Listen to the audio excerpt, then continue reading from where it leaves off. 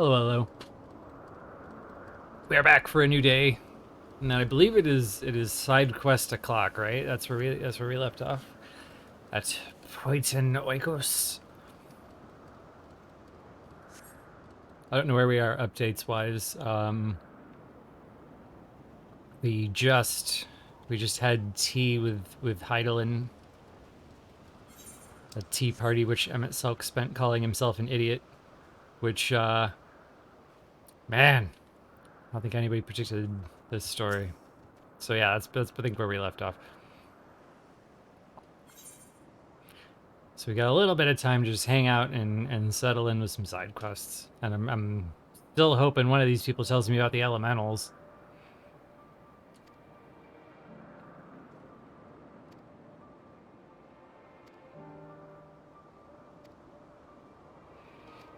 Unfortunately, it's another late start. I got in pretty early, around 3 o'clock, and I was like, yeah, let's just go hard all the way as far as we can go in the MSQ. And then I got in and I went to make dinner, and it kicked me as I was making dinner, and the queue is 5,000. So we are late. Maybe I'll just stay up all night. I don't know.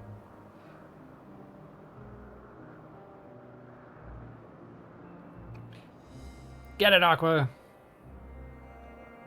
Come back and let me know if you're satisfied.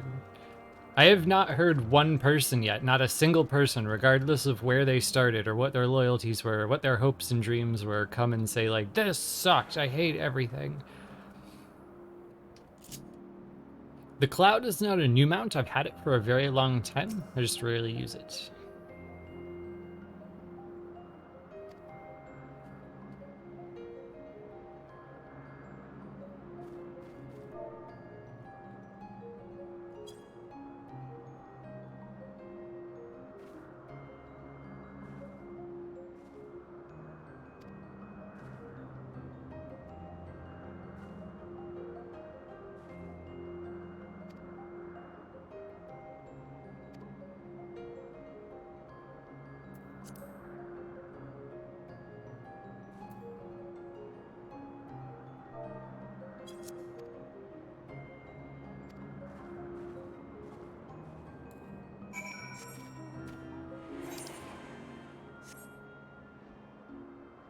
And so far, all the side quests in this area have really just done a lot to highlight that there is not a lot of difference between an ancient and your average NPC.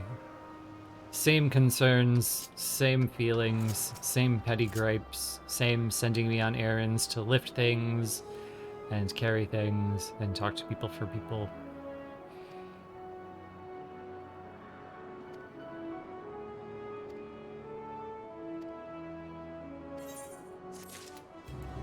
Especially going by Hermes' position that anything with a soul is considered alive. I take a lot of issue with, oh, they invented Cactar. I take a lot of issue with Emmett Silk declaring us not alive. Hello, Jelly.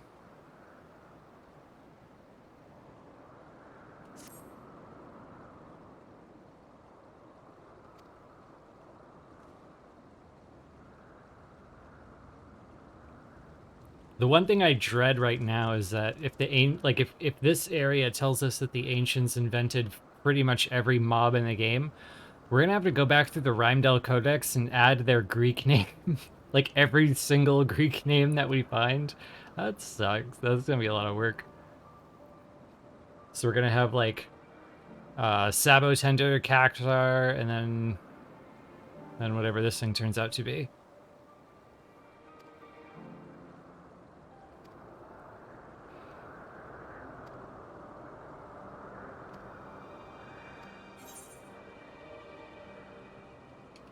And I think based on our record number of people chatting at the same time, which is what your VIPs correlate to, I think we're currently locked at 60. So I should have like 10 left.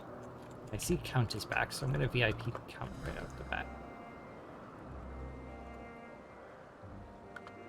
Aha! There you go. If you wanted to chat Count, you may now chat, except you may need to refresh.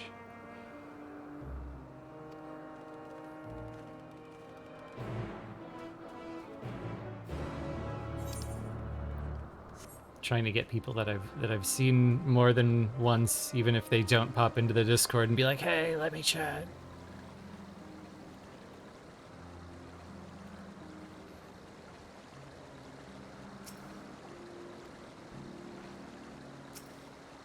There are only 2 rules.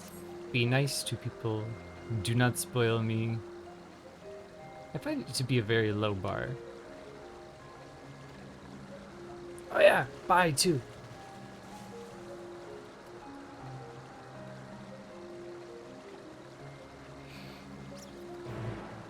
Hopefully I don't run out of these things.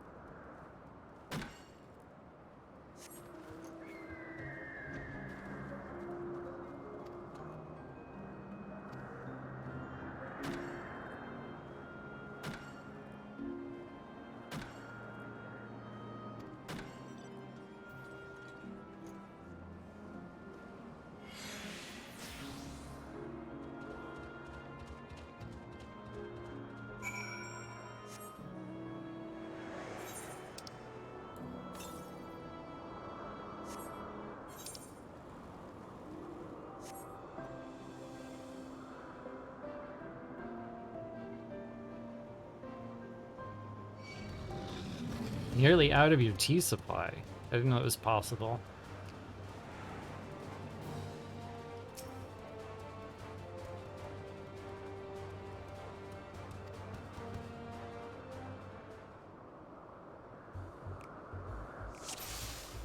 Uh-oh.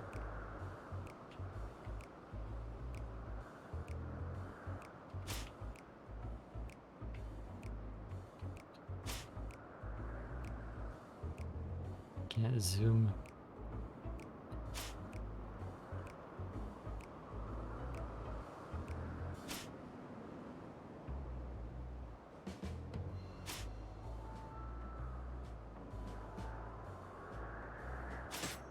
Arr.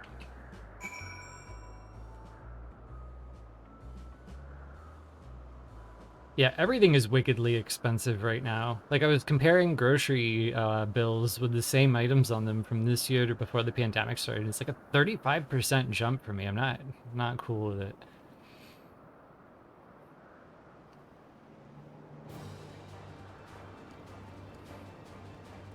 Oh, geez, lobby server error, Darth. I guess even 17,000 to 21,000 is too much for the weekend.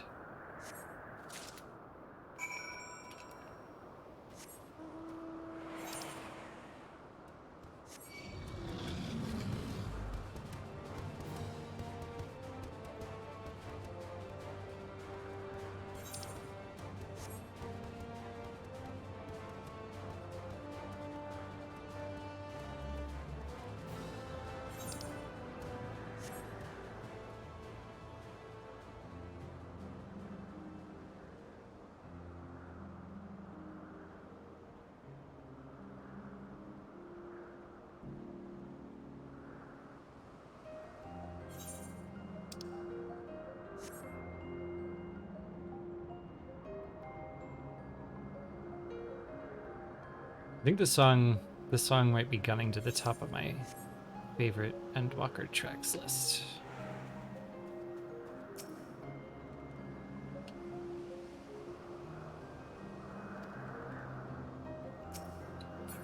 What were the sides of the bet of whether I'd like this zone? I'll see if I can declare a winner.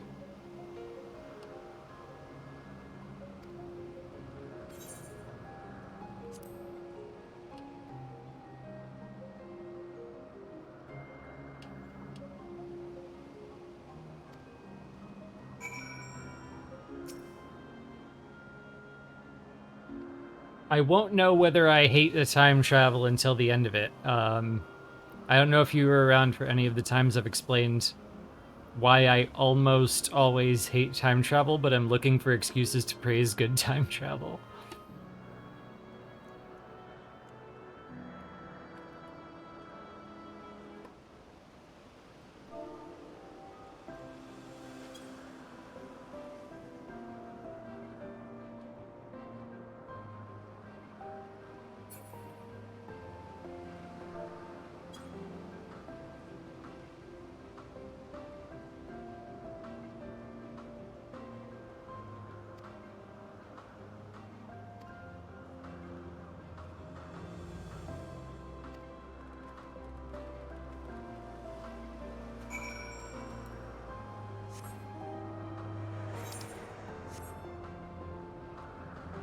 Like, let me see how much I can condense and distill my opinions down, like the conditions of my opinions. I know that this team can do good time travel because they did it in Alexander, even if it was kind of grandfather paradox loop.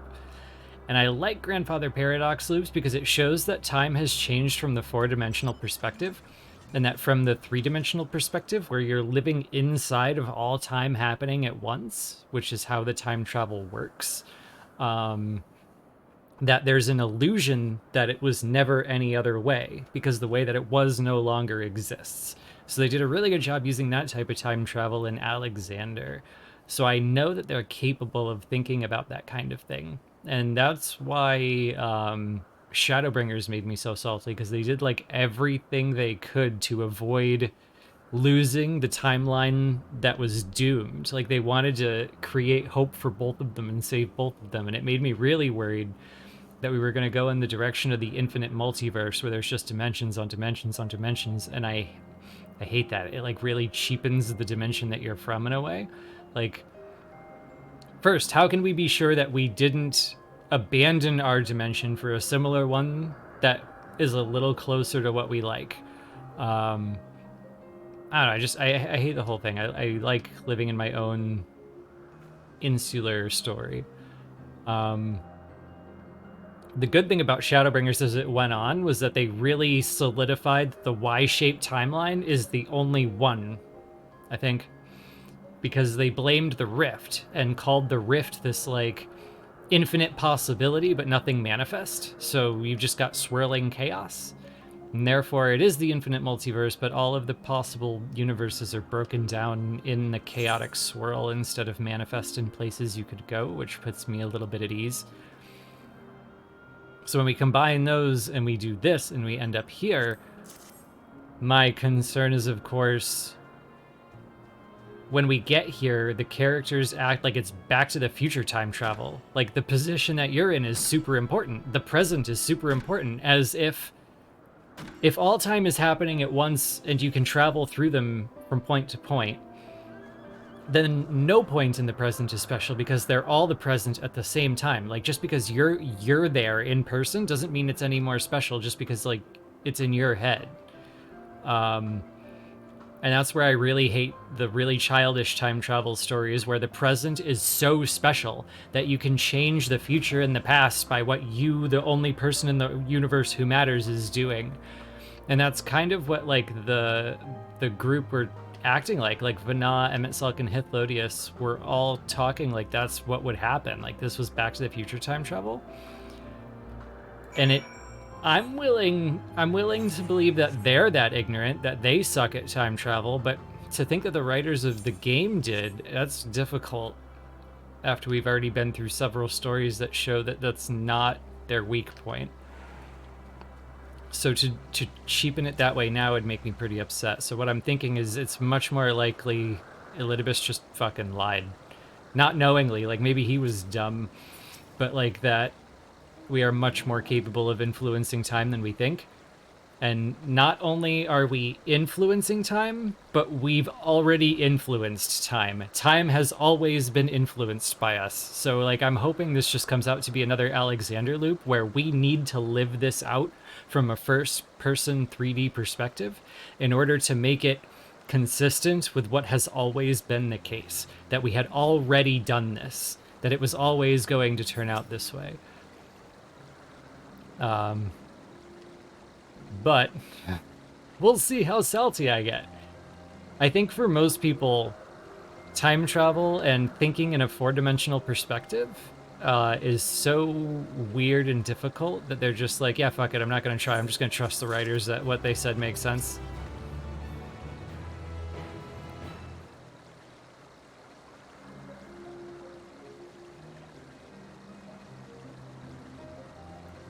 If I remember right, Von Sintro is in the Discord. I'm going to VIP them so they can talk.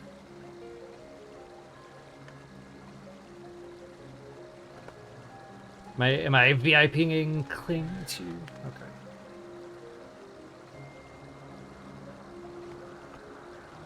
Okay, both of you should be chat able now.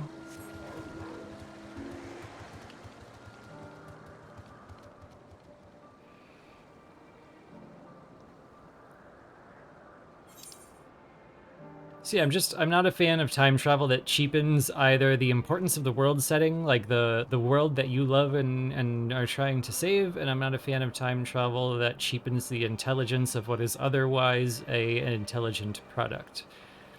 If there's all sorts of like, I'm trying to think of an example, like where it's childish and dumb and they don't care.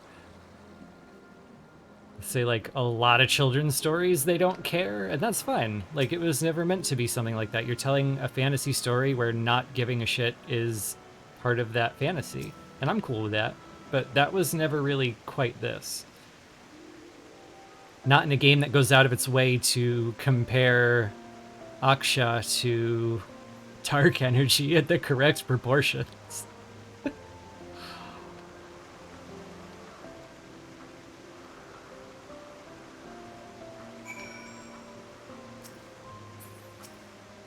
I love how many of these quests are just like, isn't this place beautiful? Stand here and take it in.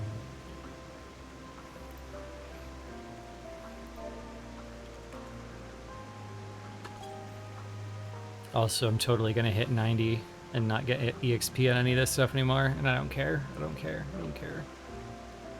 I tried to get my dancer glam together, and I don't care. I'm gonna let this EXP go to waste.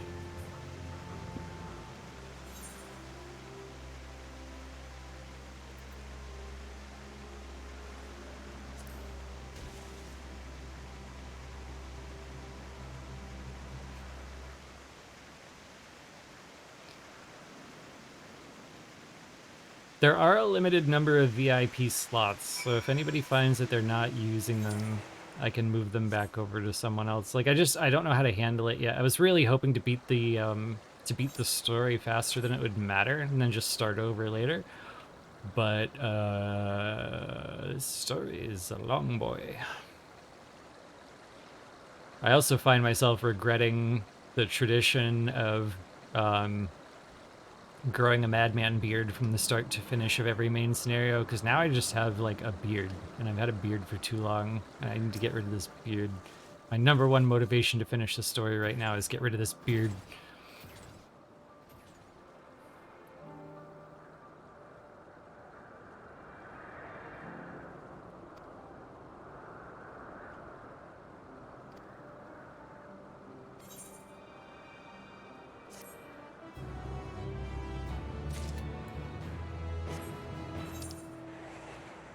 Three to go.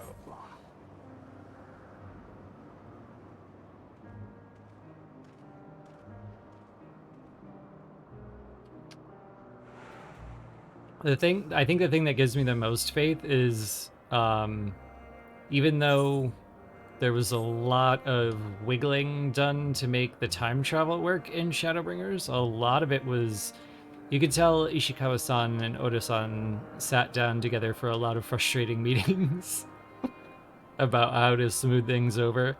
If nothing else proves it, the elemental wheel upending does, because the whole change to the elemental wheel at the time just seems to be a negotiation, essentially, that they really want to like Calamity, even though that's not how calamities work, so they work together to make it possible.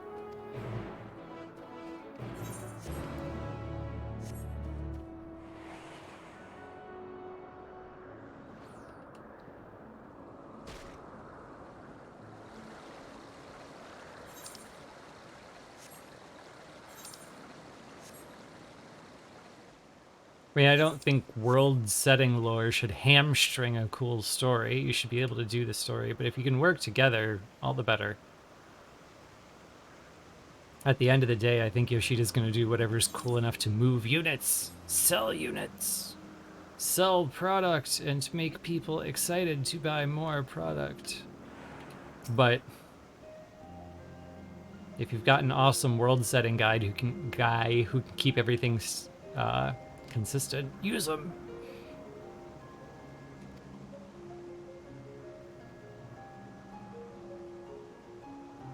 Oh, back to carrying stuff.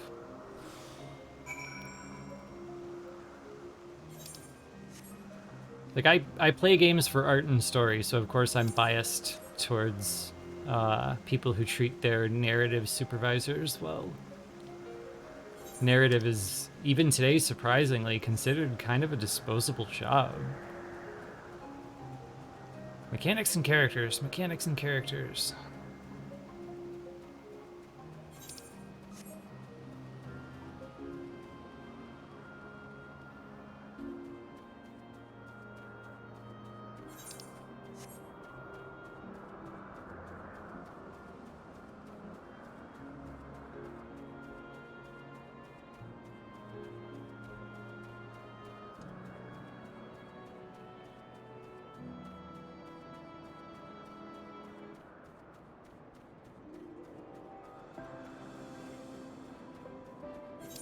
Oh, beans. See, I did the thing where I start 2 side quests and run towards one instead of the other. Can I make it in 50 seconds? I may have to run these books again.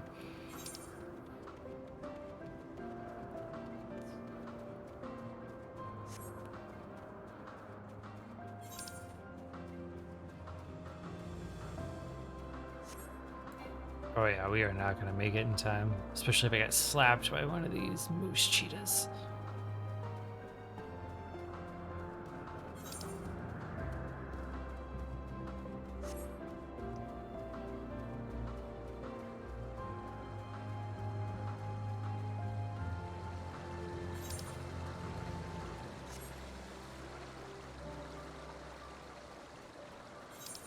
Oh, that would have been a photo finish. Gotta get Moose some spiked shoes. Dun dun dun. Where's my bird? My cloud?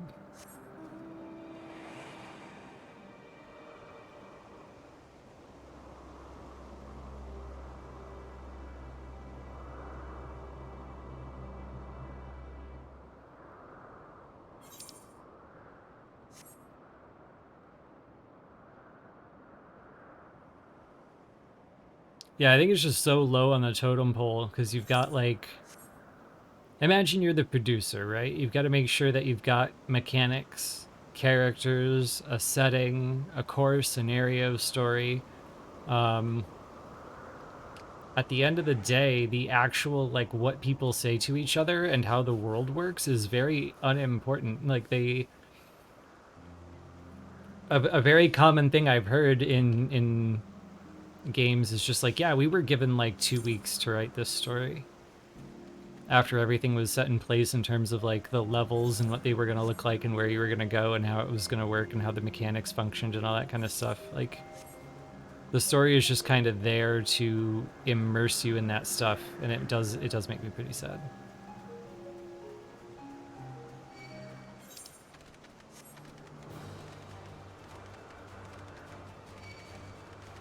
Uh-oh.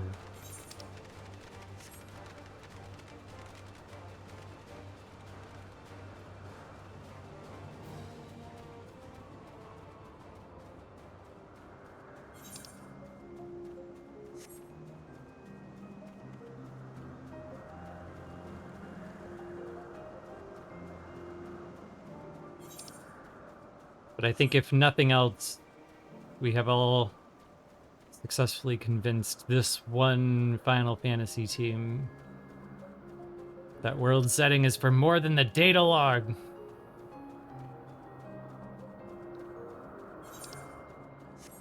Not that I don't love me a good data log. I get sad when it's all show not tell. Or tell not show. There we go. Alright, 35 seconds of this. Cool. Just enough time to...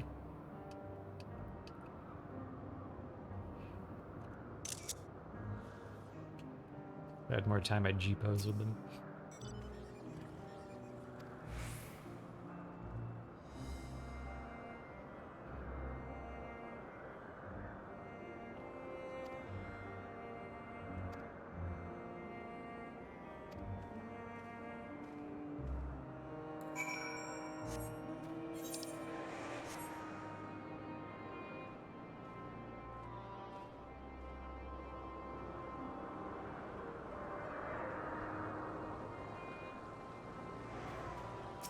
I went from taking way too many screenshots to way not enough screenshots. I was looking at my 1.0 folders and it's thousands of them.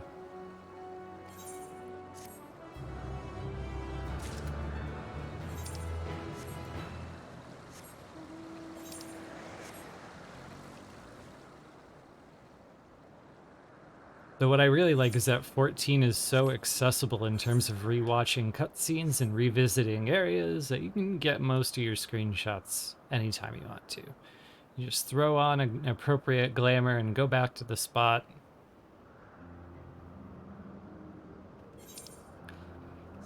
Hey, Evil. And yeah, Dino, I appreciate that they only send PowerPoint presentations in when it's time for retcon clarity. Hey, remember that thing that we gave you 50 clues about this is how it works? Well, it doesn't work like that anymore, so here's Oriange with a brief rundown.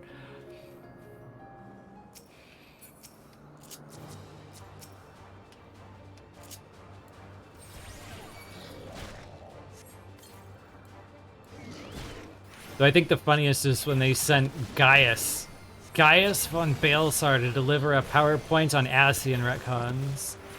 By the way, there's a third original now, and here's how the hierarchy works.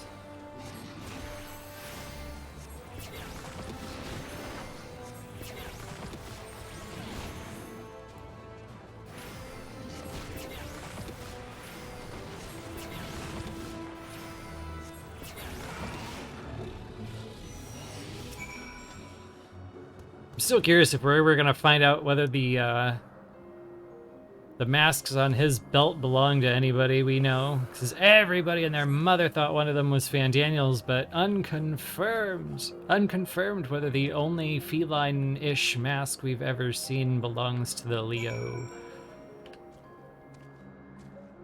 Oh, hello, 12 Bunny.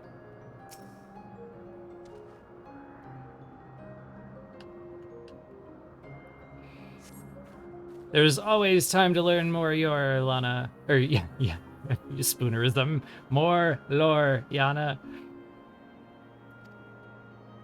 The way this game works is just like, if you scratch away at the surface of anything, there's answers to find under it if you are curious. And I think a lot of people play it from the perspective of they get on the cruise ship, they sit in their chair, and they just watch everything go by. But you have a lot of options. You can run around the deck, pull out your binoculars, go scuba diving, get off in the ports. There's a lot of stuff to see.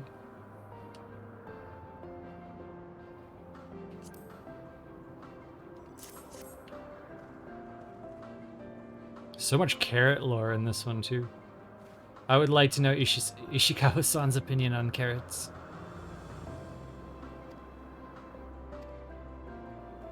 I see her propping up her favorite Gubu. Here, too. We had a whole quest with him.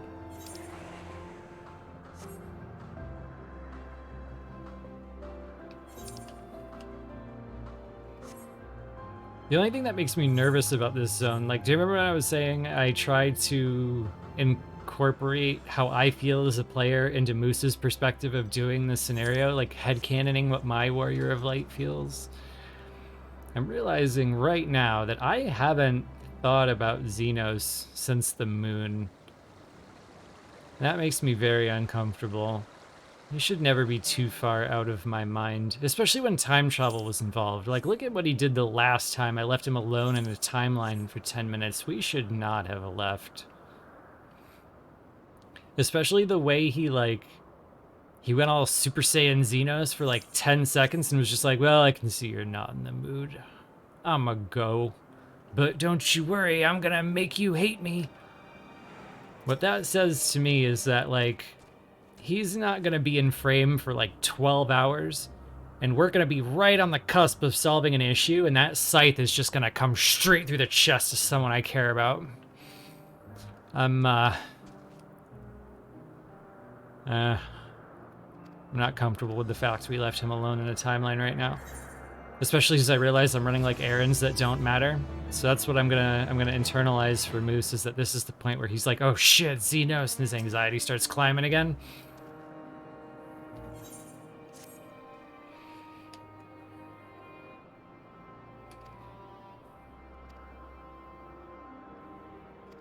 Like whenever the side quests start dying down, that's where I'm gonna headcanon in Moose remembering Xenos exists and being like, oh fuck.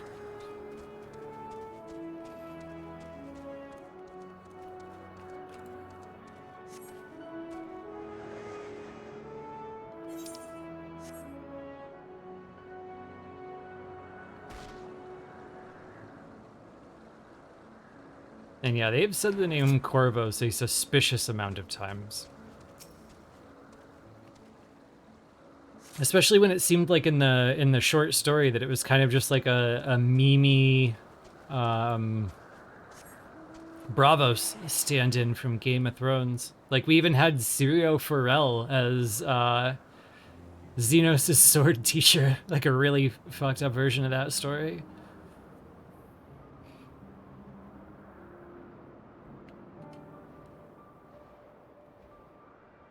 Yeah, both Corvos and Bravos used the Colossus of Rhodes as inspiration.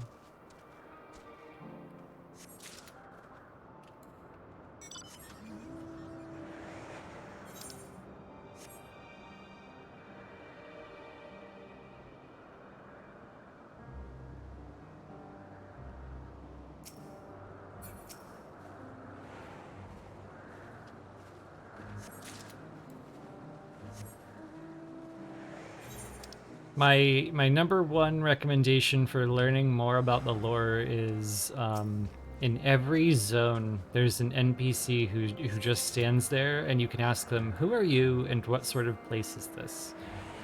And those are filled with like the PR blurbs they would give to Famitsu or something like that.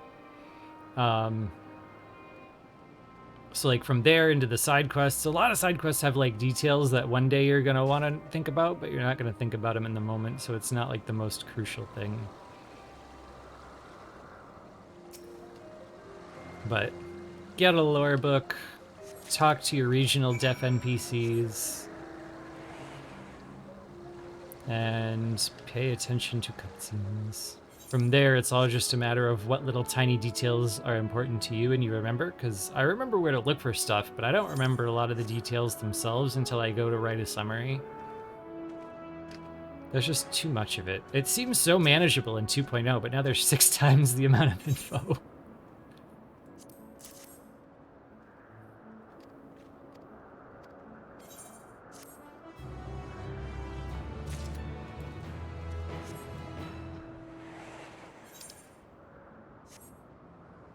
Yeah, same. They've mentioned Corvos so many times that one of the things I want to do is just, like, look up that word, Corvos, and see how many hits we get, and then start laying them out on a timeline, because I feel like they've given a good number of time references, and I'd love to just see them laid out, even if I have to do it myself when this is over.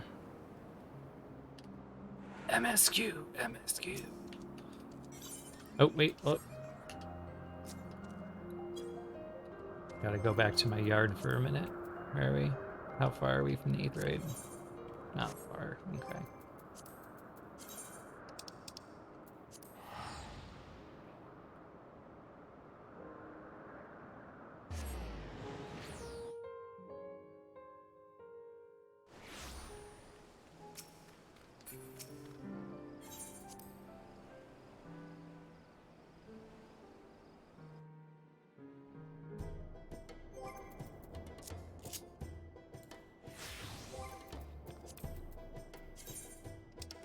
There we go. Now we're ready for the MSQ.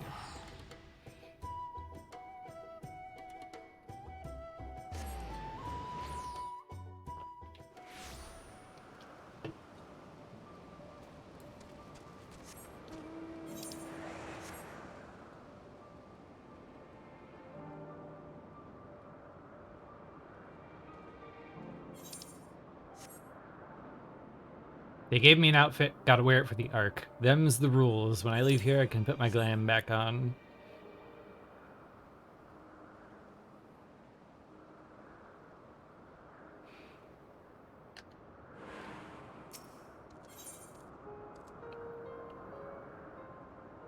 That's an interesting name.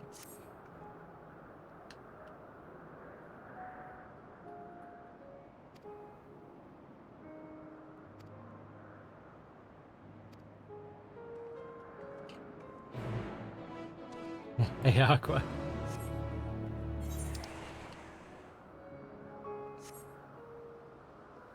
Oh, I forgot the thing. We had pro something Aqua and anti something Aqua.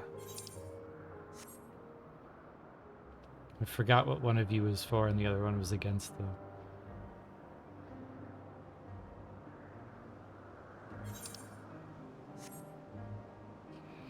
Loperits! Okay, yes. Pro Cinnamon Bun Aqua and anti Cinnamon Bun Aqua.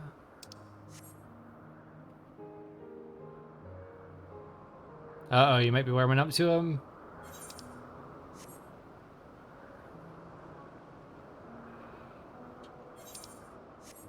I find Loperits very endearing because they're that perfect mix of, like, trying really hard and not very good at it. But they, like, stay upbeat and try harder. It's very heartwarming.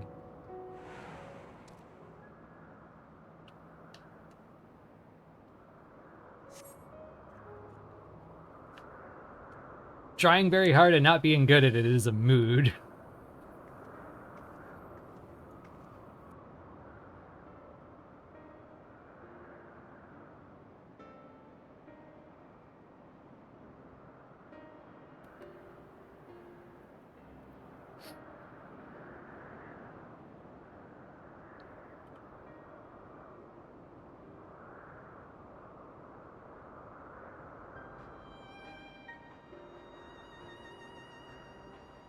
Goodest boy!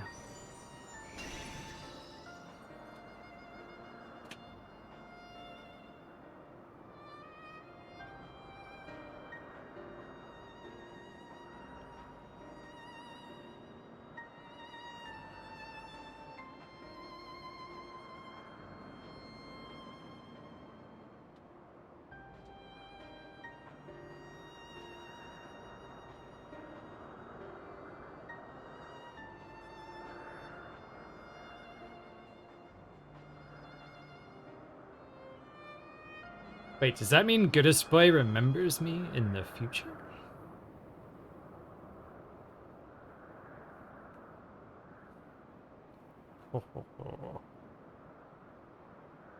Jeez, Moose, you're really spilling all the beans here.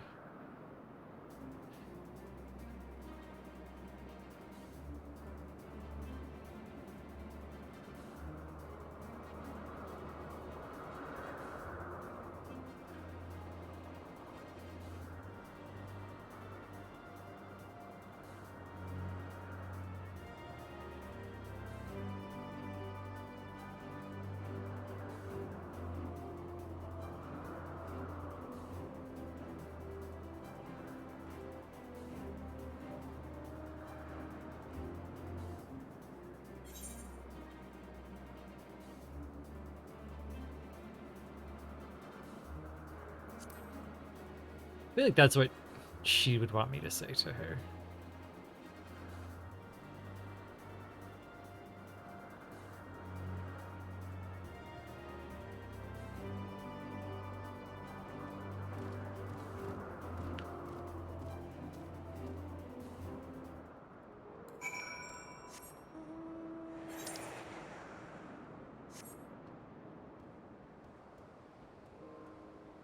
That is classic Moose. Like, you send him back in time with a mission to just, like, keep a low profile, don't tell anybody anything, and what does he do? He sits down for tea with all the important players and tells them everything about the future.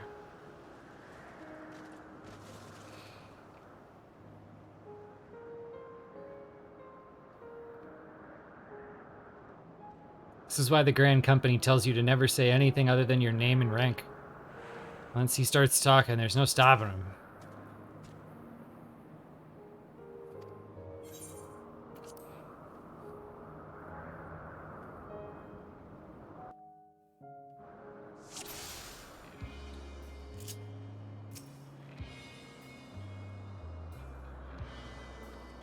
Somewhere in the universe, someone is going, aha, I called it! You have to fight Heidelin! Somebody answer that phone!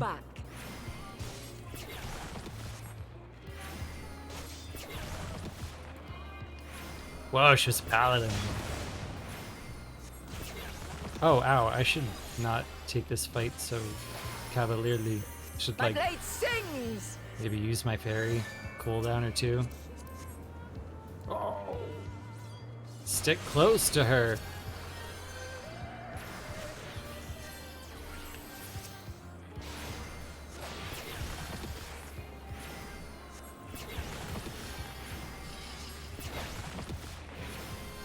Sweet.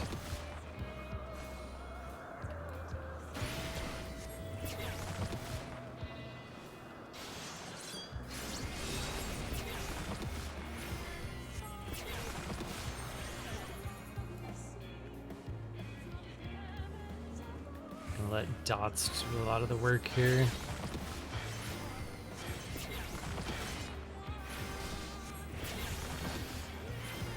My blade sings! No, too far. This is too far. Most. No, get over there. Get over there. Get over there. Get over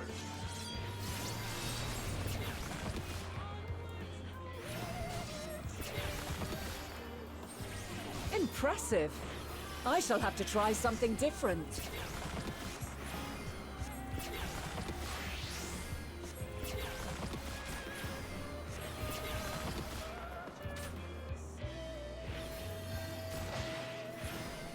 No quarter. Changed her weapon to dancer. Whoa.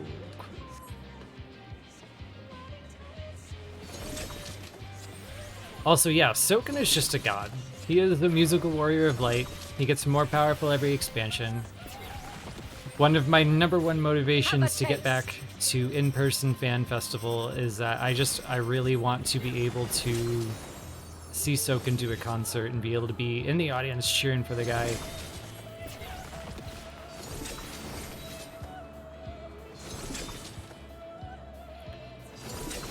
I don't know who was around for it, but the night of the Digital Fan Fest when the Primals were rocking out on stage in the empty arena because of COVID, a bunch of servers got people together in Miketo's amphitheater and cheered for him from there, and that was very cool. I see you won't be easily overcome, but neither will I.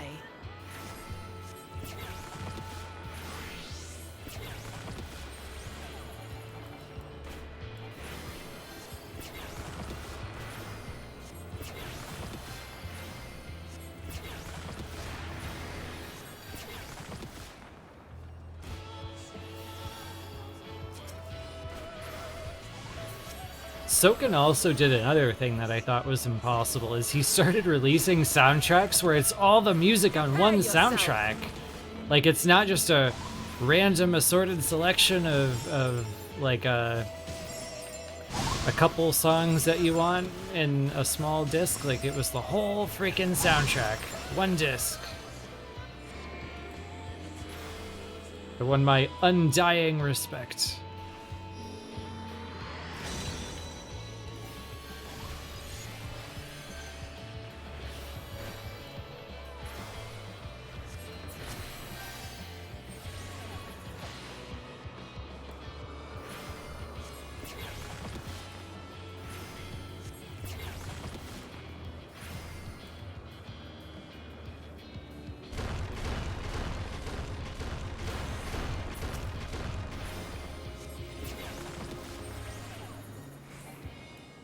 We've only just begun. Come at me with your all.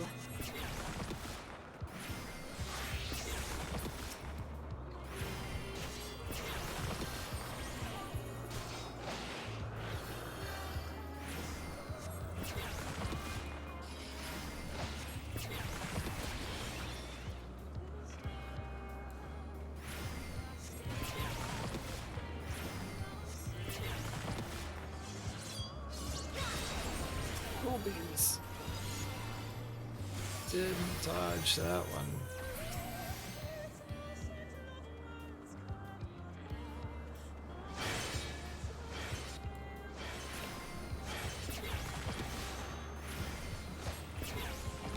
My blade sings!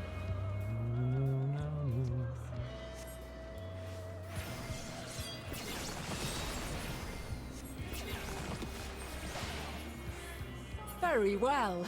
Let us move to the final trial. Ah, crap.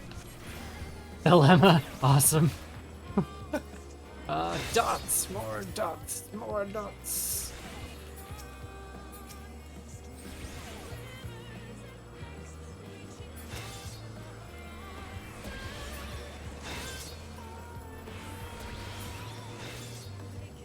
Oh, missed one.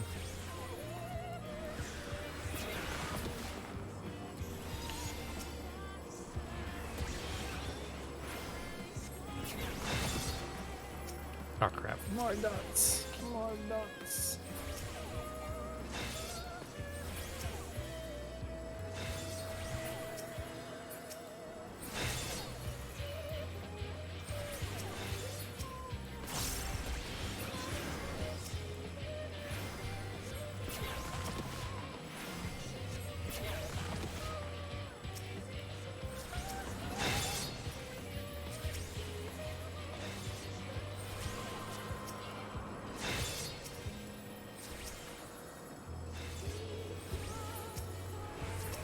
That one.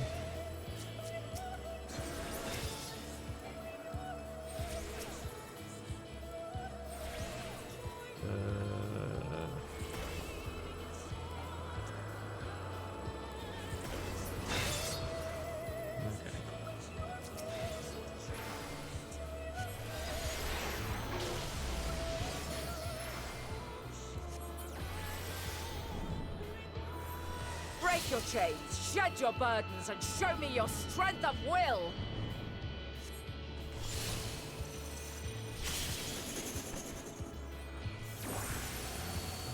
Oh, someone's out of the armature system.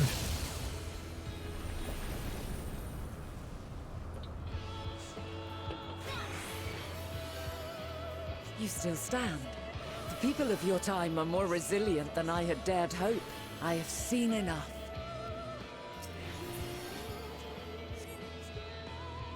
Banal Lucis Calum.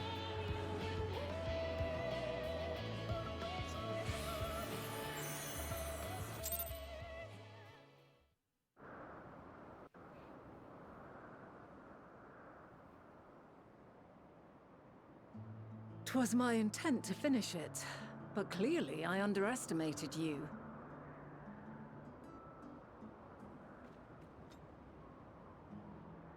One would think I never learn. I made the same mistake with Azam when we first sparred. Despite being less than half my age, his strength was astounding. As is yours. 'Tis plain you have weathered considerable hardship. Far more even than your tales would suggest. It seems we have both learned much on our journeys.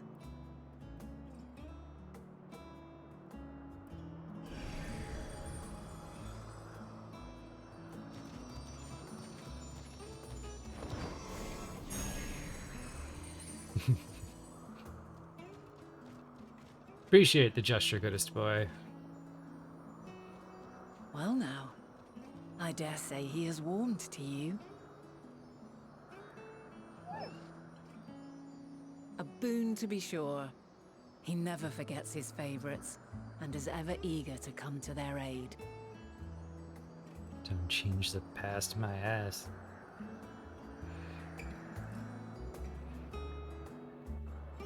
I'm gunning for it though. I based on this, I've got to believe that this always happened.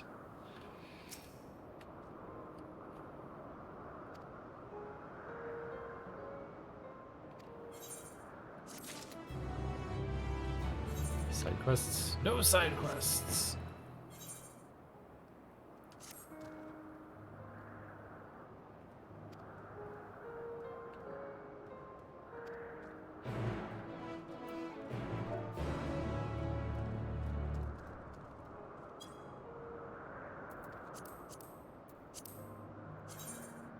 We still have Van Daniel's shoes. We still have Van Daniel's shoes at the start of the game.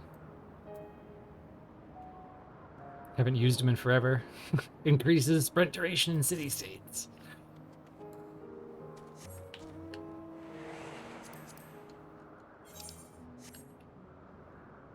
Can't even remember what those were for. I think it was a temporary thing for subscribing to 11 and 14 at the same time. I think that's what they gave Hermes shoes out for.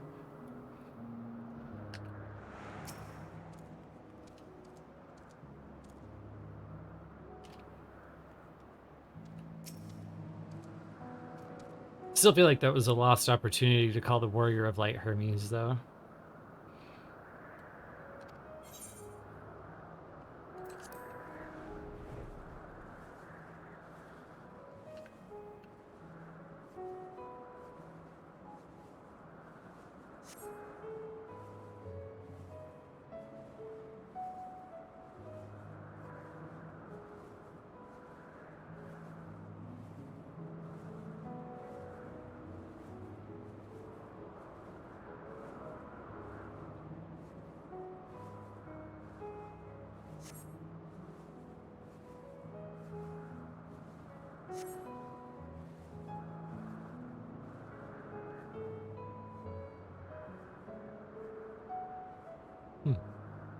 Interesting.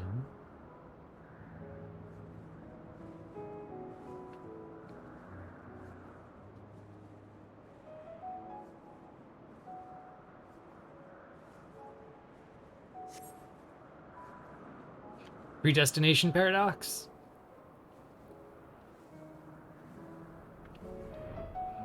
I like to solve it by using the fourth dimension.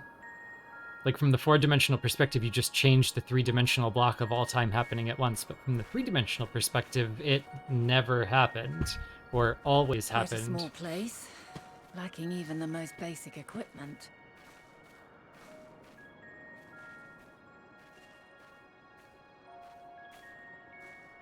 The present may yield no clues, but we may yet try perusing the past. Have you done this before?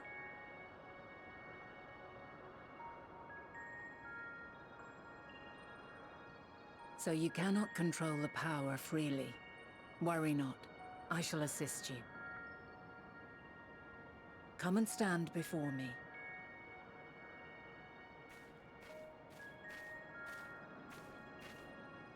There are two ways to see the past. The first entails peering through the walls of the soul in the moment a subject is recalling a memory. Oh, good. The second requires no subject, and is instead a process of piecing together an event from ripples left in the ambient ether. Thank you, convenient retcons. As memories are etched upon the ether of the soul, so too are they etched upon the ether of the world. In this way can history be preserved. Such memories are given to fading, however, and can prove challenging to visit. But come, let us try. Close your eyes.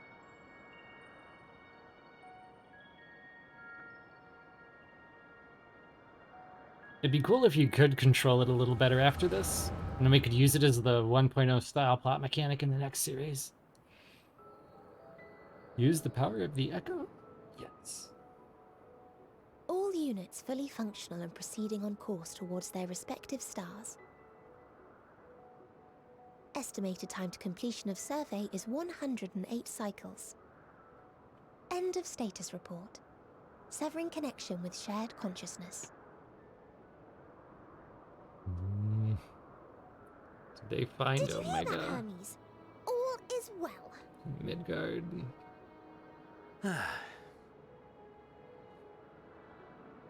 Yes. Good tidings at long last. Every step of the way, I've been reminded how little we understand creation. How the universe defies imagination. But soon we won't need to speculate. We'll know the answers. What others live for. Indeed. And we'll owe it all to you and your sisters. I wonder what answers we will get. Whatever intelligent beings that exist out there, are bound to be vastly different from us. Diverse in form and culture, possessed of unique ways of thinking. Their conception of life and its purpose will be no exception. Completely and utterly unlike ours. Utterly unlike... how? I have no idea. I've been Yet worried that he, whatever like... answers we receive, I Oh, will I not should dismiss wait. them out of hand. No, I will think earnestly on them all. And I will share them with our people, that together we may contemplate our own existence. Perhaps then our star will become a better place. Not only for man, but for all life.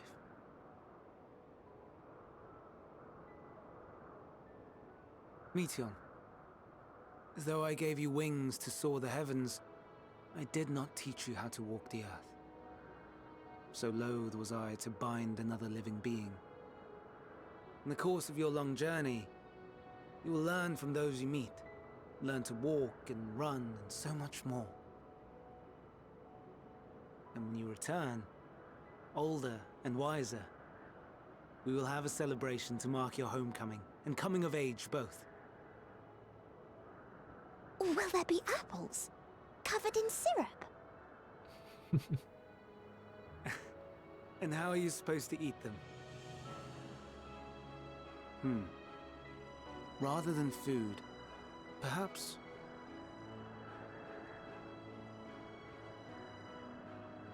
a flower. Yes. Upon your return, I will gift you a beautiful flower.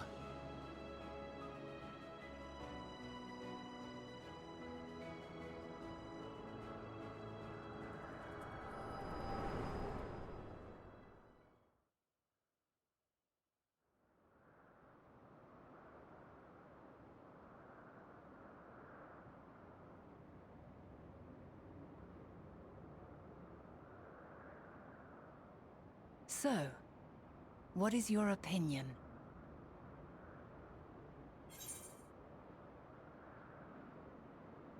Seeing as I have a moment, because right below, we have to assume Fandaniel is tempered until we find an excuse for him to not be, was Fandaniel did this on purpose 12,000 years ago. I haven't really given due consideration to the possibility until just now that he was just, like, naively reaching out into space, and that this is your classical Final Fantasy something came from space and it's pissed. So maybe there's hope that he didn't do all this on purpose. Hermes wouldn't wish for the final days. He's a gentle soul, and yet I couldn't say just by this moment alone. I'm gonna go with he's a gentle soul, and yet, because they gave him that like anime light Yagami haircut where it's like sad boy, but also make him mad and violent boy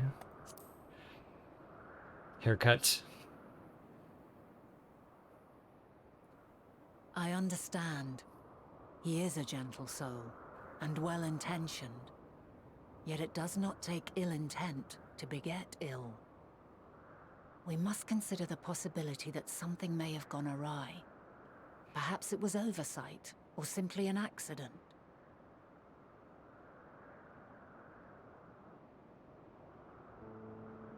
In light of this, I propose that we reveal your tale to Hermes himself. If he does not wish for the final days, as we believe, he may well join us in pursuing a solution.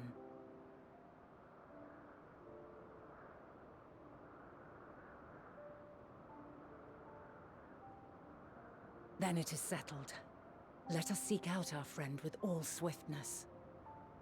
'Twould not do to let such a pure soul be blackened by tragedy.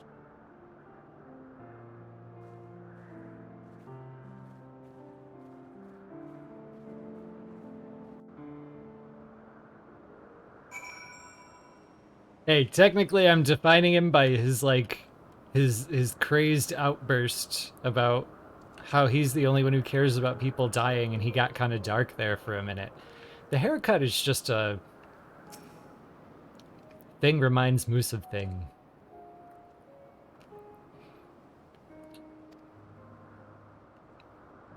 Definitely does look like an anime sad boy, mad boy haircut, though. Not gonna lie.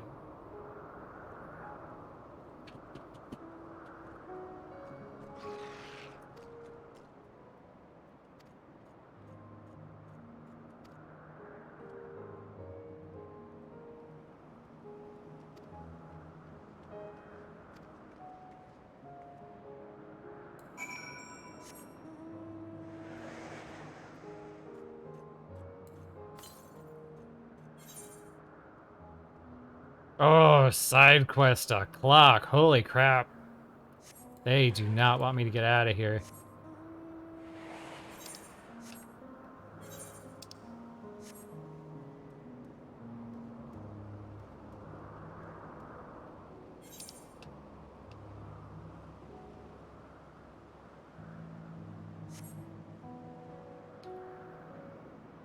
Yeah, I think the 2.0 comments on the Echo are going to be difficult to reconcile, especially the ones in Totoroc.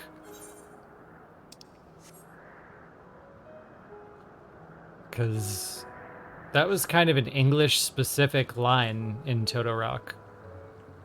His speech in the other language was very different.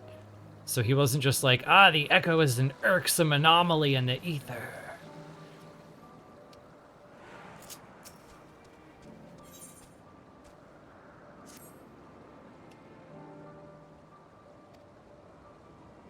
I do appreciate, though, like, you used to have another soul to do anything Echo related. It had to be a resonance between souls. And there were clearly some points in the game where you were echoing off of something that didn't have a soul, an object, or just kind of out of nowhere sometimes. So I appreciate that they were just like, oh yeah, that's the planet's soul. So between the planet's soul and a person's soul, you have that, like, someone had a powerful memory by touching an object, and for a little while their memory was on that object. Like, that's pretty much one of the only things that can make sense of the 1.0 trailer, even, because he was, like, vibing off of the leaf plate.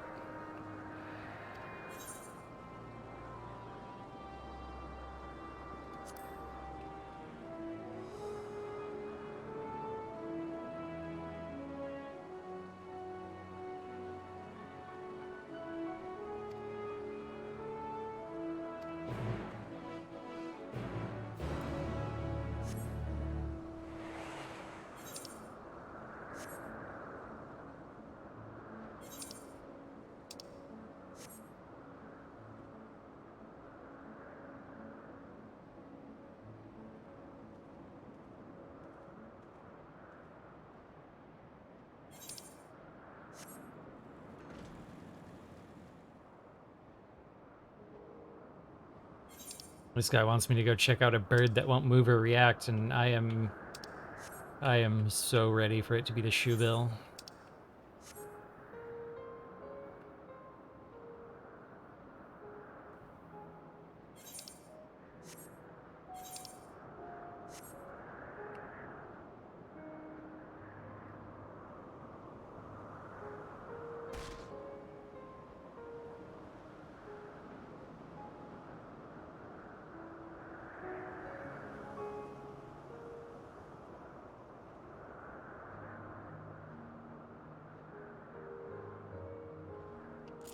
Oh, hell yes. The Abyssus is what they call it? Oh.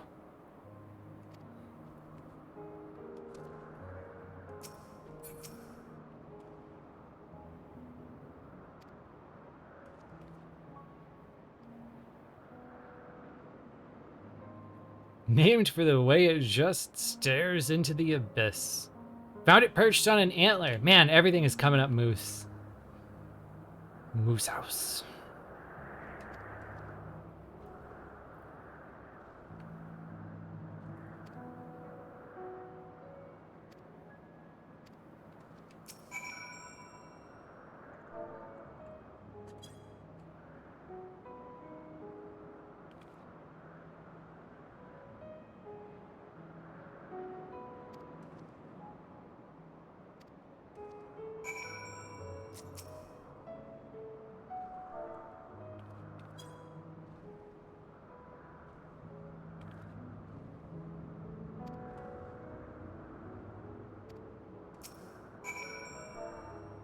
Pet didn't work. Poke didn't work. I'm trying to hug.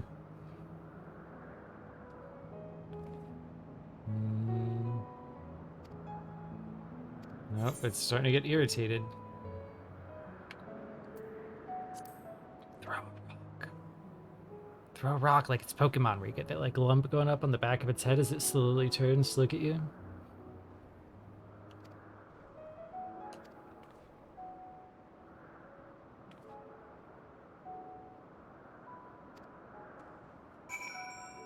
We're giving up after it. Oh, we're giving up after it narrowed its eyes when I hugged it. That's all the reaction we're good with today, I guess.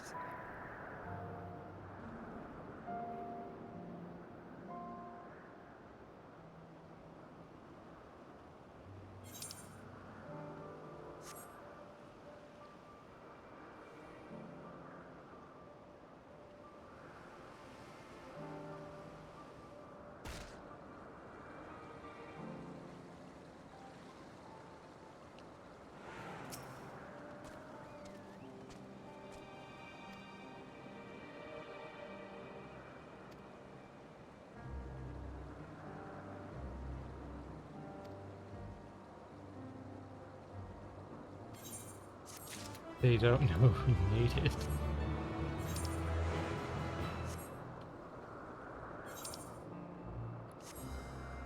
So if they're making comments like that, maybe it's not just here because Ishikawa-san likes it. I hope that was the question marks in her comments all along, that her favorite character was Fandaniel and his question mark, question mark, question mark. I think I shit posted that it was going to be Shoebill. But here I feel like, if anything, he has kind of an alter ego.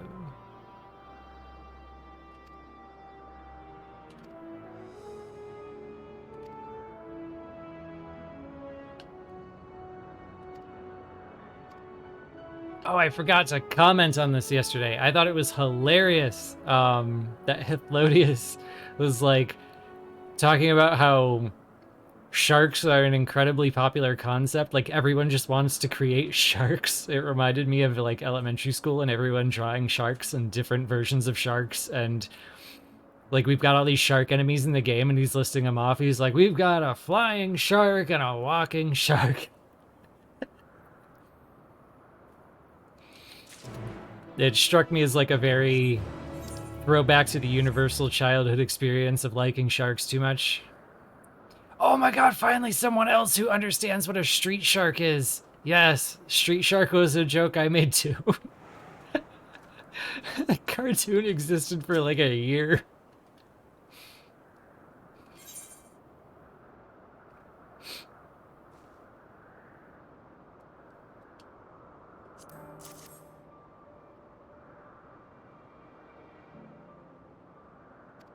I will admit, as a child, street sharks creep me the fuck out. Like, it was hard to enjoy them because they were creepy, and I feel like that held me back.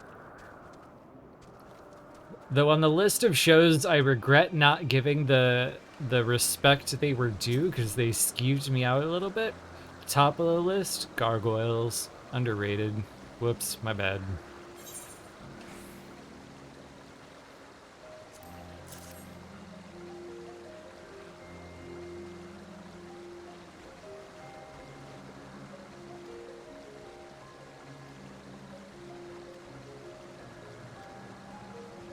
I don't know, it was the way they were drawn. As a child, it creeped me out. And not in the way I liked.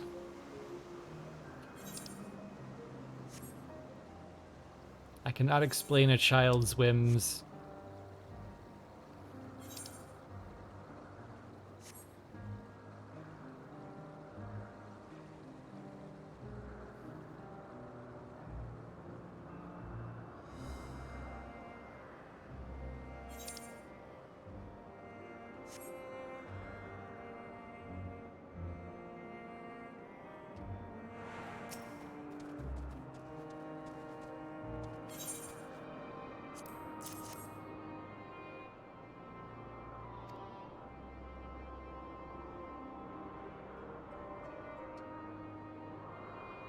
The latest creation is an 8-legged shark.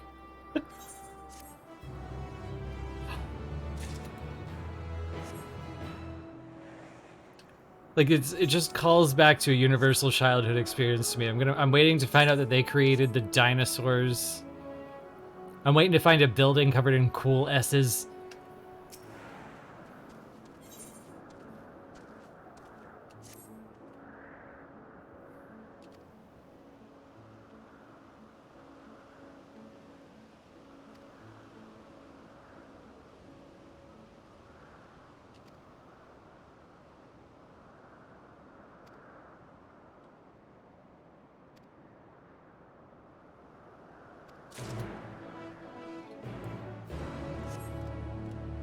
I've been going through all of the storage tubs that were packed up when I was a kid. I recently came back into my possession. And I found a drawing the other day from 4th grade of a cool S that had other cool S's for arms and legs and then a giant alien head. And I was like, damn, that is the most 4th grade thing I've ever seen in my entire life.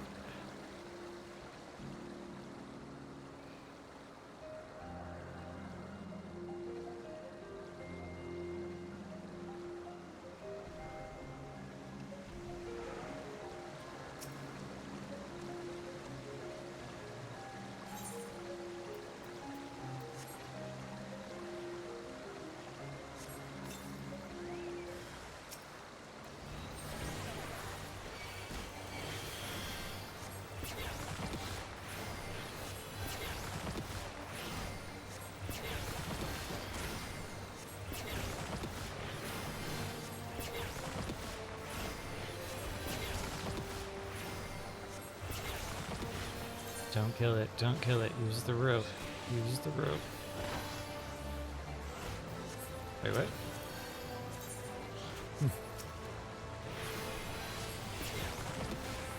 Jeez, the one time I remember, this isn't fair. This is bullshit.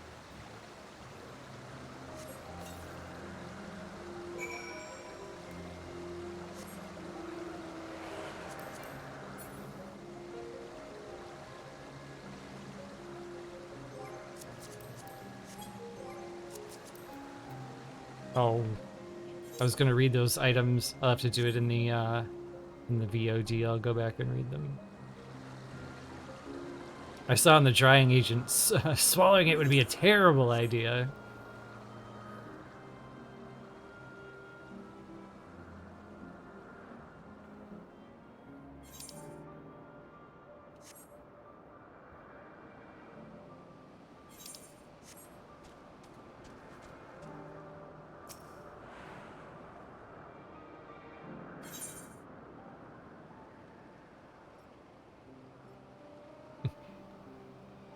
Watching this poor Brionne struggle weakly against its binding certainly tugs at the heartstrings.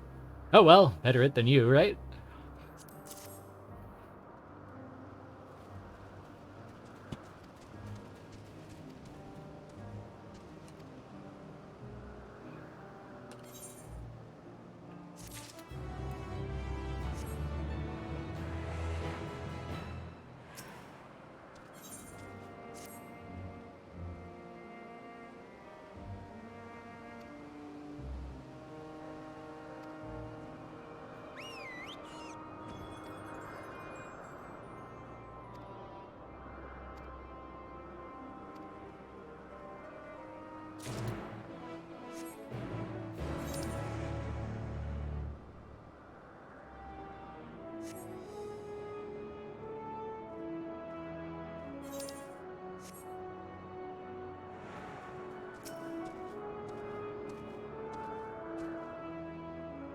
Ooh, we'll do that one last. Familiar versus familiar.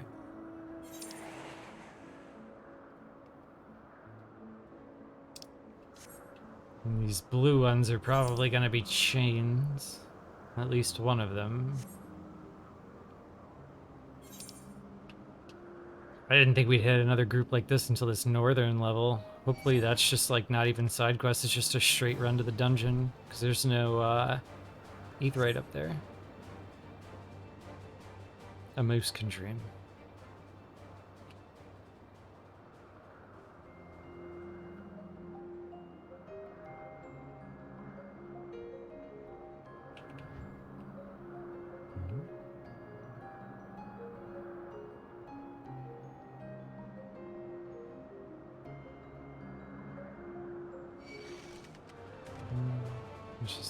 this one over here first, I guess.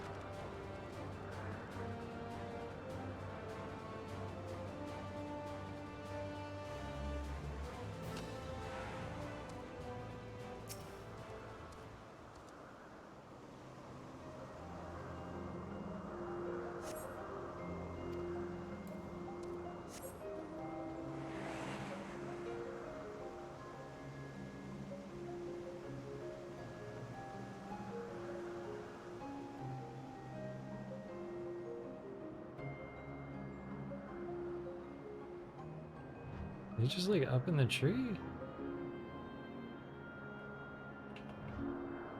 Is there like an underlayer I can't see? Is this...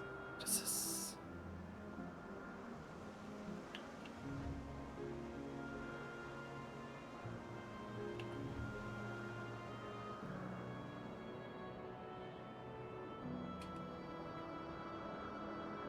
Do I need flying for this? Can I even get flying?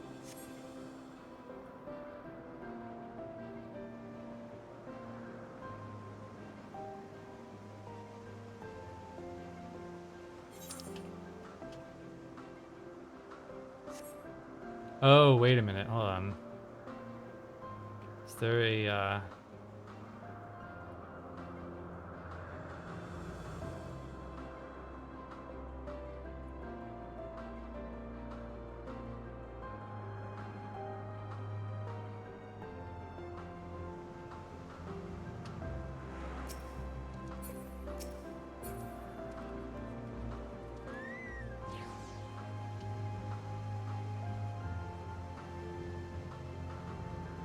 feel like I am missing something up here.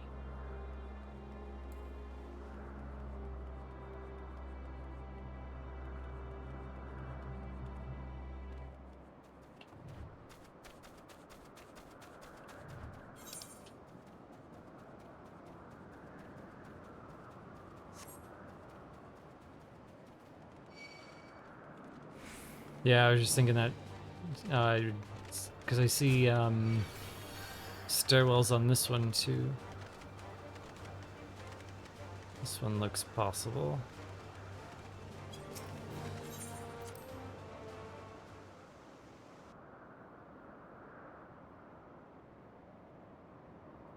Ah, correct. Thank you.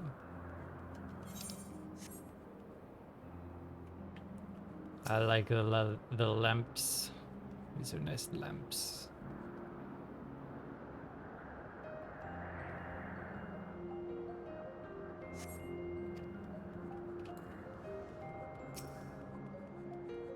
Ooh.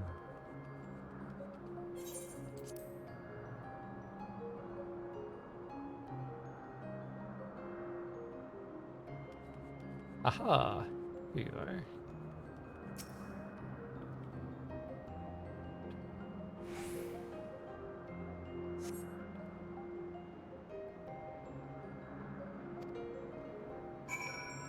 Boing. Oh. Can't jump.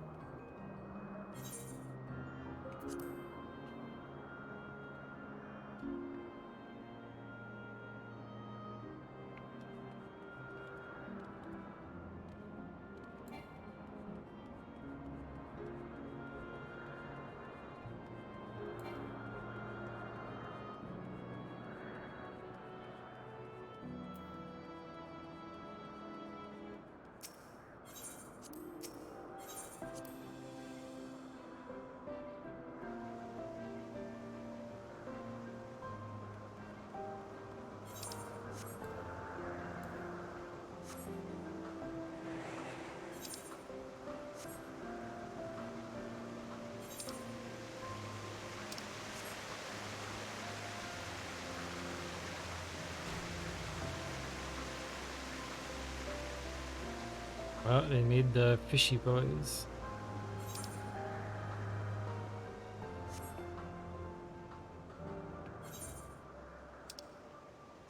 It's gonna be this whole section. Oop, they made the...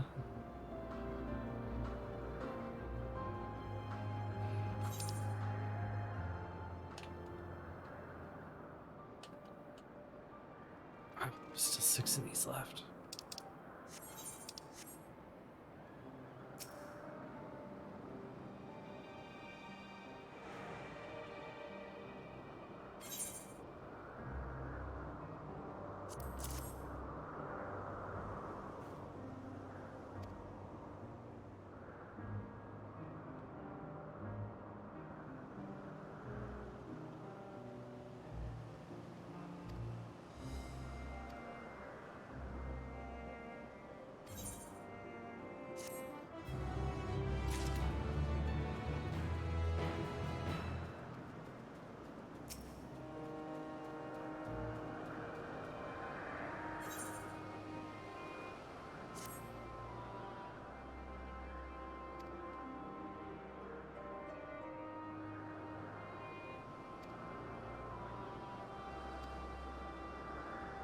Recapture crossbred plants.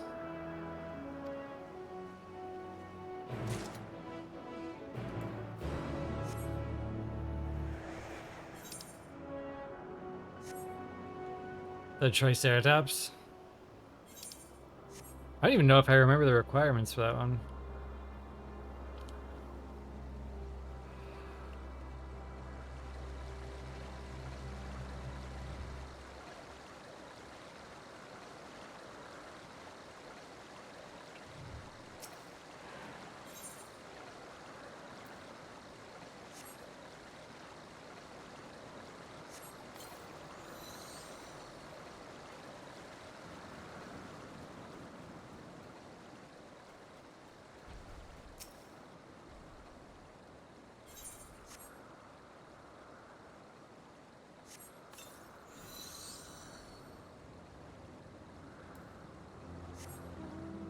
That is a lot of hunts. I do not have that many hunts in me.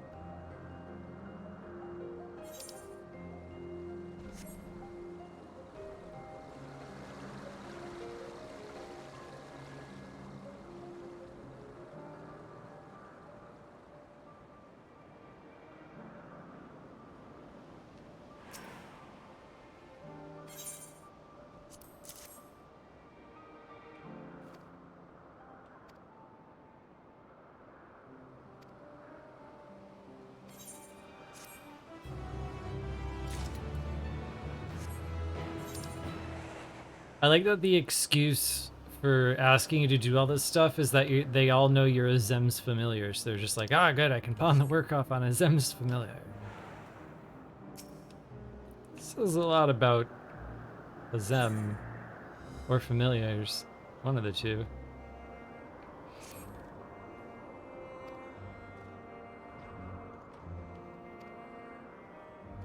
Am I to be offended?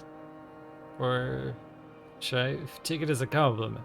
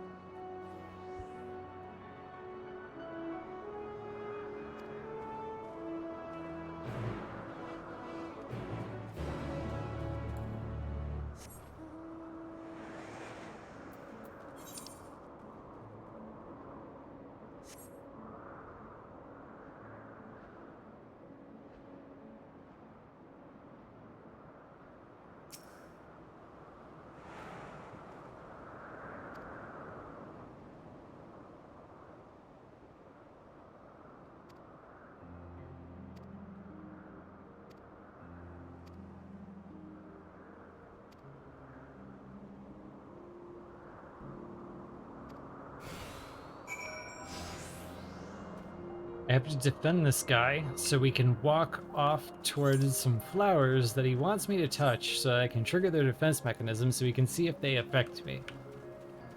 Not you lab rat.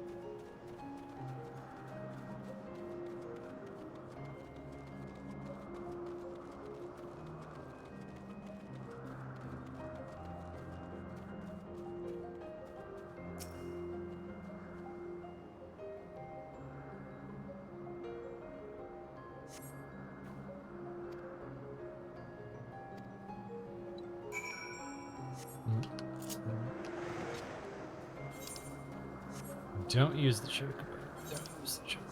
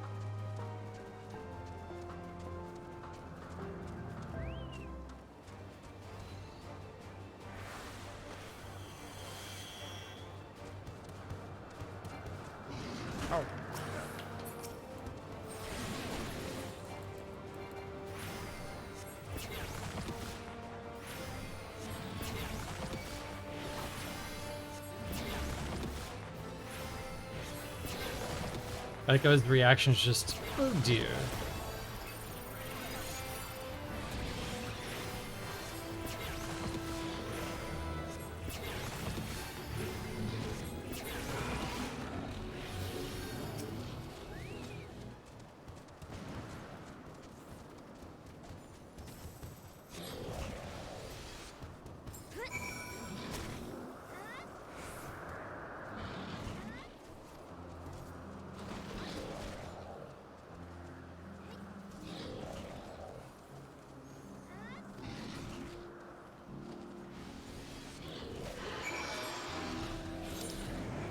We couldn't find a flower that enthralled us, so he's now bored. We're done.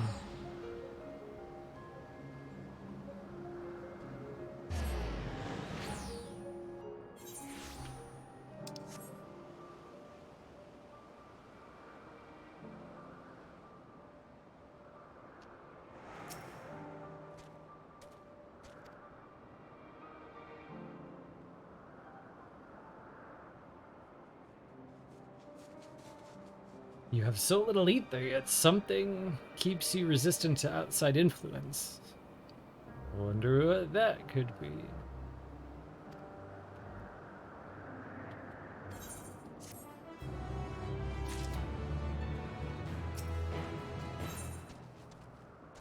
Man, I thought we were done with the big side quest groups when I realized we had the full set of gear. That should mean dungeon time.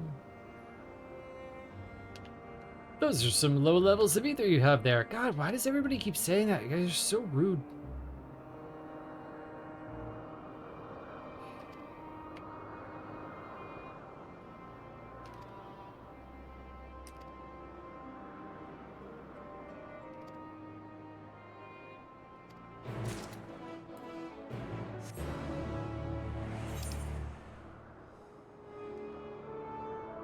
Okay, after this we've got 2 side quests that are probable that at least one will have a multi-stage thingy, if not both.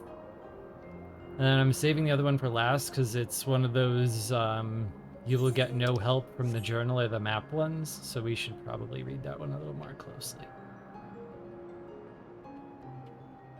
Suspicious Pegasus.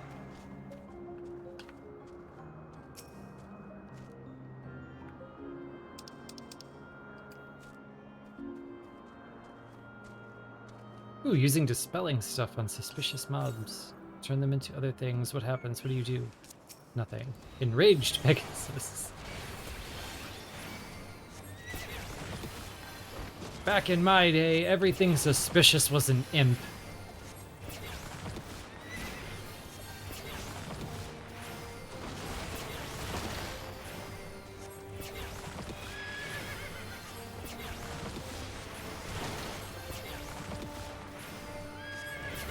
Or a snurble.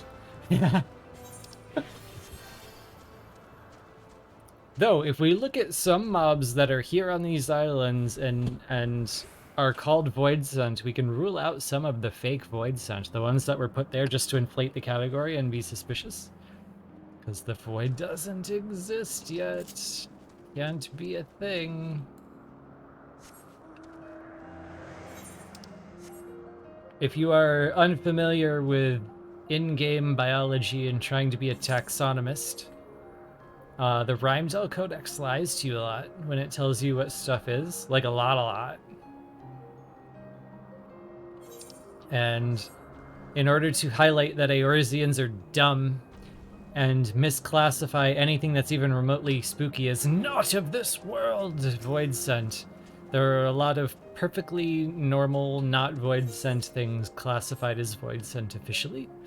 And then there are Void Scent that pass as normal creatures. Oh, slime. Apparently you are not Void Scent.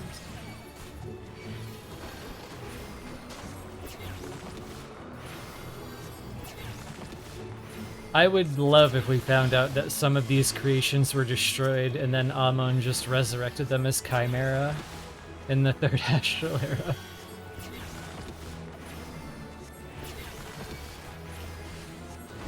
Hey soldier, what did we miss? So far MSQ wise, we started investigating Hermes a little bit. We went into do the echo thingy and I had a playful sparring match with Crystal Mom, and the rest has been side quests, 2 big groups of side quests.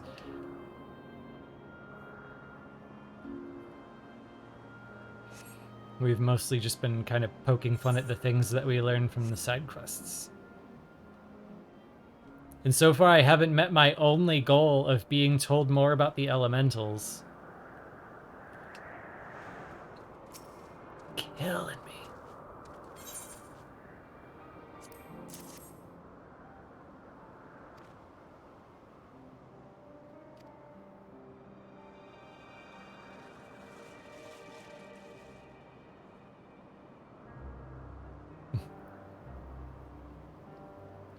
This guy wants to use the slime I just got as a chameleonic matrix that I can put the ether of other stuff into.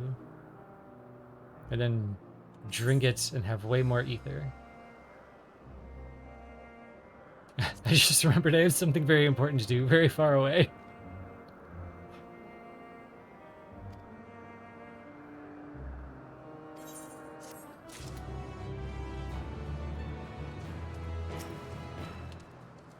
Tell me about your elementals.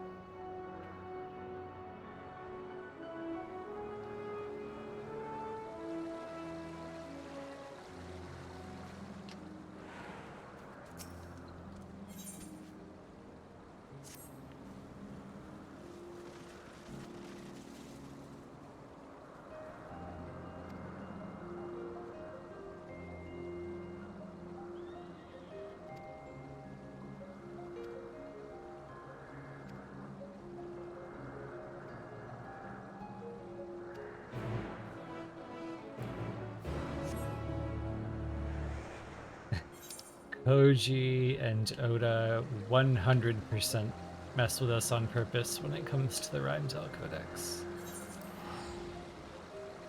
I don't know what stories I should and shouldn't tell about when they had me just like be an extra person who looks over the Encyclopedia Eorzea 2. But like when you submit like a bug report, you can say like, I found this and I think it should be this. You should look into that. And one of them was the green Furble. After years of them fighting over whether it was like a soulkin, an elemental, a void scent, or what in game, the green Furble was classified as a seedkin because it's like a living shrub according to the Zayla, and it's again just to fuck with you, like to make it hard to classify the thing. And instead of submitting an actual bug report, I just put like a grumpy emoji in the slot, and the reply that I got was just all caps, ah ha ha ha ha ha ha.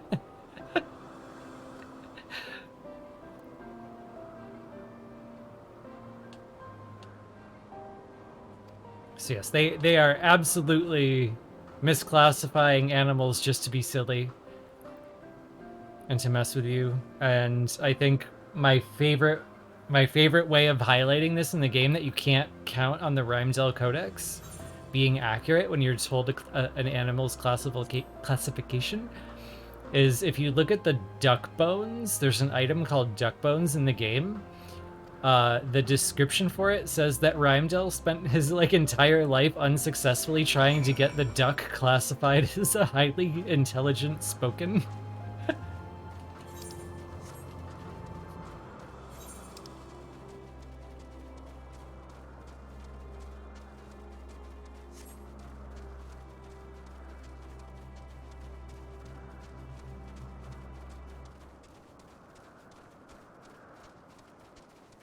So in a way, everything in the game has an official classification, but many of them are wrong. So even if we tried to figure it out, we might guess the right one. But if canonically it is something else, even if it's wrong, that's what it'll say it is in the game or in the lore book if such an entry is made. So sometimes you have to be like, the lore book says this, but it's clearly this. Unless we run into one here, I still think Siren are a void scent. Like, they seem to be a cousin of the succubus. For a random example.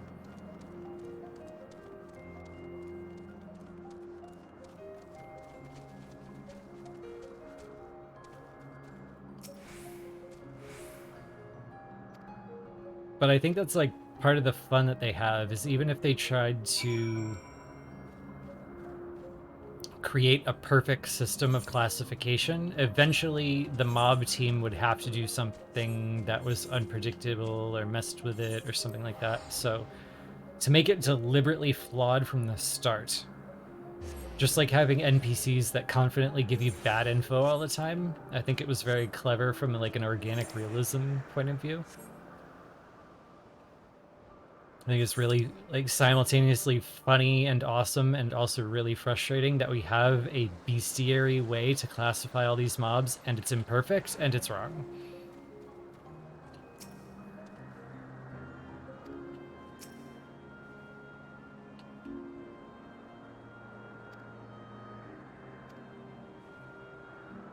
I wish it was in the game, like the collection manual. I wish we could go through the game and classify all our mobs.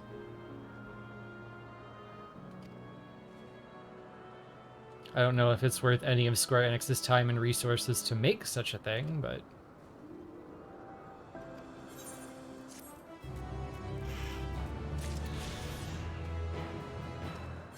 Oh, that one wasn't a chain. Yes.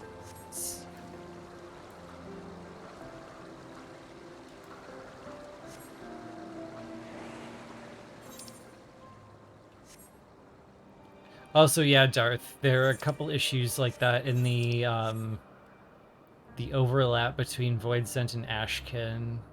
Like sometimes it looks one way, sometimes it looks the other way. Or like the Vodariga that the Ishgardians have made is not really a void scent, it's a golem. So yeah, there are a few that are... You get the same model in two places, but they're different stuff, and you gotta like learn the context. Like the Dengeki article claimed, or confirmed, I should say, the Dengeki article confirmed that the Dusk Vigil has a bunch of void scent that look like Ashkin. They left the bodies out, and they were possessed by low-level void scent. That's why they like laugh and screech like the skeletons.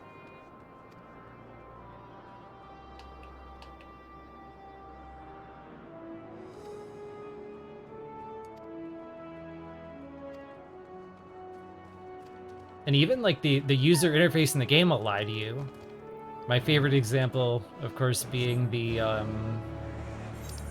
Sastasha Hard, where the Lamia are technically Alagon bioweapons escaped from the Ragnarok nearby, but nobody in the dungeon with you would possibly know that, so they're named Drowned Wench.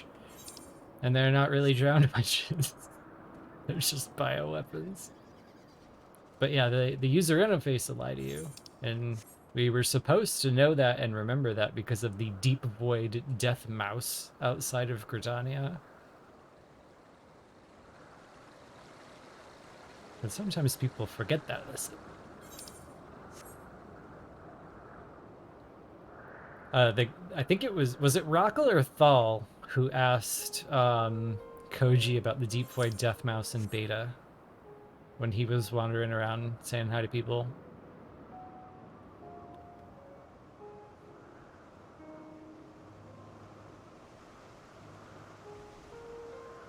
Oh right, Rockle's rating. He can't answer me right now. It was Thal? Oh, okay. He found a second to type 4 letters. So in Limsa Laminsa, there's this NPC with a speech bubble above his head. He's like, "Don't tell me you've not heard of Thal Icebound." Thal Icebound's a real dude. He goes by the name of Catapult on the forums. He was one of the people that hung out with us a lot in those very early days.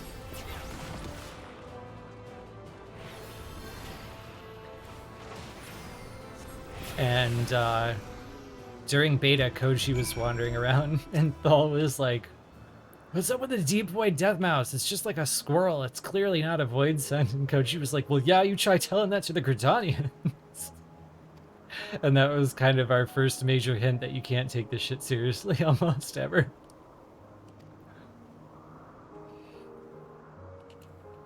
Always have to be critical when you're trying to loremonger. They will lie to you.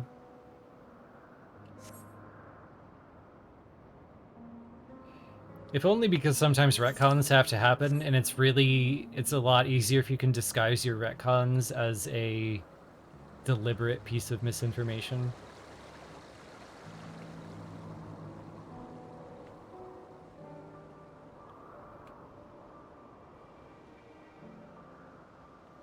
But deliberate and undeliberate misinformation have been the cause of no small number of bitter debates.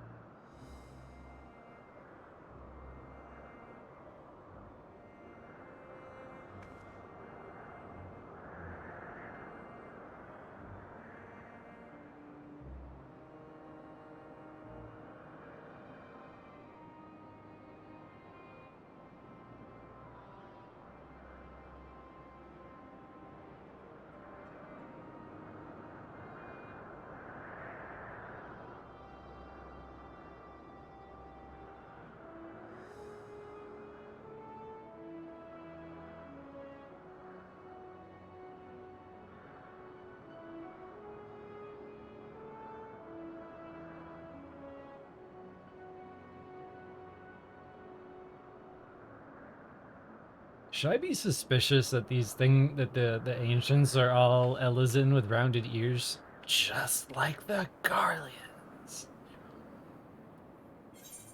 The Garleans actually got super diverse, though. I was glad to see that. They like found ways to turn all sorts of NPCs into Garlean figures.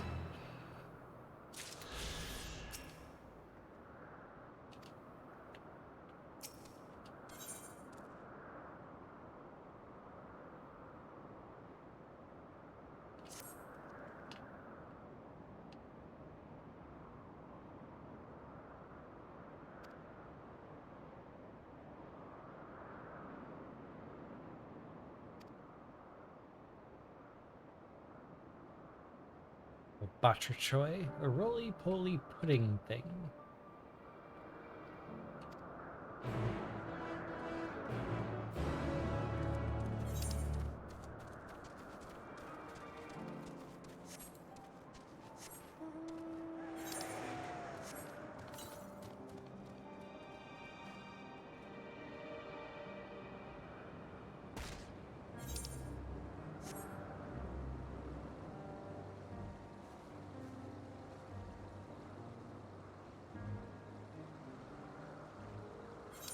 I'd be interested to see the breakdown of those. Didn't we figure out Varys had a raw face? Am I remembering that right? Rockle! Guess what?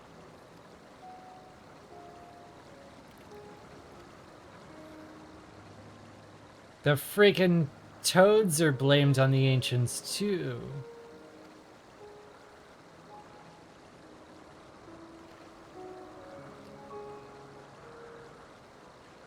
Is this a lore conflict?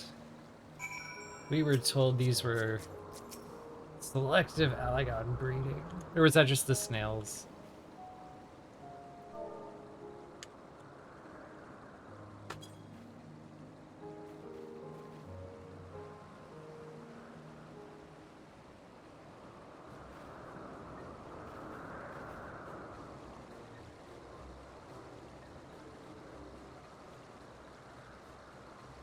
In all honesty, I don't remember all of these. I'm looking that one up right now because I don't remember. Let's dig into the library.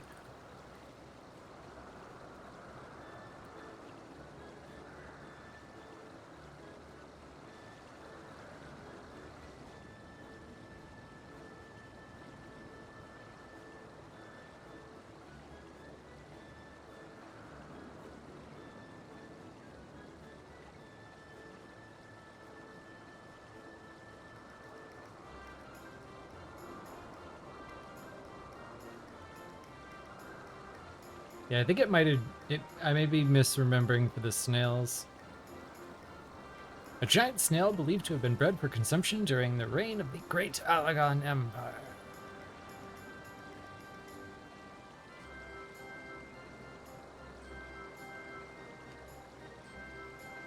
Alright. The toads may be off the hook.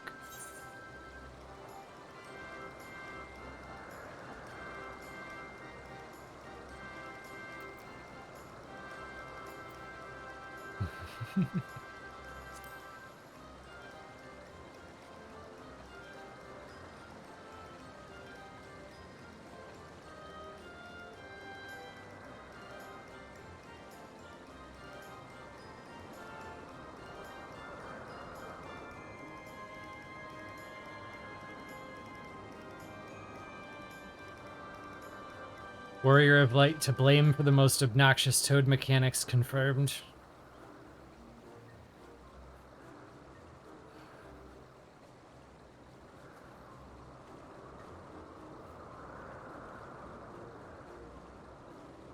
I think it's actually kind of a clever thing of them to do.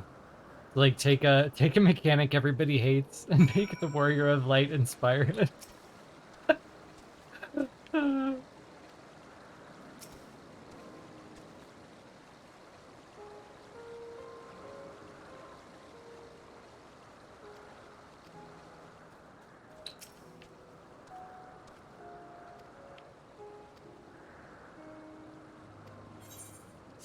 Uh-oh, there's another Another creature that he feels may benefit from my unique perspective.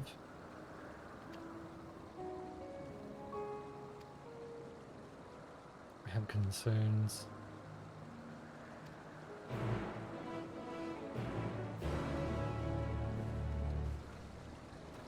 Good night.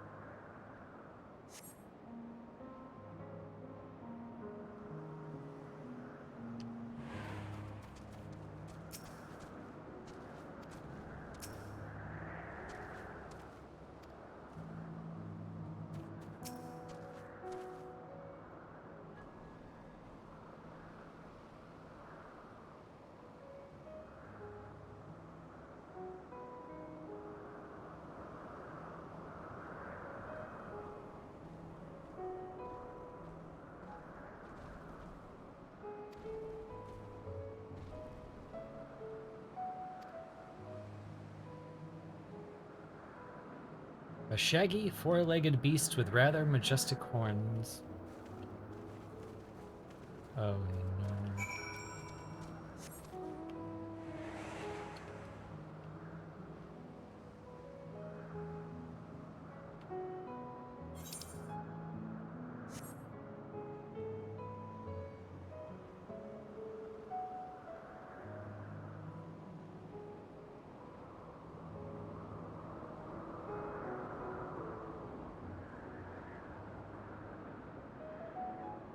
Whoa.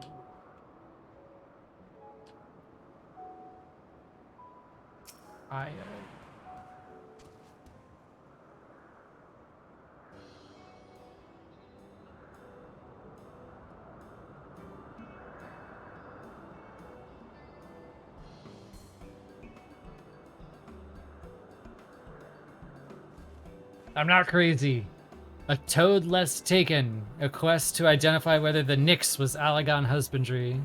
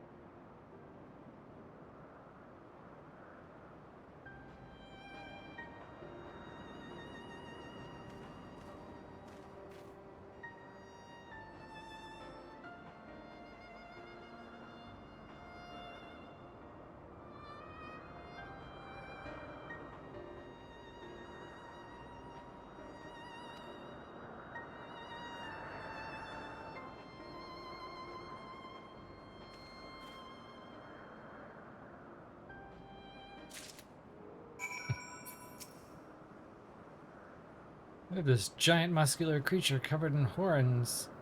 We need to splash it with something. You do it.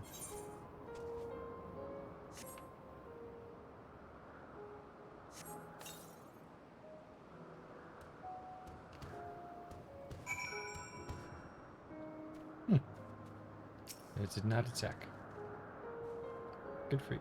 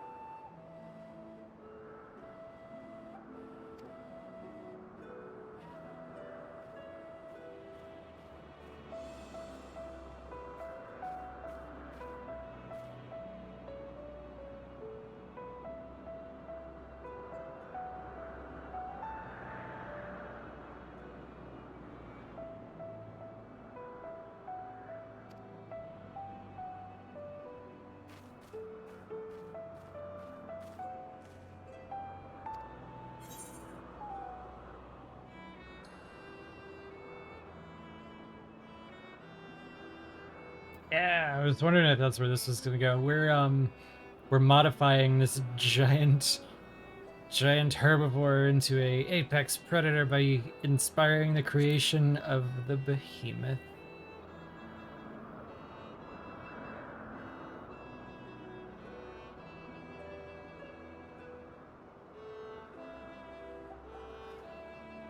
Warrior of Light responsible for teaching behemoth meteor confirmed.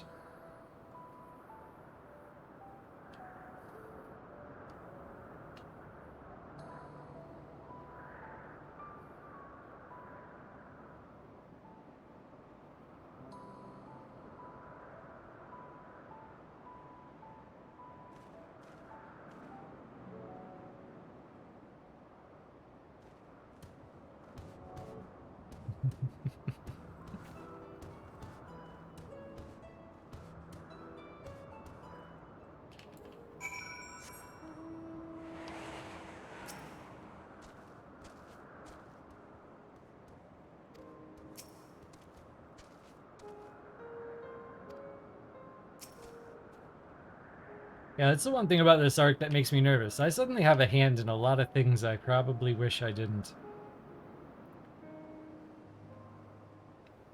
I've become what I'm fighting against. Atrocity in the name of the greater good. I thought they wanted me to feel like the hero.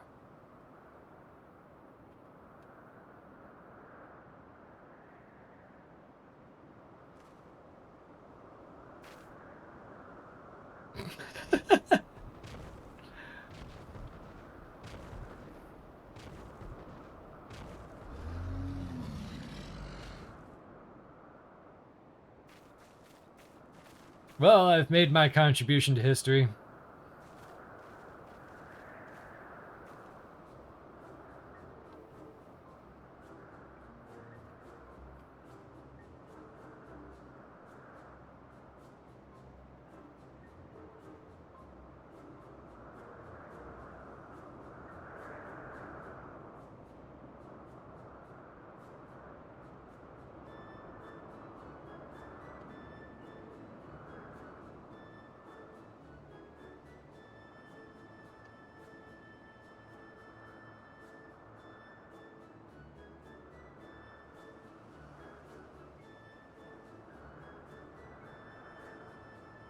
I really hope this cutscene is in my my log.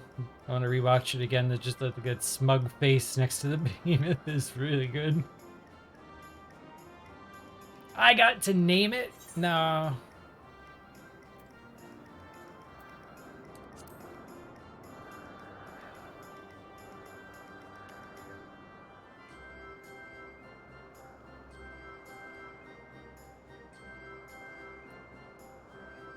Whoops.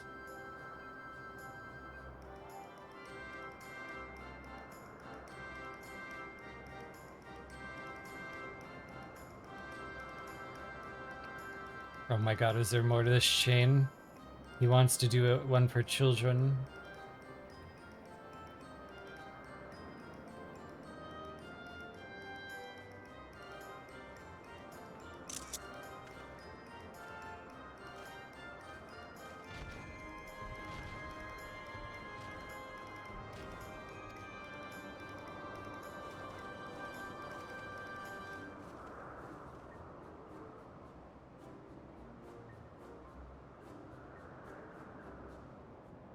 Why did the name Behemoth survive all the way to the current day when most other things got renamed? I'm going to blame Fandaniel. I'm going to blame Amon. Amon told everyone it was a behemoth.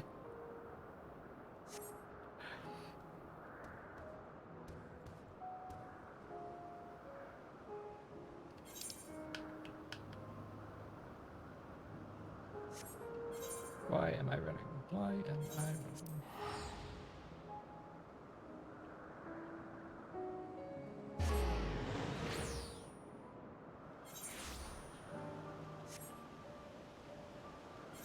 I'm glad we're seeing mobs that are huge again. There were a lot of scale downs in A Realm Reborn that made me sad. Like the Like the regular Magitech with the drill hands, the vanguards, those used to be huge. Those used to be like massive. They were terrifying. Chimera too used to be massive. Cyclops used to be way more massive.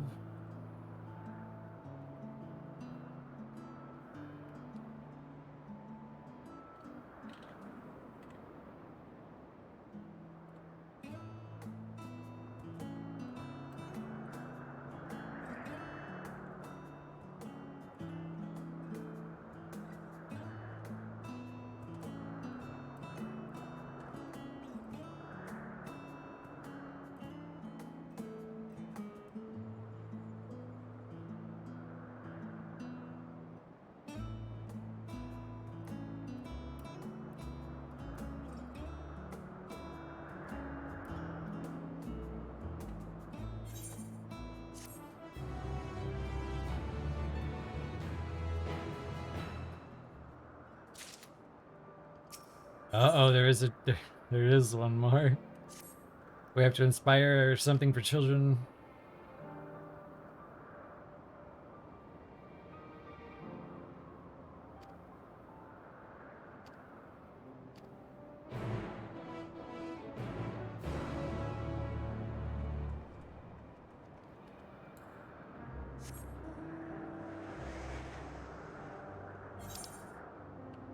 Ooh, wait, where'd you go? Okay. So close. So close. Just...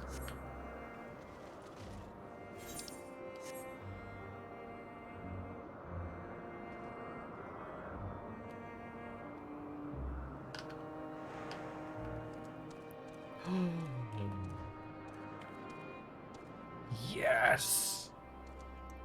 Yes! I get to invent the carbuncle.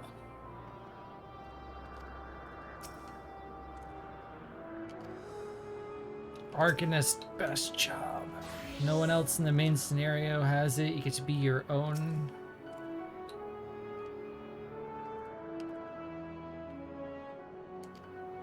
Scholar cannon.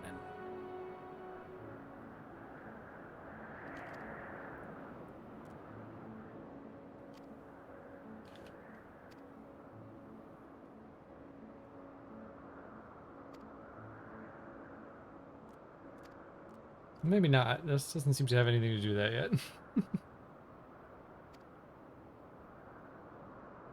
That might be that player's carbuncle. I may have gotten a little ahead of myself. Maybe we're not working on the thing for children right now. Dun dun dun. Ah. Heartbreak. Soul-crushing disappointment.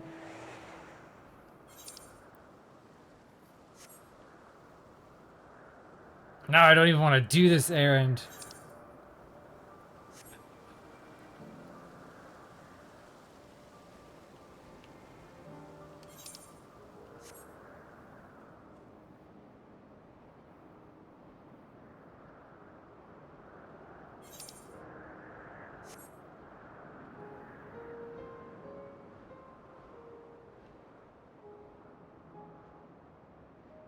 Should have known it was too good to be true. Pursue Gestalt psychology.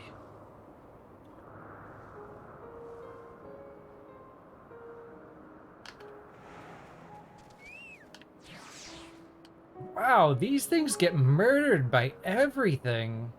Have you noticed how many quests like involve something going crazy and killing stuff, and it's these things that they've murdered? These poor birds.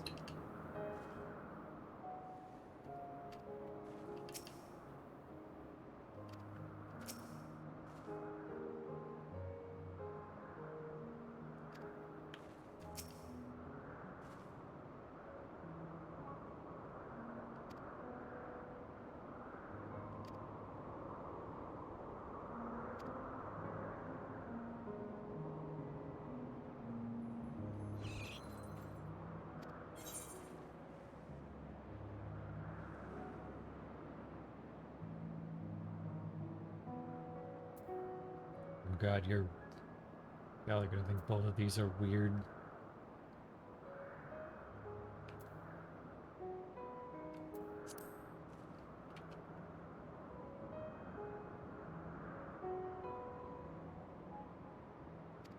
Oh, they've never heard the name Nemea. There's a hint. Glad I went with that one.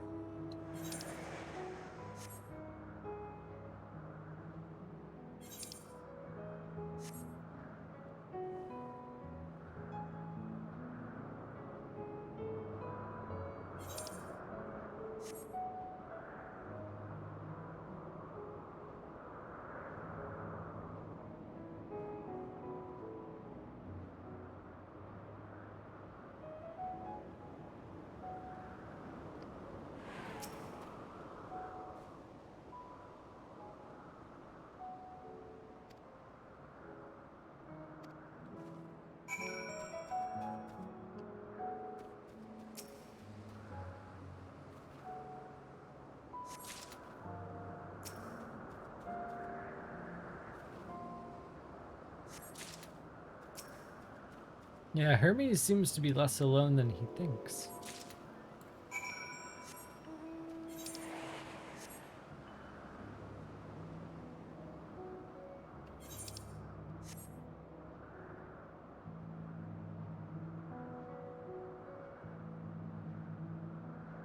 See, this is why we do our side quests. Would we even be thinking about this if we did them 2 years from now in the lead up to 8 or 7.0?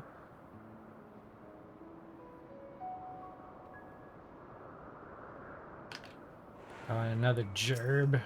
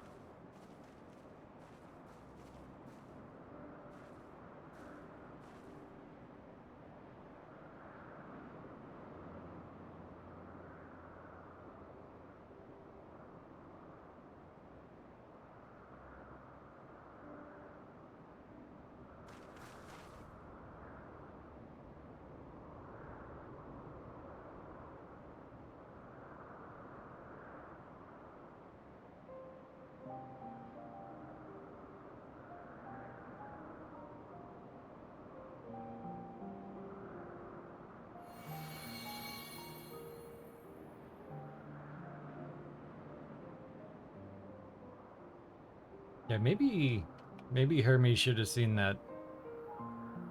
Maybe we're changing the wrong parts of history.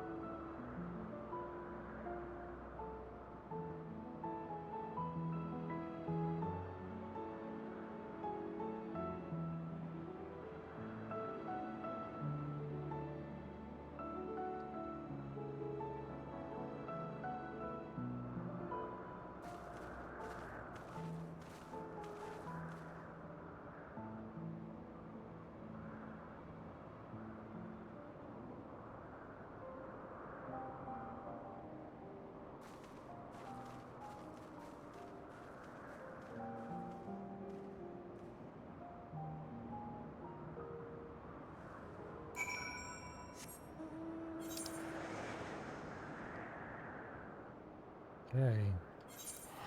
Did we finish it?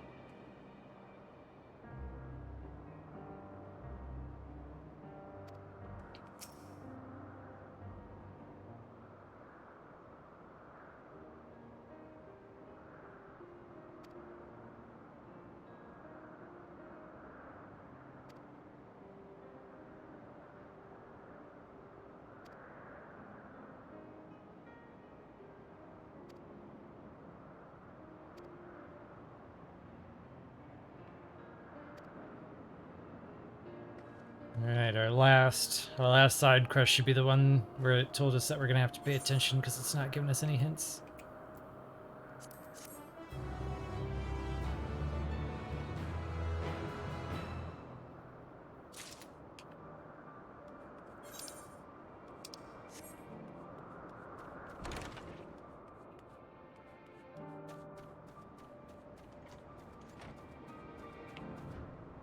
Aw, kitties.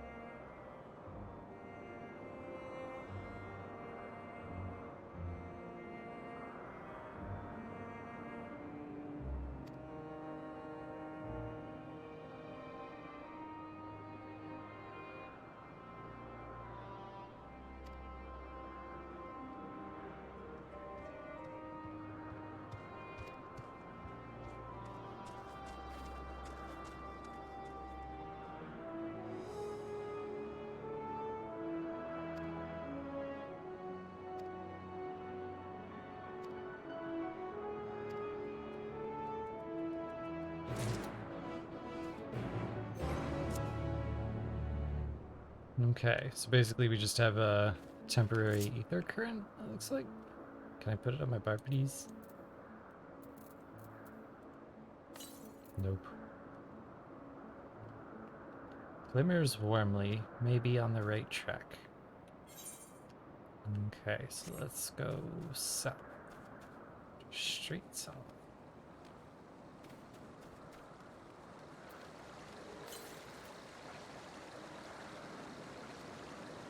Glimmers warmly, but check.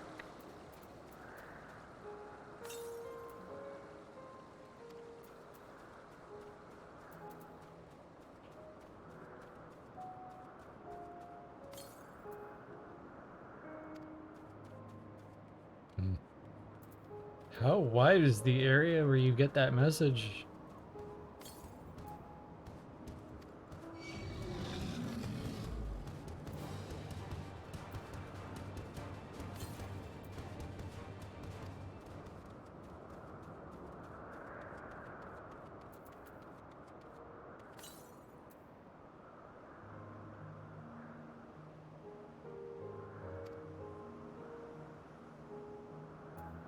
I'm curious if the all new story from 6.1 to 6.5 is going to be the Eorzea 2 expansion I keep hoping for. And that'll all set up our move to somewhere like Mara City or the New World. Like, I think what would make me happy is just if we just took this time out to stay at home and celebrate what we sure hope is going to be a victory. And spend this time doing kind of a victory lap around the cities and learning more about Eorzea and doing some stuff with our friends again, cleaning up stuff with the beast tribes, learning some more about Gridania. You know, like, you can like let me into Alamigo. That'd be nice. That's not gonna happen.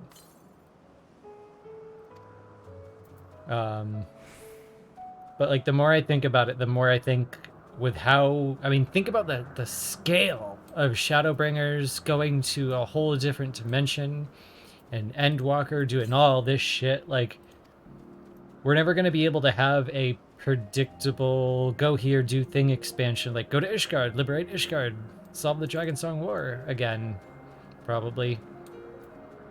So it feels like an Eorzea 2 expansion, even when we faintly, not this way. Even if we have an Eorzea 2 expansion where it's just like solve the secret of Silvertear or whatever, then it might not be rule of cool enough. So maybe an Eorzea 2 expansion is better done 6.1 to 6.3.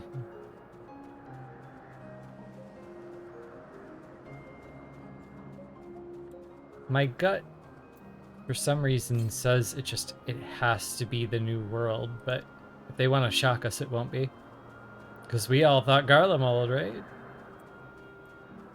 But I know Yoshida-san has some big anxiety about people thinking Endwalker is the end of the main story for 14, and that he wants to convince people that this isn't the end by any means, and a good way to do that would be to leverage the marketing of going from Eorzea to the New World is just like a whole new world.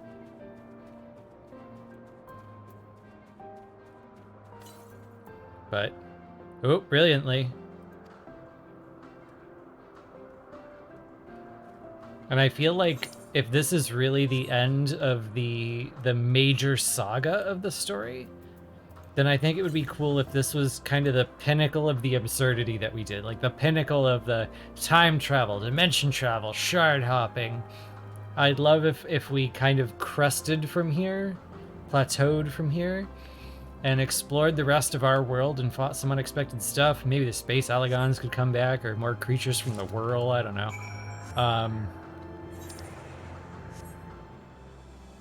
I would not be shocked if at some point we got a Wings of the Goddess expansion.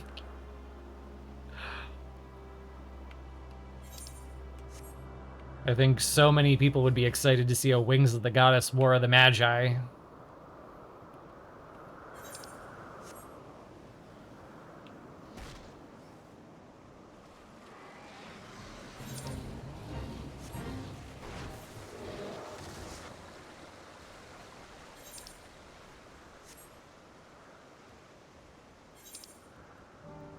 Yeah, this is our like mini Wings of the Goddess. I'll take it.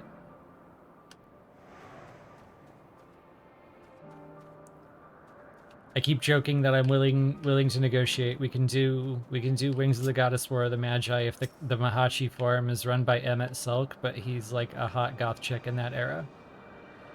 Just to see what everybody thinks of that.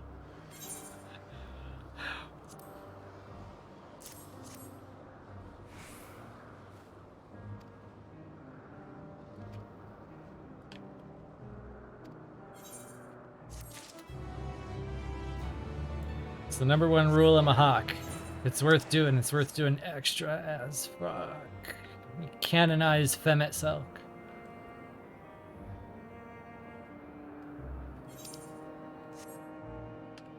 So yeah, no, I really have no idea where we could go next, but my gut just keeps saying like the New World is such a good marketing tool, and we have so much like foundational world setting, but nothing really big there yet.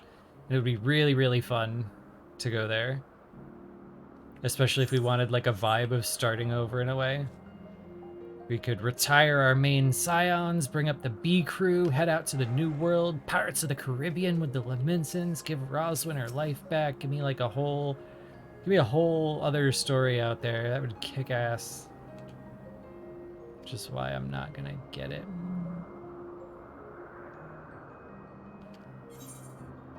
Wait, am I ready? Am I ready for more MSQ? Yeah.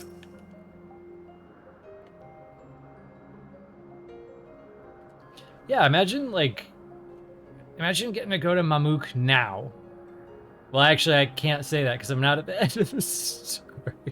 I'll tell you if Mamuk still feels cool then.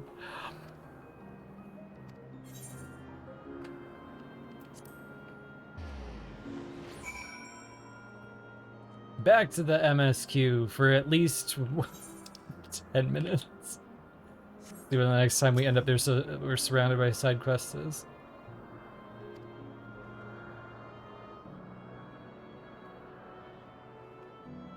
I do think Mericidia is also on their hit list.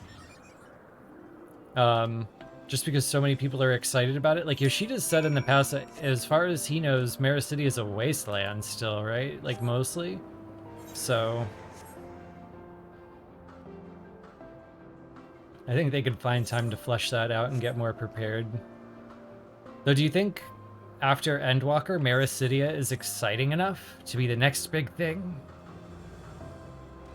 Like the big thing?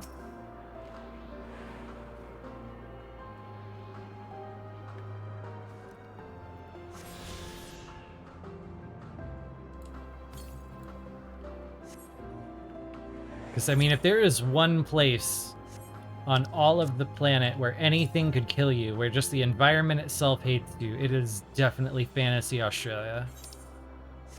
Everything is more dangerous in Fantasy Australia.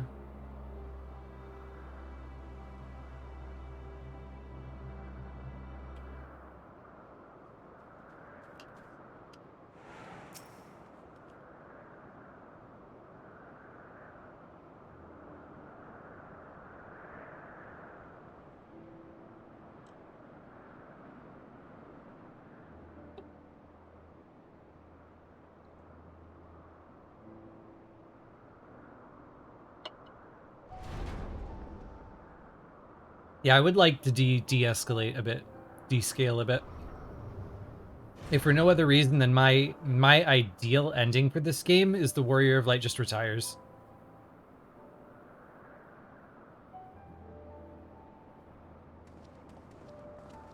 I say this far, far too often, but my dream ending of this game is the Warrior of Light just sitting at the Drowning Wench having a drink, and it slowly zooms out and fades to black.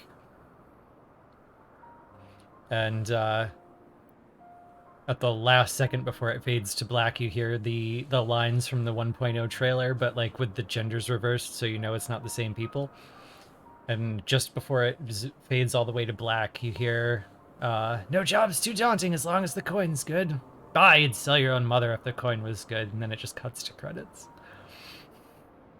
World saved, everyone happy. Warrior of Light retires.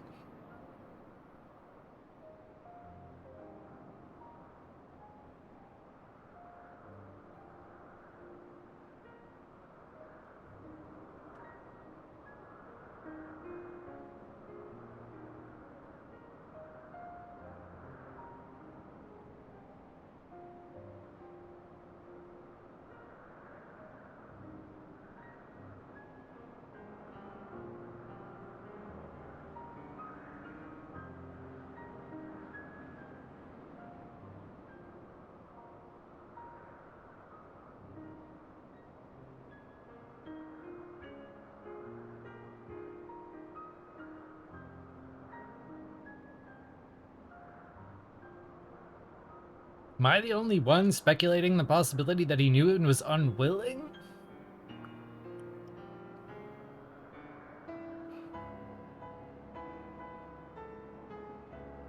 Hermes has no conscious wish for the world to end, of that I'm certain.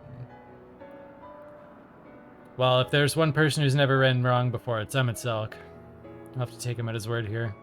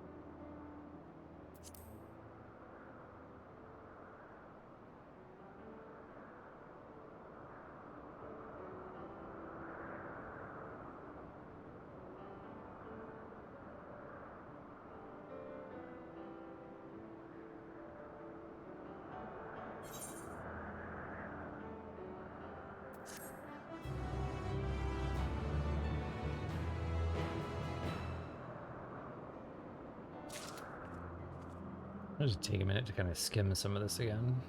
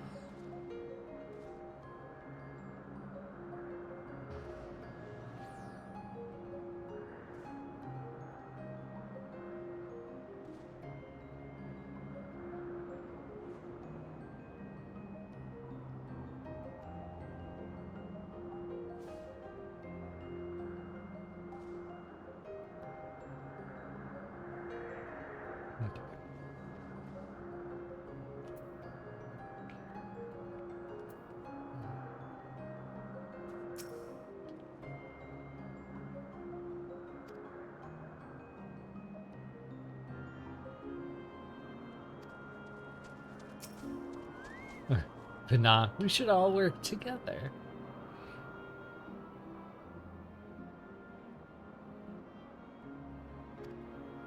Oof. In terms of how to characterize the people in this game and their positions and what roles they played in history, I really want to know how many people are salty about this particular scene. Like, we're standing here just learning about the final days and about to bring Fandaniel into the fold and talk to him about it. And Vanna's position is, how lovely, our merry duo has become a quartet. Past disagreements are no reason to reject collaboration in the here and now. And Emmett Sulk's position is, do not approach me, do not speak to me, do not dare to presume to treat me as a friend.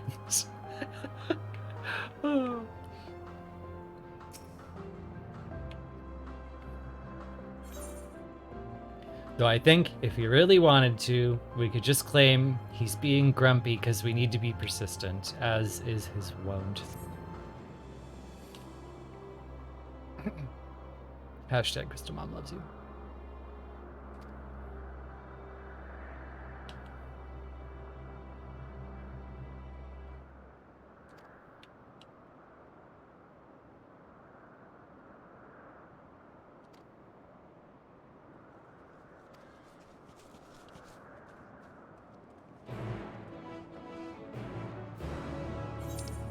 Shitposting aside, I do think you could characterize Emmett Sulk easily here as just being grumpy and in need of persistence.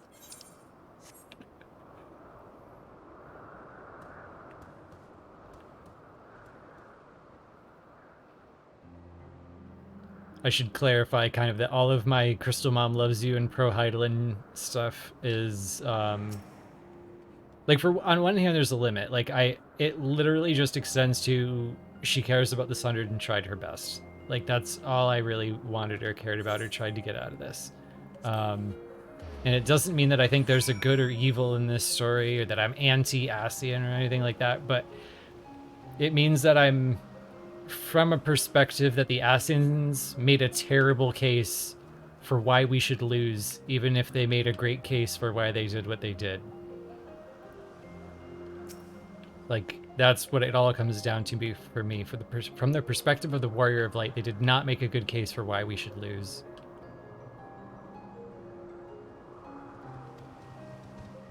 I'm completely open to Vanna having made difficult decisions or mistakes or anything like that, but the four things I stuck to for the fun of sticking to them and would be allowed to take a victory lap for, that's one of them. Crystal Mom loves you and tried her best.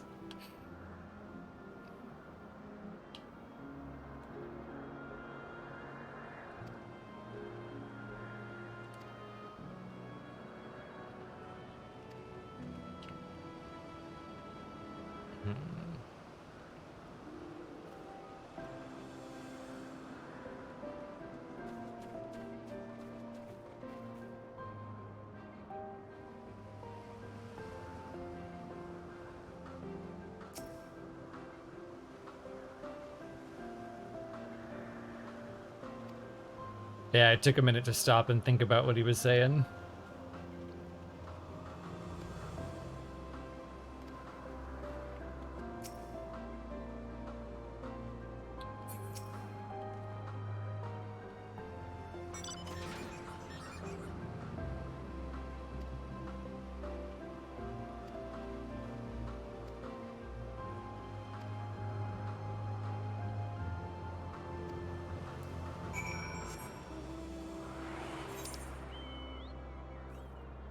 Good news, gang.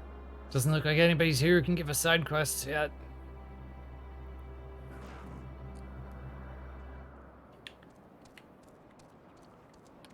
We might make it to the last zone, which... I'm not sure how you get crazier than this. We time travel to a different place, or do we actually take the moonship somewhere? Otherwise, we've got to go somewhere that's not crazy, just unexpected and cool.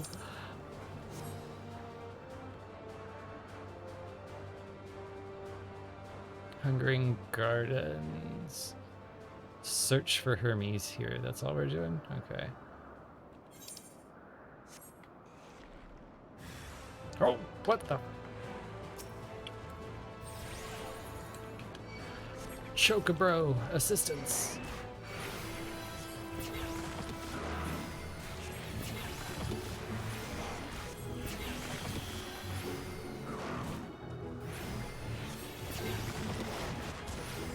One thing I've really got to give the team props for is, like, over the last few expansions, continually finding ways to make Morbals more and more gross.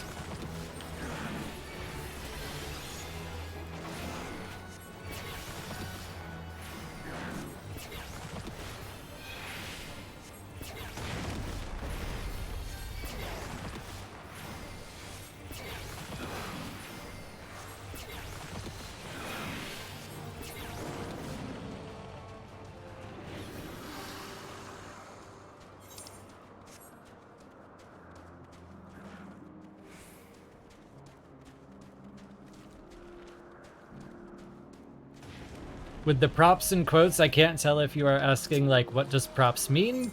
Or are you really congratulating them for making gross stuff?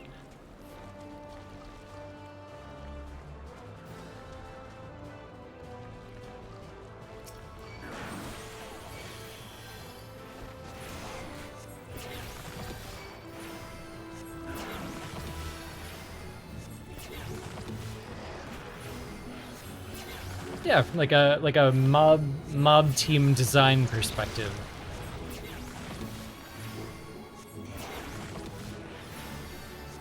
Like in my opinion, in terms of monster design, it is difficult to give 11 a run for its money. Mob design was like one of 11's strongest facets by far. Just so many great designs.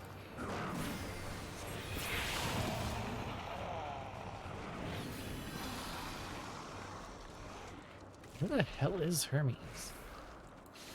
Should be doing this a little more scientifically than just running around blindly. How far out does the orange go? So he could be behind one of these pillars. If you want it. Oh, there he is.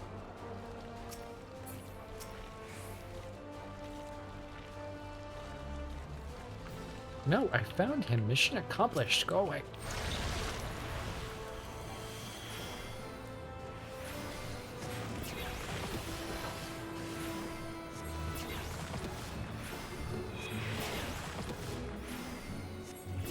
So in my head, I tried to make up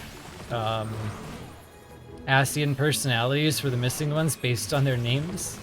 Like, not serious at all, like completely shitpost. And Fan Daniel was like cringy and super extra. So this is, for starters, really satisfying. But now I've moved on to Dudalathon being kind of the doofy one. And I was really hoping, like, mid-expansion, we were going to get a call from Dudalathon where he was like, "Good news, everyone! I've set up the next rejoining! You guys are going to be so proud!" Where's Elidibus? He's fucking what?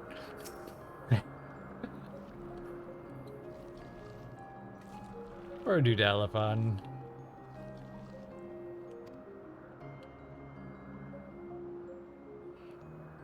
I had half a, like, I really thought that Fan Daniel was just going to be, like, connected to Zodiac, and SE was going to be like, yeah, we're done with the Asians. Swipe them all off the board here.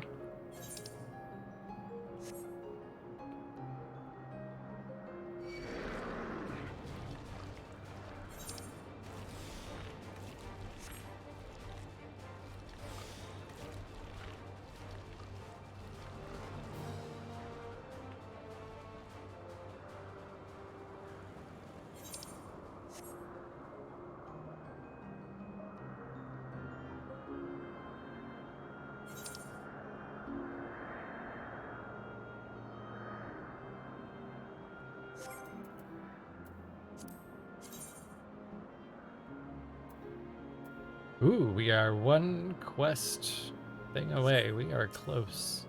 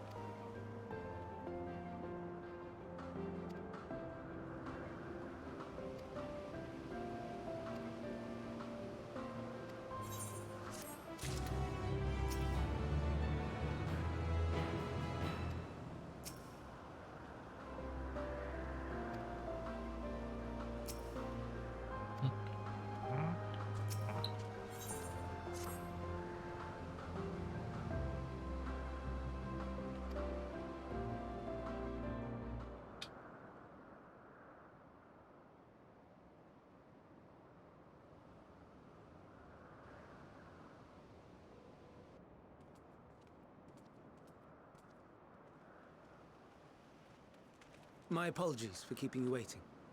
I understand there is a matter you wish to discuss. Aye, a matter of the utmost gravity, if one can suspend disbelief. Go on then. Tell him what you told us, who you are, and why you came.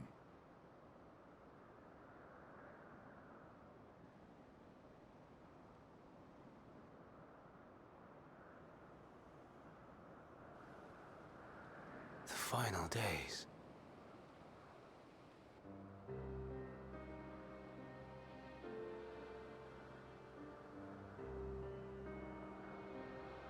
The phenomena observed during these star-encompassing calamities is likely the product of a dynamis reaction. And none is more versed in the applications of this energy than you, Hermes. I must stress that we do not believe you would desire such destruction. We come not to lodge accusations, but to beg your wisdom. And so, distressing though the exercise may be, I ask that you share with us your opinion on the matter, on the assumption that our visitor's tale is true. Even you, Vana.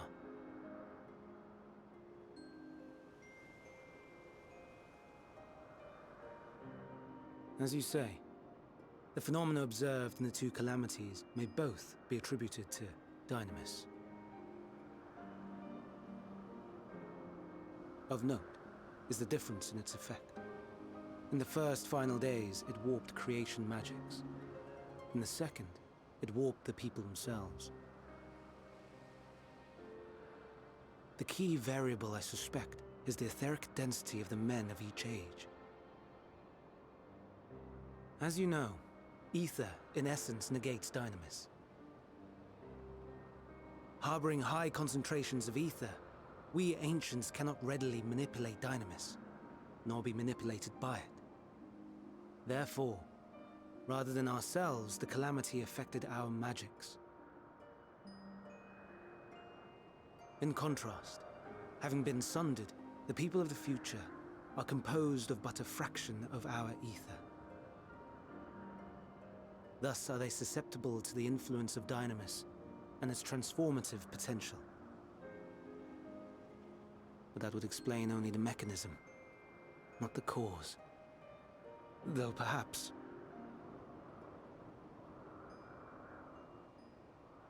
What is it? Even should it be a hypothesis, we would hear it.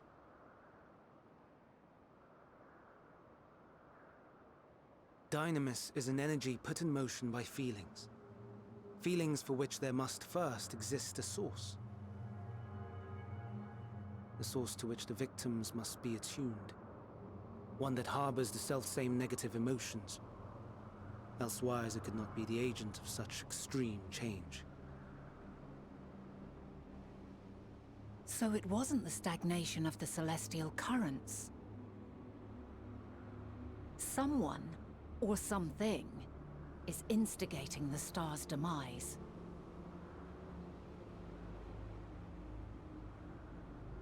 So, we've a villain on our hands after all. Any idea who or what it could be?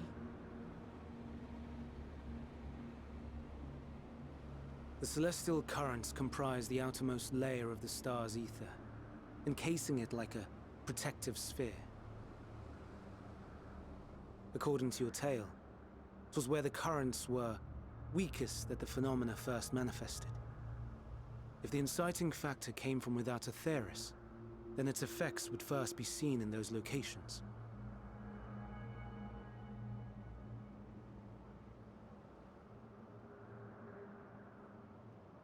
Greetings. Can you hear me?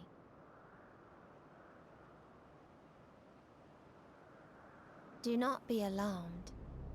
I mean you no harm. I wish only to hear your words, share your feelings, know your thoughts. May we please be friends? Oh, hear, feel, think. Me Oh, too. fuck. What is it? Executing scheduled task, suspending individual self and connecting to shared consciousness. Connection established. Commencing status report.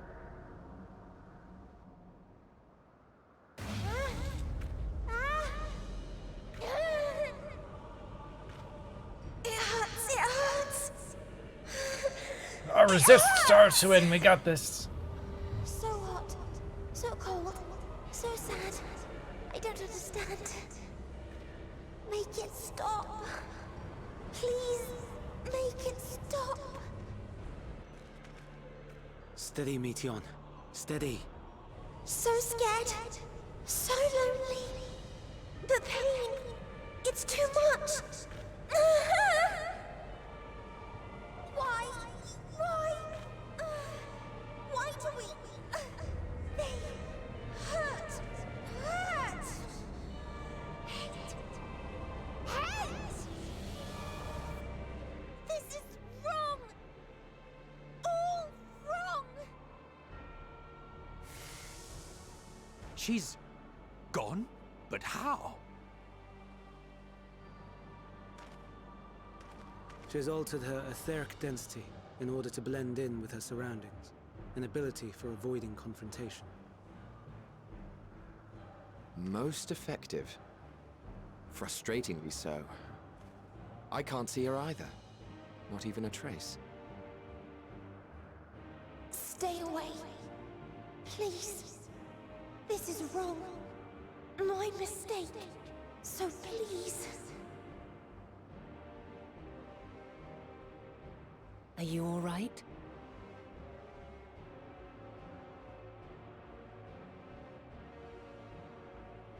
In your mind? No. We only heard her speak the instant before she vanished. Of course. When communicating without words, Meteon also employs Dynamis. That would explain why you were able to hear her, when we could not. Then you are our best chance of finding her. Follow her voice and try to track her down.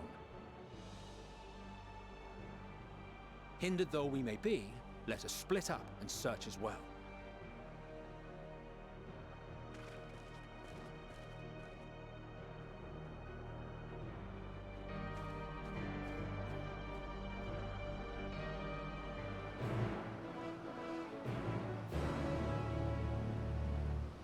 Well then, that was cool. Love using the Tesline effects again. But our suspect list is all wonky. Like, I probably wouldn't suspect the other Fandaniel of becoming Fandaniel yet. Because Hermes' voice actor's on point. And then, like, what do we know out there? There could be an 11th hour edition of some alien thing. Presence of Silvertear Lake. I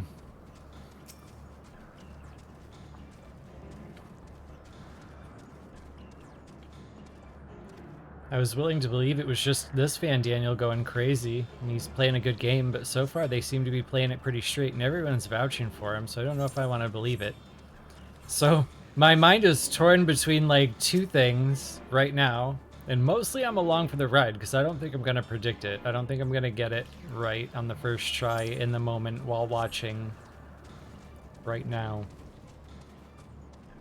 But I'm feeling like torn between it's some 11th hour edition that's just unexpectedly coming in and retconned to connect to a couple other things from the past story, or somehow Xenos chased me all the way back here and he's just gonna like kick open the door like it was I, Dio. But one thing at a time. I like making a flowchart. I don't know if I like predicting things as much because I've never been much of like an I called it kind of guy. I think it ruins the fun of speculating together as a community when people like gloat too much. But I like trying to build a flowchart because it helps me understand what really happens in context, because I have like this nice little handy guide of, well, if it were this, then it was this, and if it was this, it'd be this.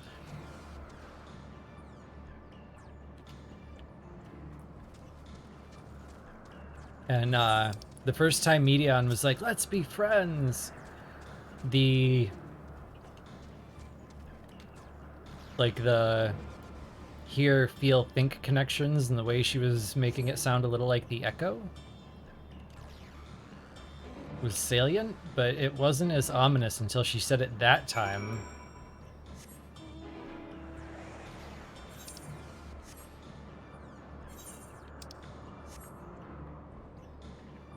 Just that, like, I hope it's the sound, but I don't know what the sound is.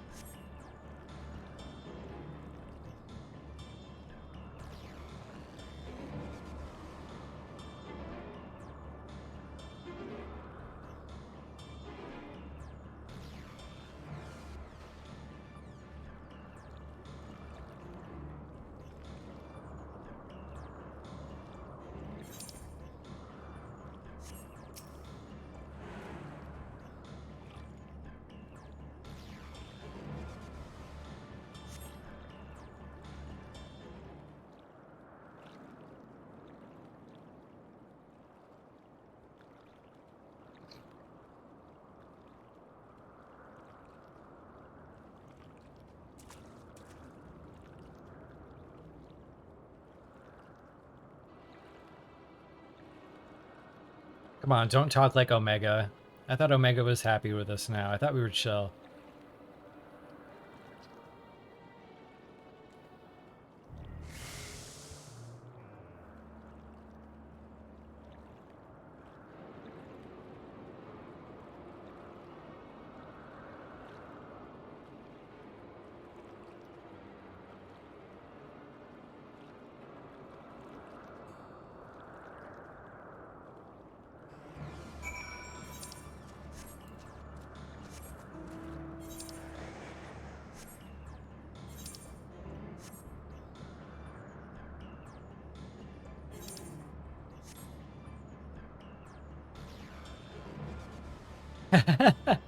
Well, I know Omega's not chill where he is right now, but like, in terms of like global narrative symmetry and picturing, like we're doing a first final days, like before the first final days, after the second final days story, and where we are later. Omega is allegedly in that little clockwork toy, just happily observing humanity in our power. So, I mean, if it was Omega versus Omega,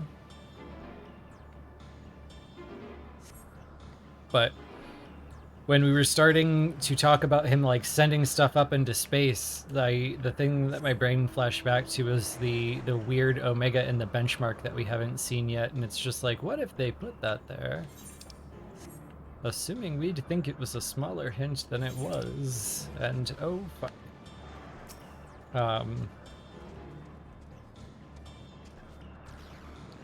And as we're sitting here like discussing the possibility in a little more serious way, I don't know how I would feel about it. So we'll have to do one quest at a time. As we go through all of the like ridiculous possibilities.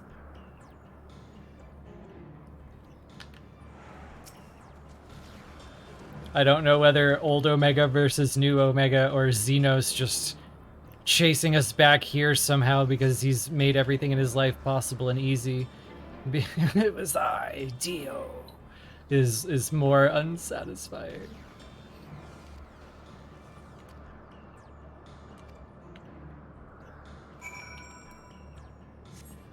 Omega is totally optional content, but it's already been used in the Crystal Tower. So it's canon that we fought Omega. And it's canon that we fought Omega in the Stormblood era. Because if we didn't fight Omega in that era, then there wouldn't be records of us fighting Omega to reflect upon to build the tycoon that enables the Exarch to do his thing.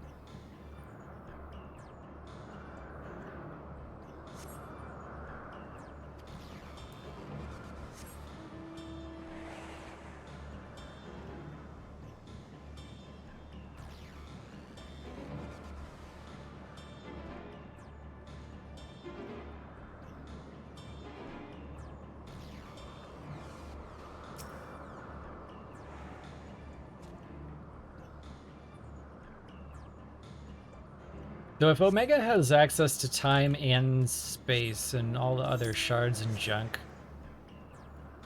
I think it'd be cooler if it was on my side.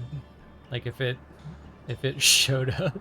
It was like, aha, yeah, I saw this when I was the tycoon. We're ready. Oh, found one.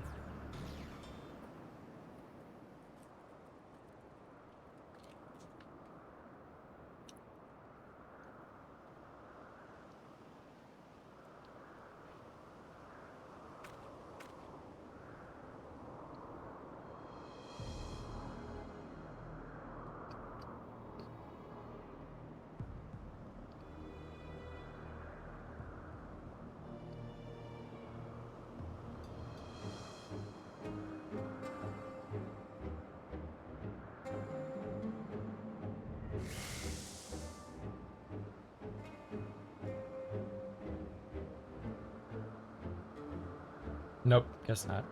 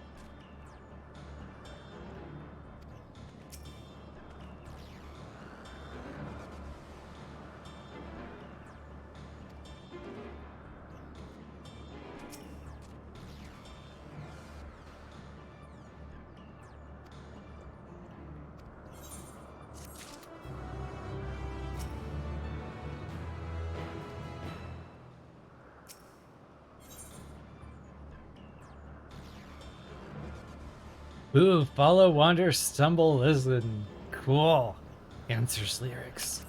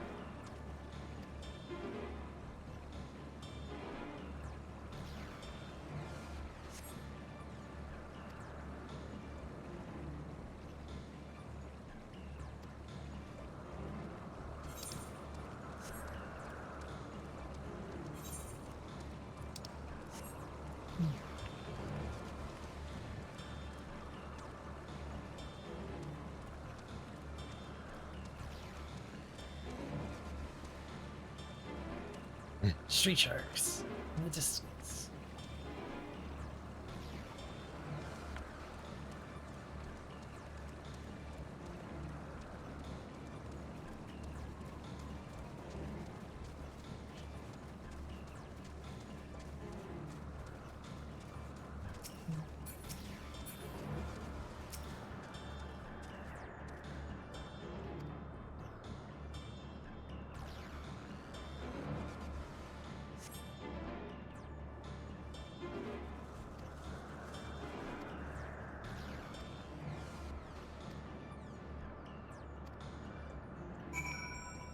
I think since I'm not in a cutscene right now, it might be the best time to highlight one of the things that I was thinking about earlier. Which is, I think, one of the things that gives me the most anxiety about sharing this plan with them is I tend to think of things from multiple perspectives to try to understand it as every individual NPC would. And think about like what we know of Emmett Selk and the plan that we just shared with him. In any other Final Fantasy game, let's say Emmett Selk was the star of a Final Fantasy game and he just heard that story. Well, he's the protagonist in his own head, right? So how does the story for him not become that this traveler from the future has come and told him about the horrible fate that befalls his people, and now he has to prevent it from ever happening? So, like, we should be put into mutually exclusive goal camps, and he's already shown that when we have mutually exclusive goals, we're screwed. So, he's willing to pursue them, which means that we're going to have to pull one hell of an Azem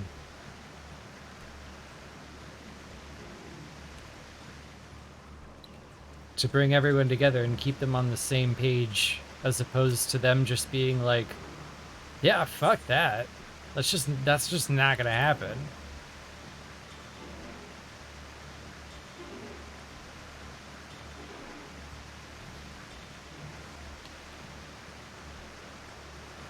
So I imagine that's like part of why we're here. And part of why they've spent this whole time talking about him and never showing him yet.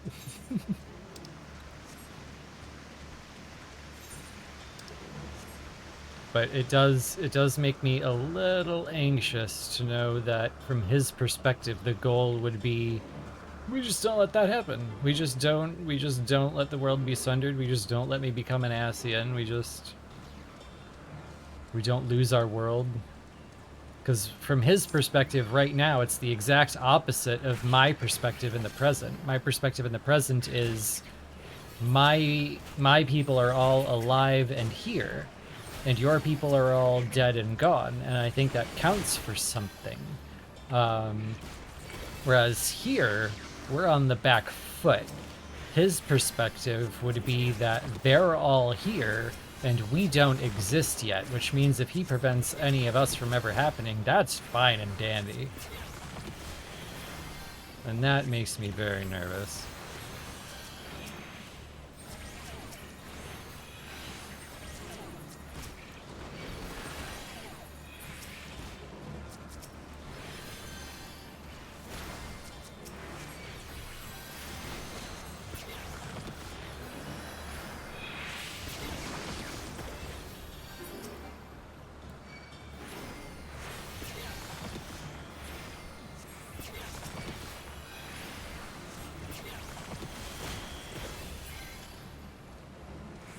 Are these the Remora or the Remora from 10? I think.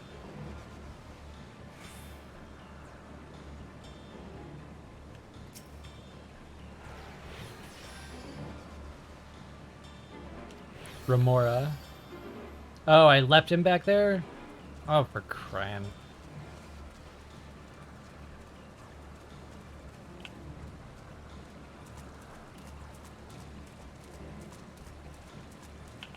Yeah, it's still the, it's still the automatic response, kill thing, get on Chocobo.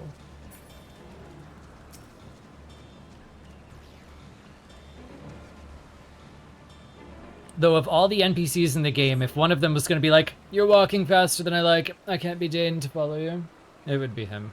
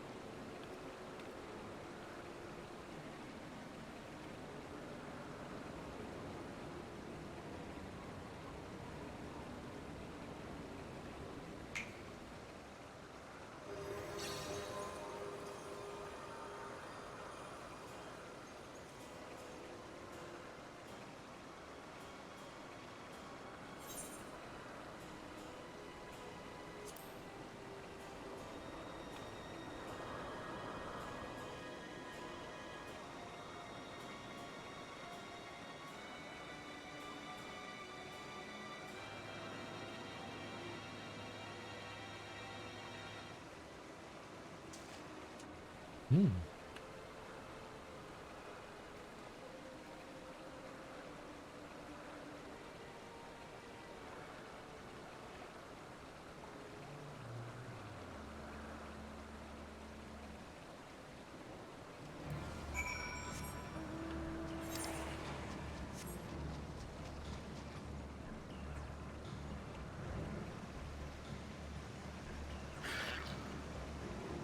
Yo, proto jellyfish. Sick.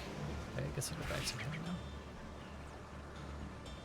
I just really wanted to see that proto jellyfish, because in 1.0 that was one of their names.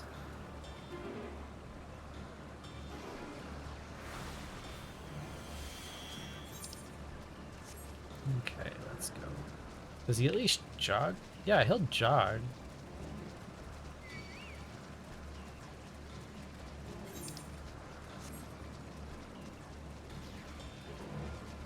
So he'll jog, but he won't chase my bird.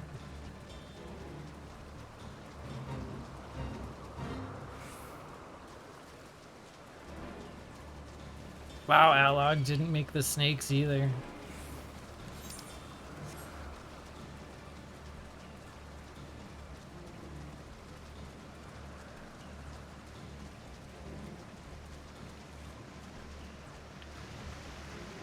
This place is pretty. I like this place.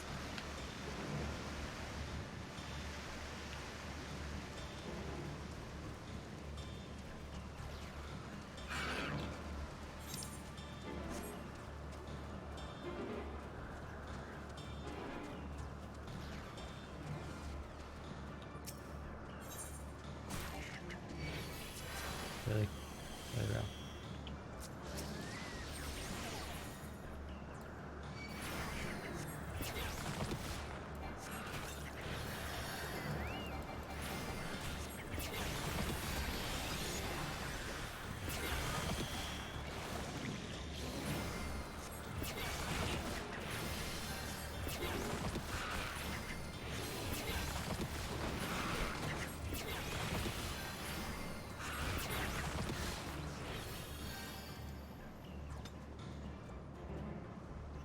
Yeah, Alog was much less creative than we thought. It was clearly just Amon and Emmett Sulk sitting around getting high like, oh, remember Minotaurs?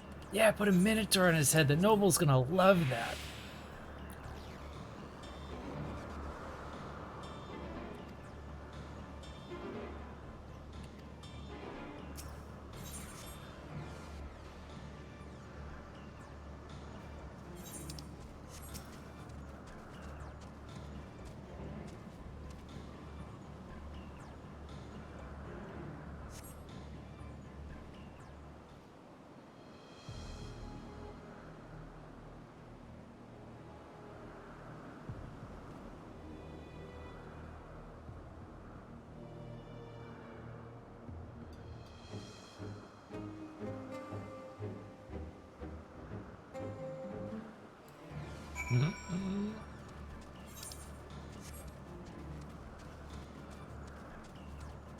Almost did the Pavlov Chocobo mount again.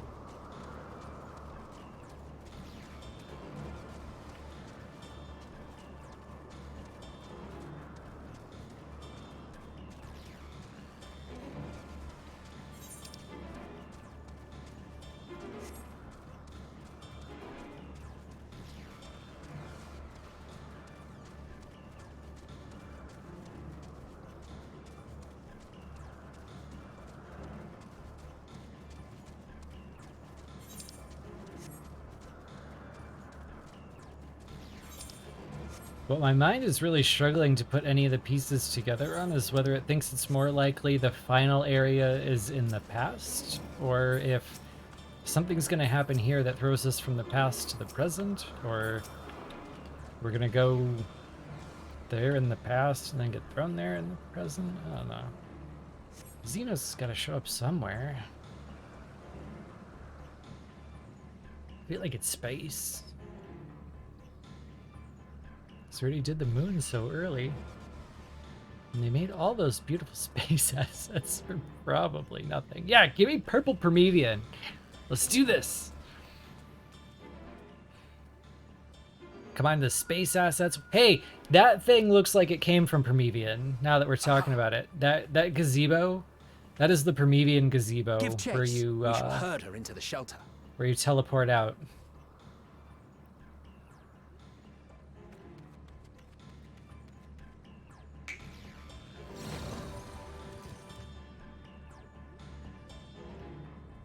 Come on, let that be the Promethean gazebo.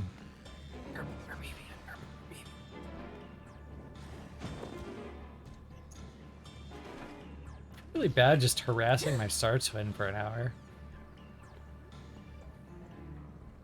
He did the thing!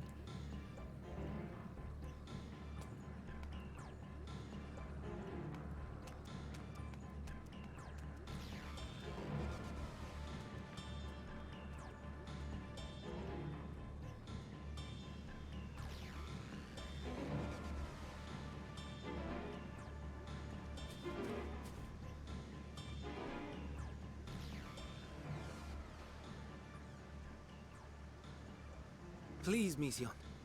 We must speak. They should have put that in the trailer. That made Heidelin look so ominous. People would have lost their minds. No context. Them just like all coming out as a group like that with her walking. Yeah, that should have been in the trailer.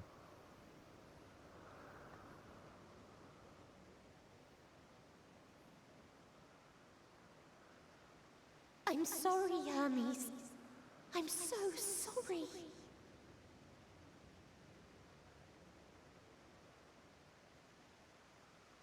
If someone can hear these words, then please.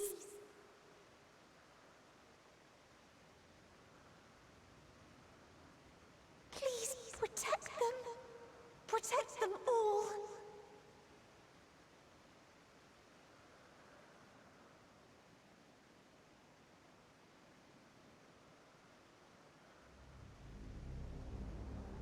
Individual self-suspended. Connection with shared consciousness stable.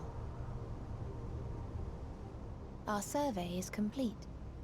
We shall now report our findings.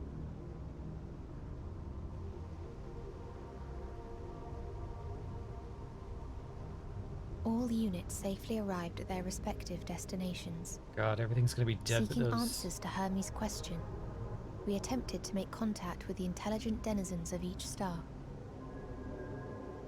Results are as follows, in order of numerical code. Enna. Traces of civilization found. Structures believed to have served as domiciles. No extant life forms Like, what if it's detected. just Omega and Midgardsum are left, and that's why this is the last bastion Dio. of hope? That would really suck. Ruined remnants of buildings scattered across star, surface of which is encased in ice. Presence of life could not be verified. Tria. Evidence of large population centers, akin to cities recovered. No extant life forms found, only their lingering essence. Tessera. Edifices surmised to be abandoned residences found. No extant life forms detected. Deadly plague or extreme environmental degradation likely to have led to mass extinction. They are all dead. Octo. Star found in state of violent conflict.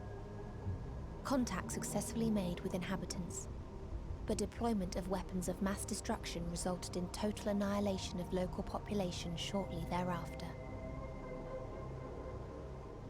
Inea. Star is a barren desert. No identifiable flora found. Bones of living beings resembling men discovered beneath sands, but determination regarding their intelligence inconclusive.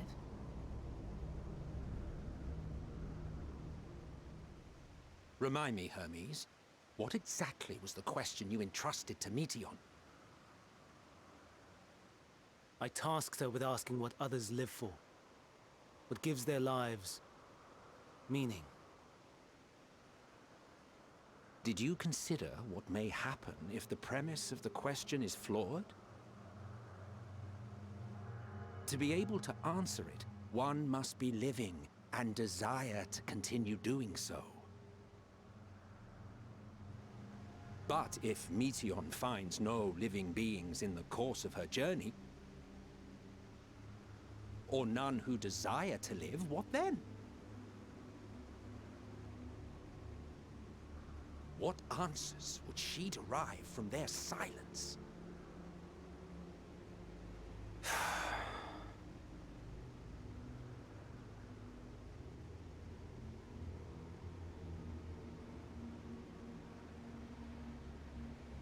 Meteion, enough! Suspend your mission and return hither at once. Decapente. Local civilization once flourished under auspices of higher power. Said power later laid waste to civilization in fit of rage. Upon revealing this to me, entity elected to self-terminate in lieu of providing answer to question. No other intelligent life forms found. Turning a deaf ear, are we? We are taking Meteion back to Amarot. As I understand, we will need her if we are to bring back all of her sisters. Yes.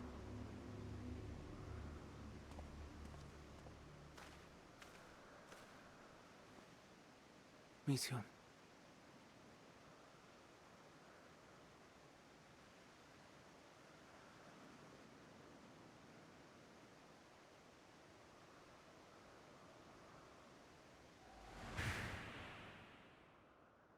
It isn't right, is it? It isn't right to turn away from the answer. Even if the answer is pain.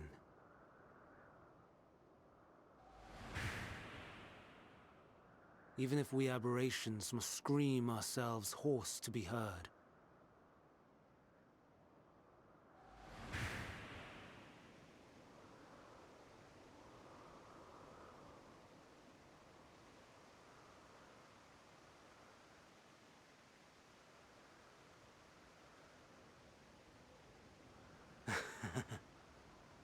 Aye. Whatever answers we find, I will not dismiss them out of hand. These words I said to you, and I will hold myself to them.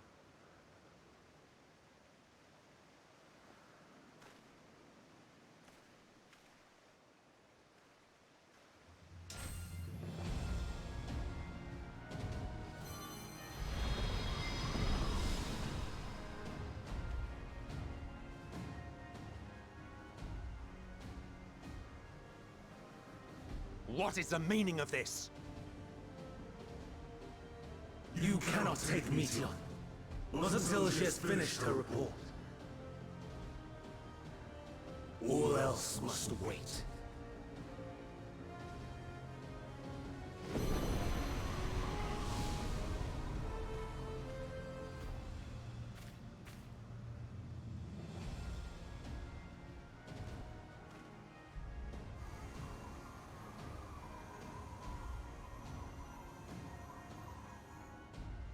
You fool!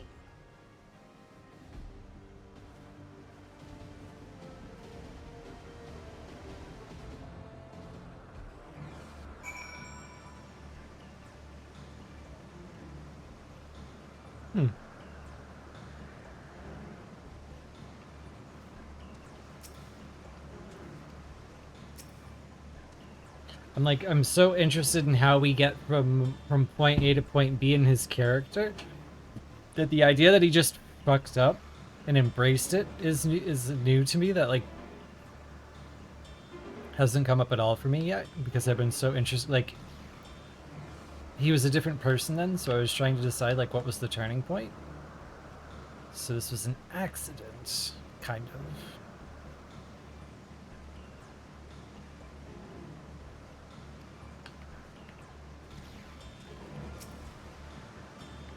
What about Omega and Guards Armor, though?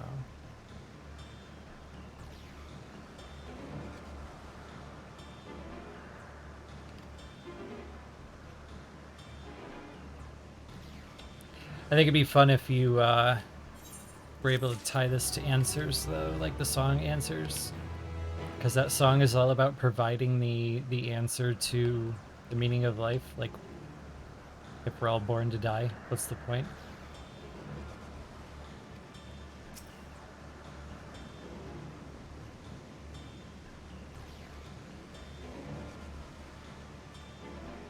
Yeah, the song Answers is like a,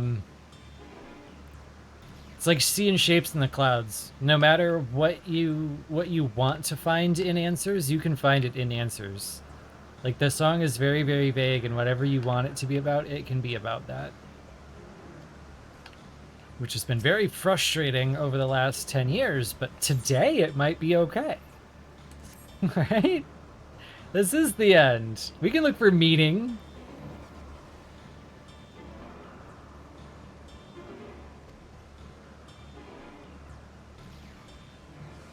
Technically, I think it's been 11.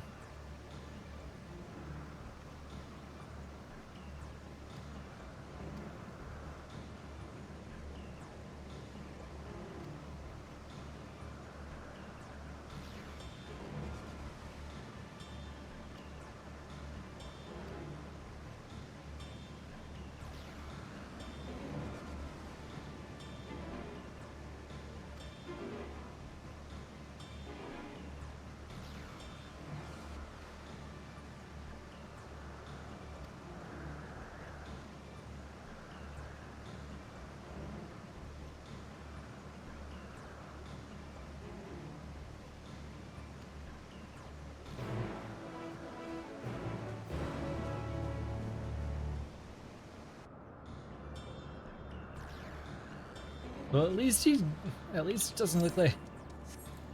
I mean, I was ready to accuse him of some pretty cold shit, if you remember. Like, I was ready for him to Nina Tucker my star twin into the sound on purpose. That looks just like he's fucked up.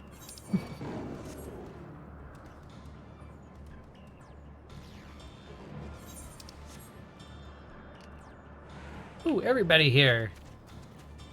I don't know, you're all white masks. Okay.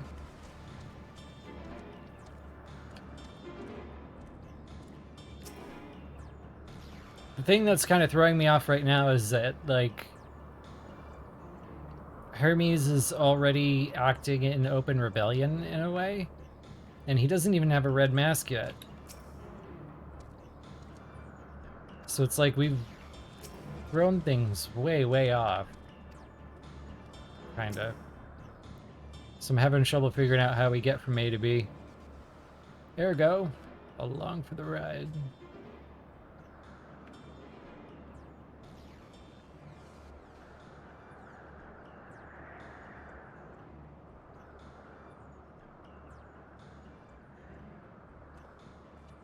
And yeah, that was my first clue that something was very, very wrong. When Elidibus in the moment went from not having any memory of us to, oh, you were there, wait, fuck.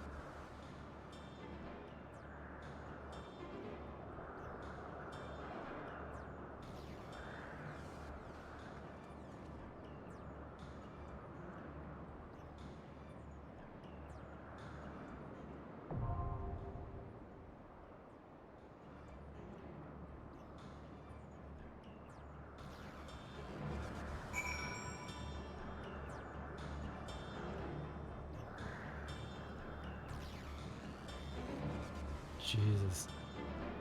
This is like the fan service moment right here.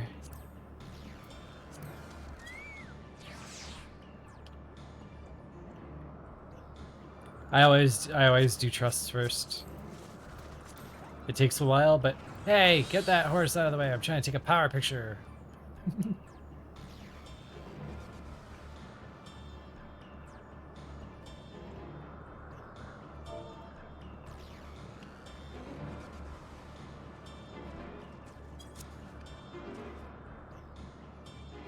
I just need the one photo that reminds me like how funny I think it is. Like, can you imagine coming into this and not knowing?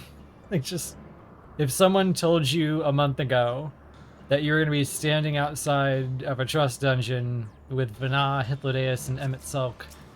And like, what kind of 4chan fake leak bullshit?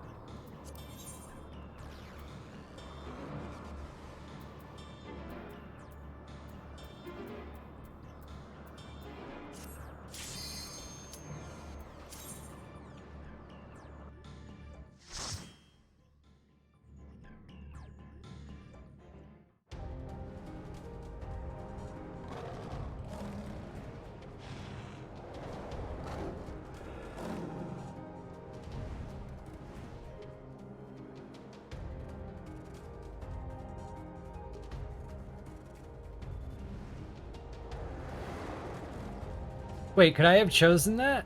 Hold up. I will drop this fucking dungeon right now. If I can do that. Is that a thing I can do? Alright, hold up. No way. You're right. If I can choose their roles, this comp is all wrong. Bye. Nope.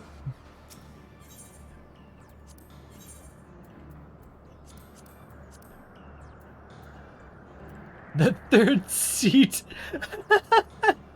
Can scarcely contain my excitement. Let's get this over Come, with. let us be off.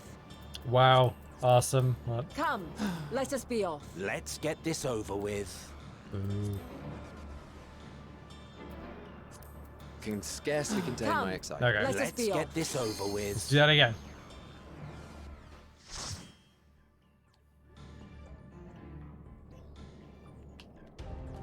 Yeah, no, you're absolutely right. Like, Vana has the sword and the shield. She's always leaping in first.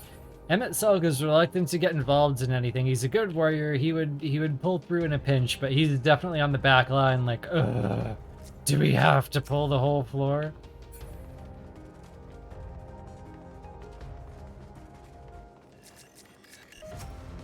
Please, turn back, else I might be forced to.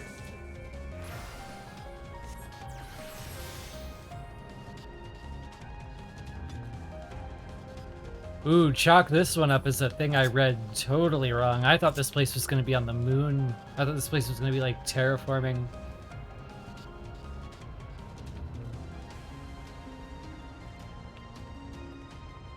Not even close on that call.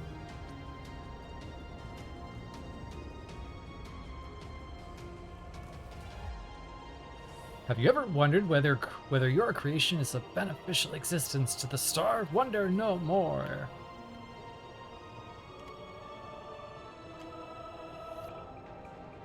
So, I mean, it is terraforming, clearly, but I thought, like, if you look at this, you got the white up front and the white in the back with a kind of a thing. Like, I totally thought this was the moon.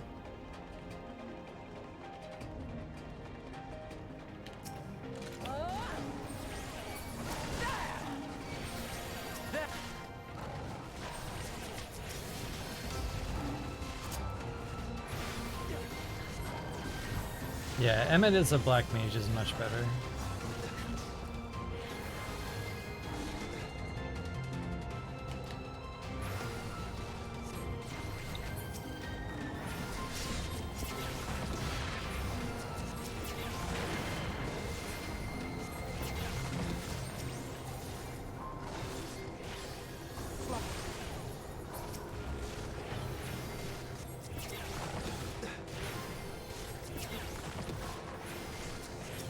Please tell me he's the one who uses the LB. What does he always... can't wait to hear what he says.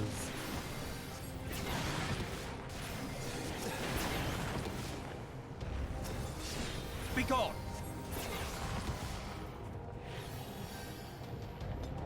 I'm imagining his LB is like in his most anime voice possible. I guess I'll help.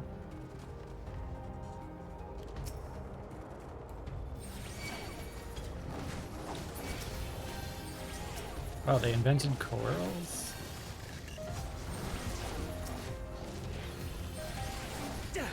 There's just... They invented the whole planet. Have at you!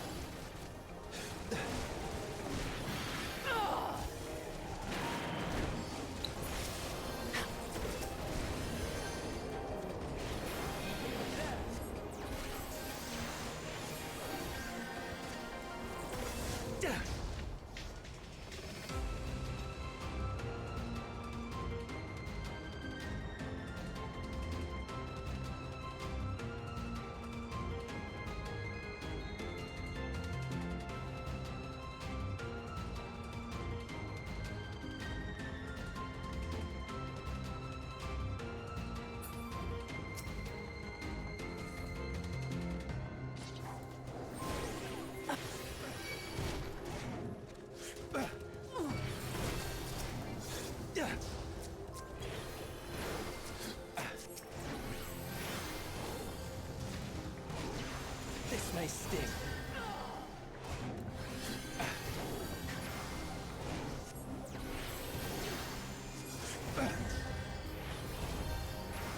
And then after the tea party, you go to a dungeon and you're the healer and Vanaz your tank and the other two are your DPS pugs. I cannot wait to write this outline that no one would ever believe.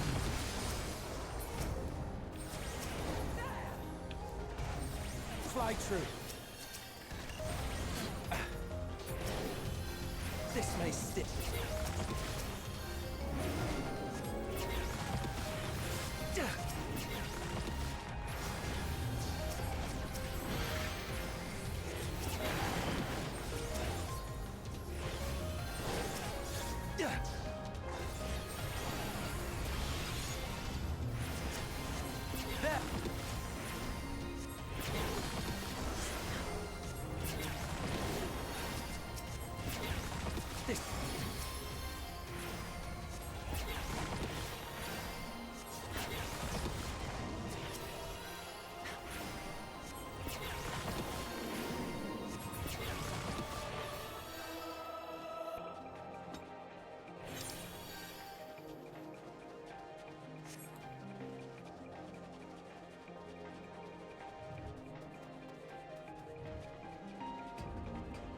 Some healing, if you would. This is where you run with trust. Murdered looking at the scenery.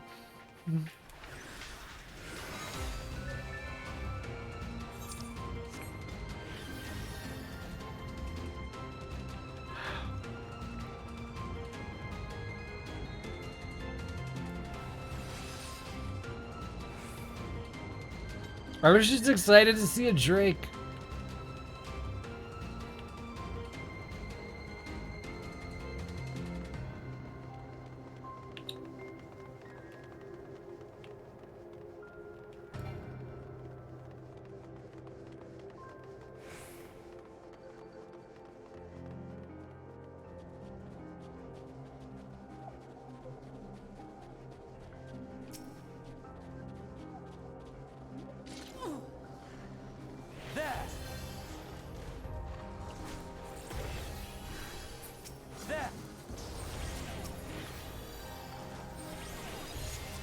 I see you opening.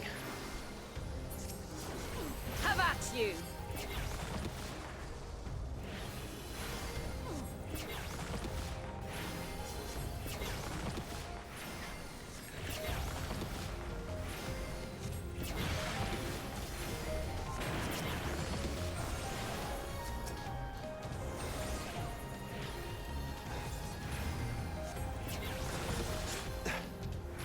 I was excited to see the Drake because before the introduction of flying, that was Moose's cannon mount. But it's a little weird to be flying on a Drake, so I had to come up with a different one. Fly true.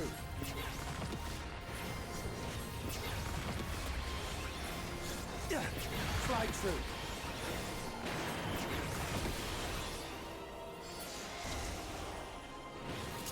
Cannon mount's actually a stupid term. It wasn't his cannon mount. Legacy mount is his cannon mount, but like the one he used most often.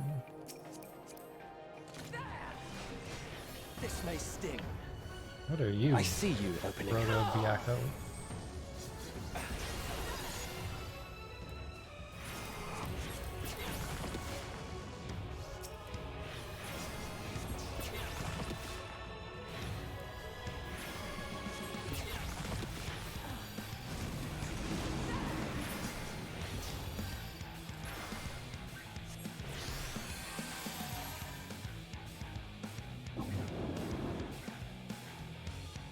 Oh, what?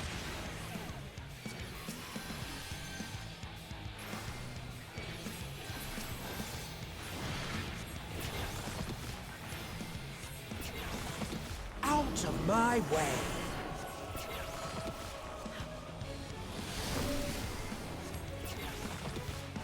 Fly true. Have at you!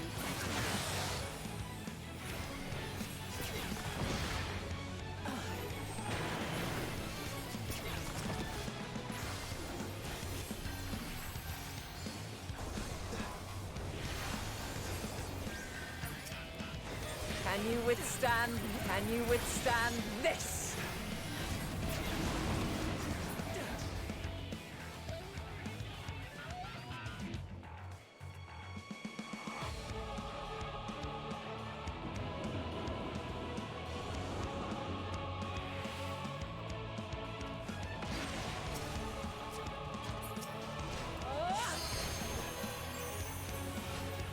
Yeah, I like how she's like a Parappa the Rapper on that one. Did you say mine is the ether? I'm not entirely useless.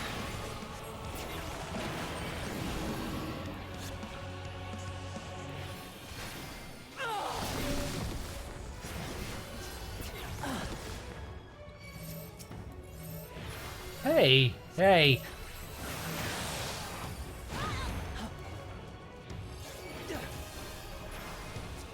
I'm not entirely useless.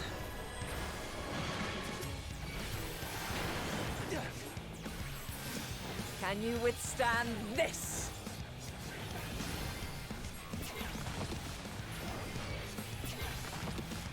I see you opening.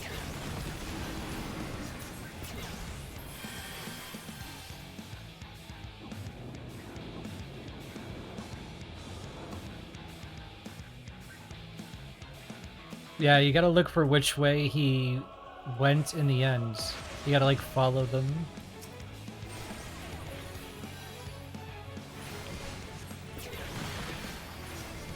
Later, soldier. Have fun.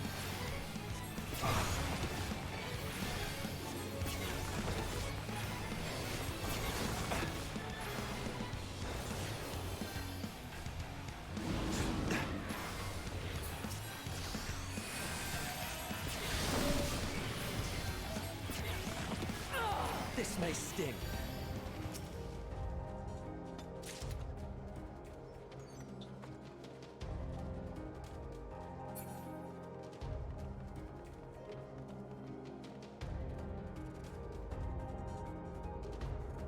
The first time the footprints came up, it just looked like they were all haphazard, and I couldn't tell which way they were going, because I didn't know what to look for. But really what they are is there's like a figure 8, and then some of the footprints lead away and stop, and you need to identify which ones are the lead away and stop ones, because that's the direction you want to go. So they're not really haphazard at all, you just need to rule out the ones that are a distraction. Try true.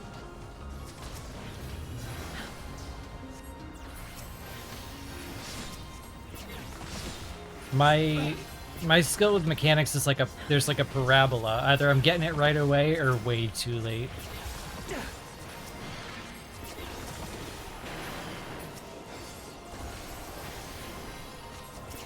Like the freaking meteors on the Thavnir boss. That took me too long.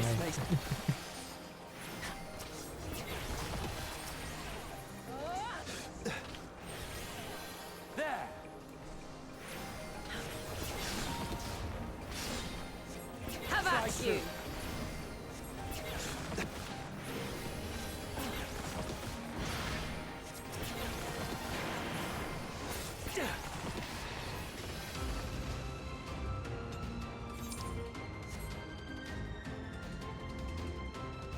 I'm warning you. Stay away. I see you opening.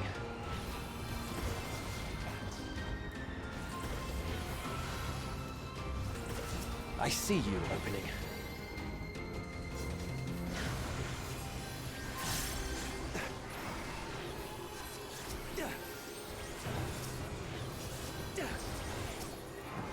Can you withstand this?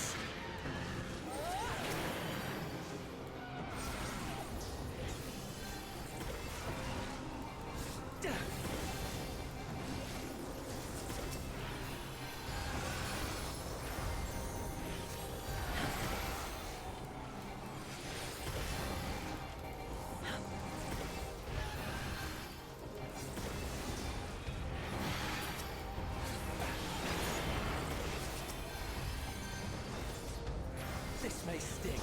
Can you withstand this?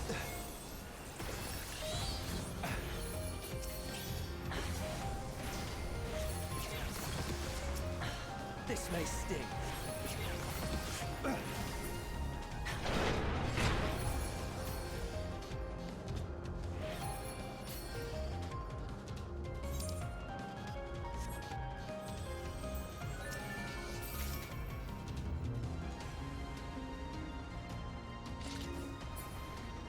Fly true.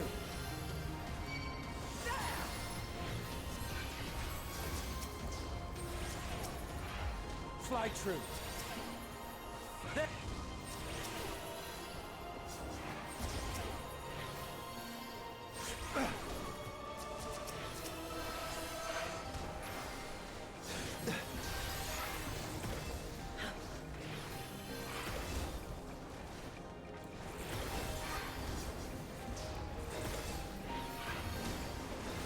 Out of my way.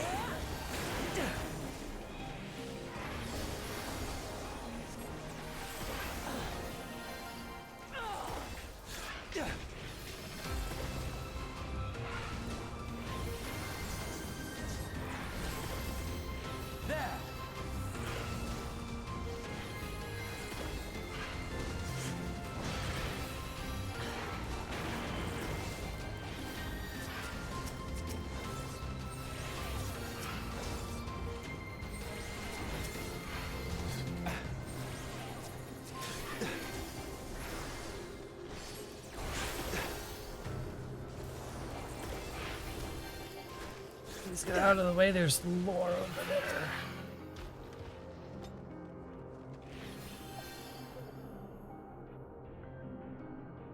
Bipedal wolf. Intelligent, employs tools. Isn't designed for speech. So are they not what I think then?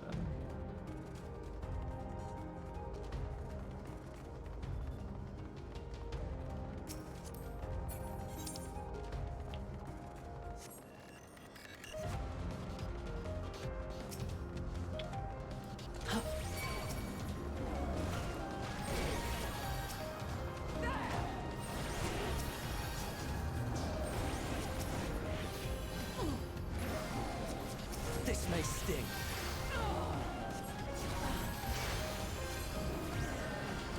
Have at you!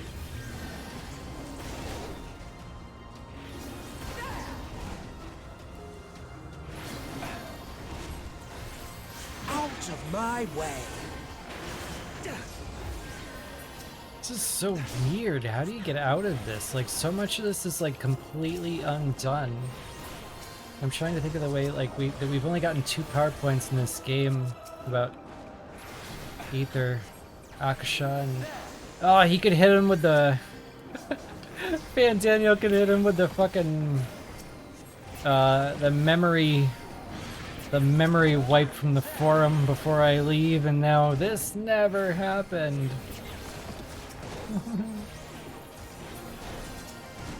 Because this has all gone way too off the rails to be solved any other way, I think.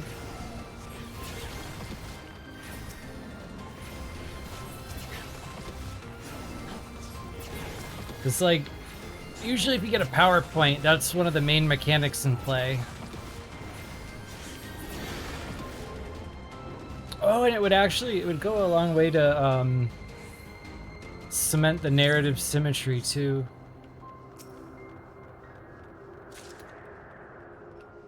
But then how would she know to send me the Elpis? Unless that was itself a Hail Mary.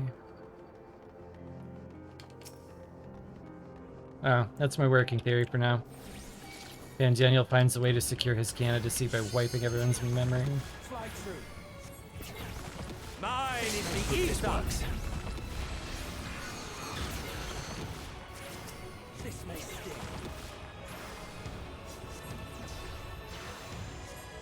Or... I see you opening. I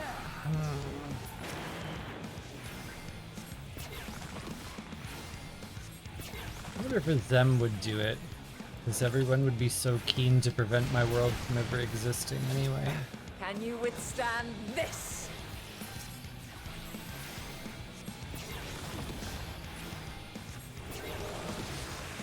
the only thing that makes sense to me at the moment, because otherwise there is no sensible reason to go through with the Zodiac plan the way they did, knowing what would happen to them. They would be able to correct their one mistake, not being able to foresee the weight of Zodiac's psyche tempering them.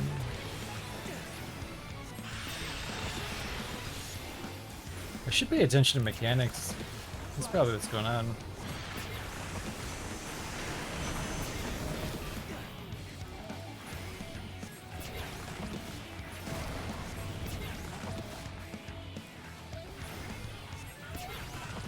Fly true.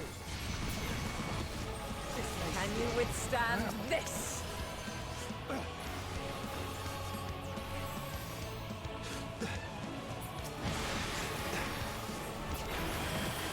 I'm not entirely useless. No, this is the final chapter of Final Fantasy XIV. We don't say the word Bomberman right now. It's bad juju. Be gone.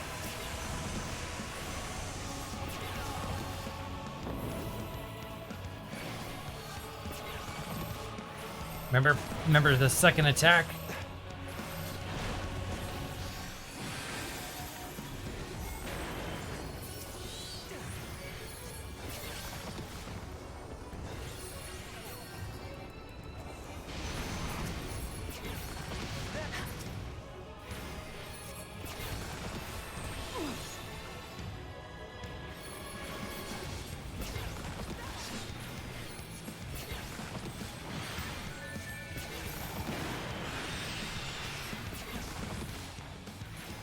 For a song that's used for all of the sub-bosses, this is a real good track. I love this guitar riff.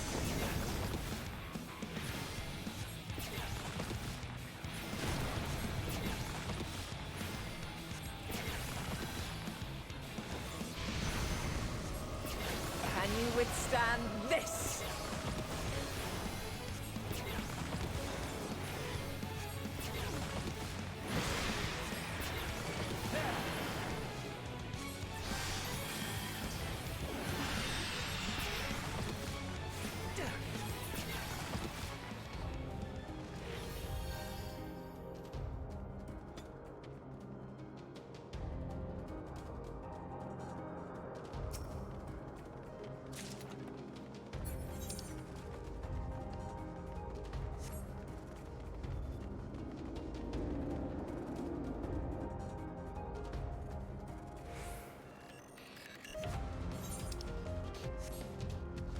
I cannot let you take Meteion.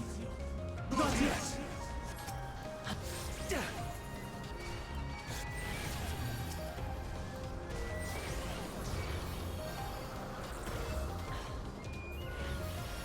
This may... I like this snicky symbol over here.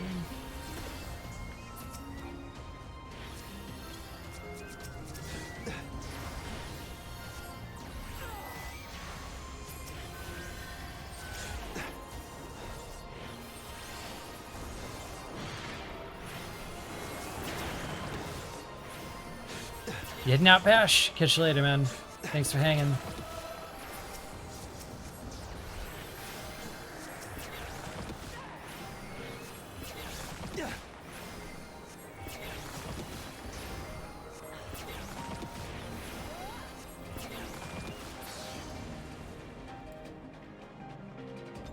Boing. Whoa.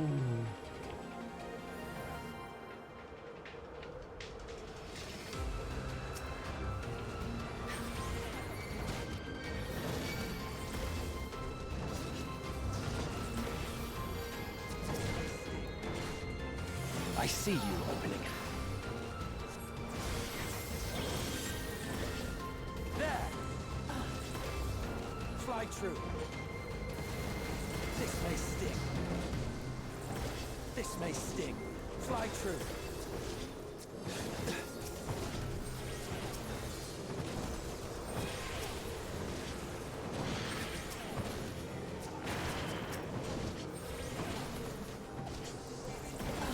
Congrats, Aqua.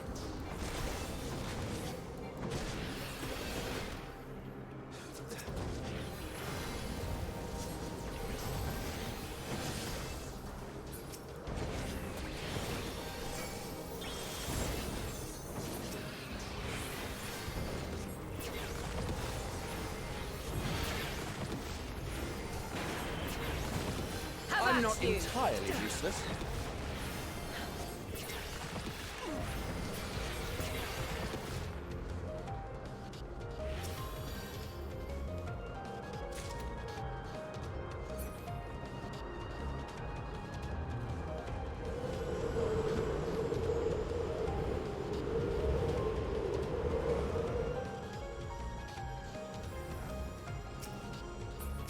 I must hear their answers before they're expunged from existence. I see you opening.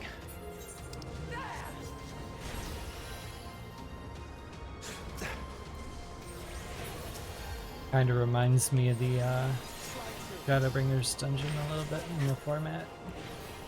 Up and up.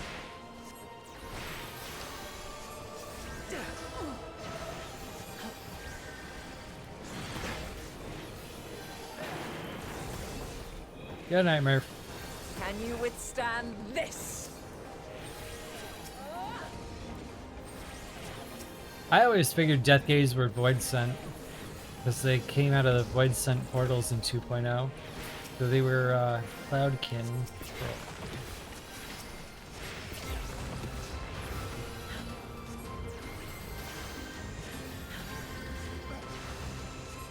Out of my way.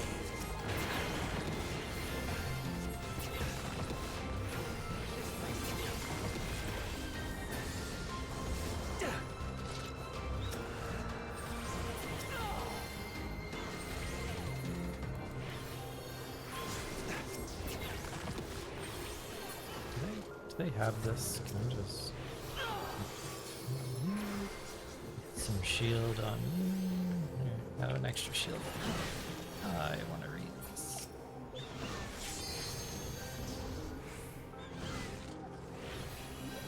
Out of my way.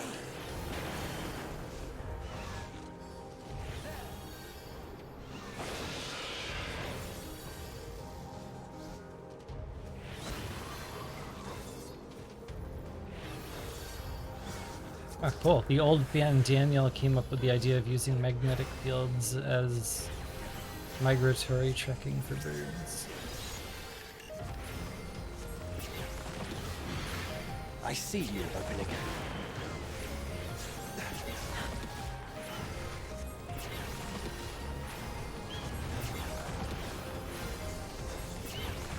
I'm not entirely useless.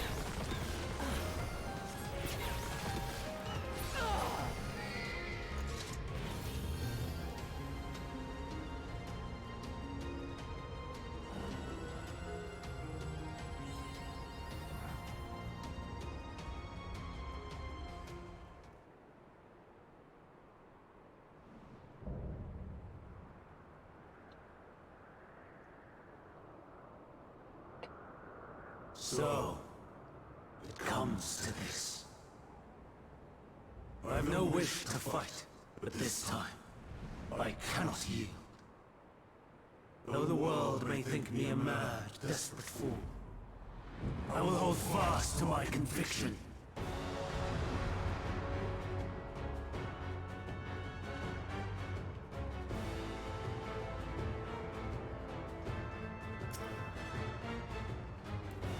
I will have the time and tranquility I require.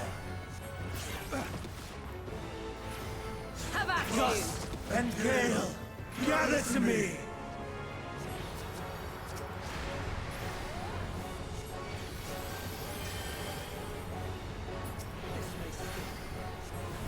Ancient brand, unleash your power!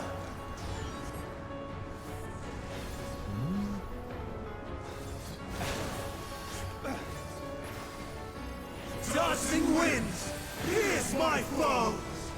Have at you!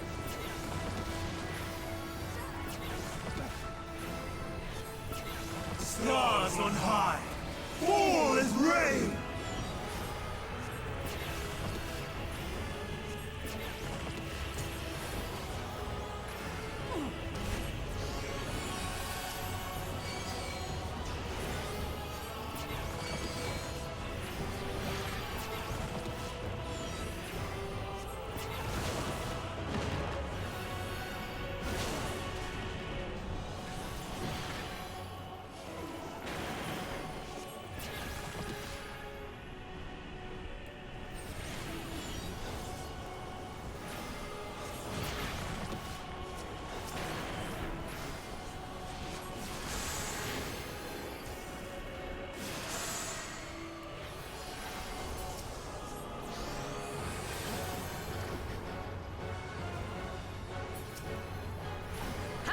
you.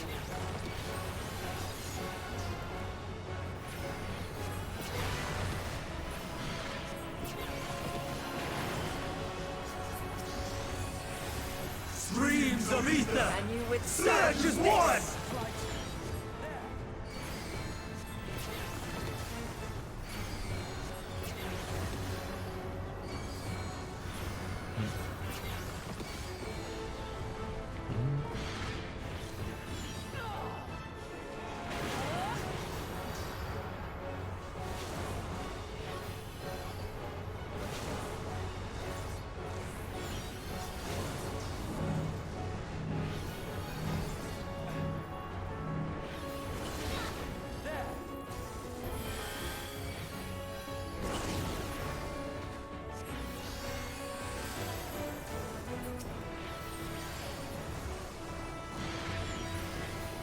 Dancing winds! Pierce my foe!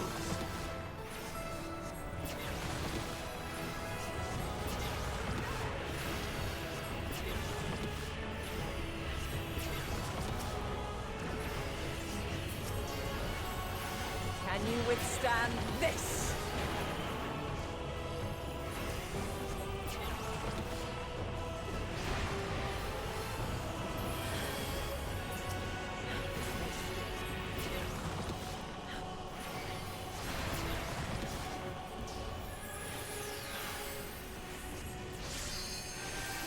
Stars on high!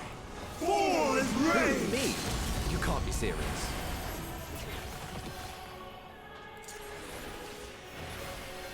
Can you By withstand my true this? name, I shall consign all.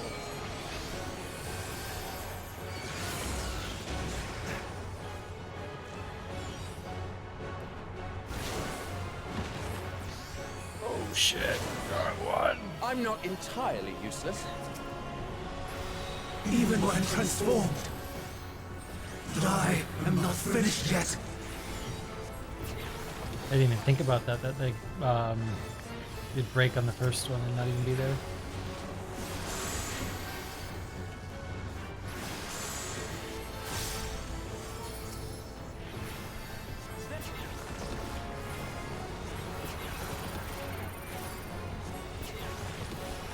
Aside from that, easy.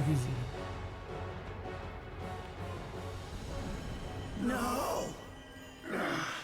My power!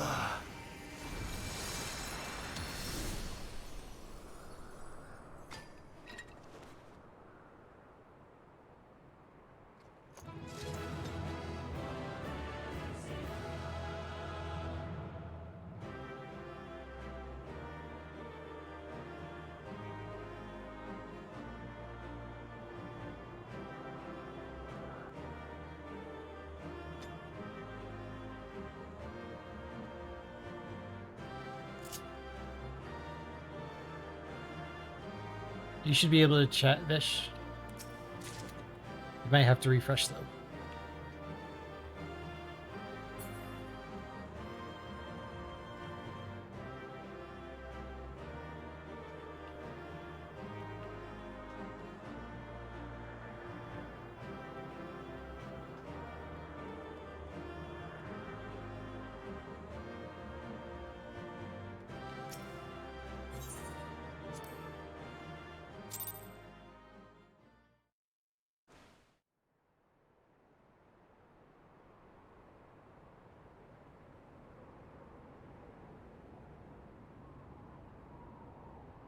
It's over, Hermes.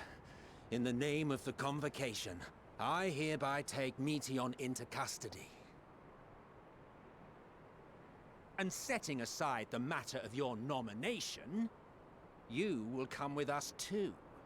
We require your knowledge to assess and resolve the situation.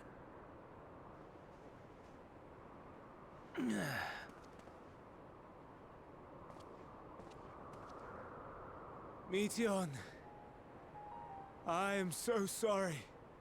Would that I could have listened to your report in full. Reflected upon its meaning and conveyed it to others. That they might reconsider their chosen course. But I have failed. And that wish will never be realized. However, ere our fates become the province of others, I bid you tell me just one thing. Was there happiness in those distant stars? Was there a reason for living?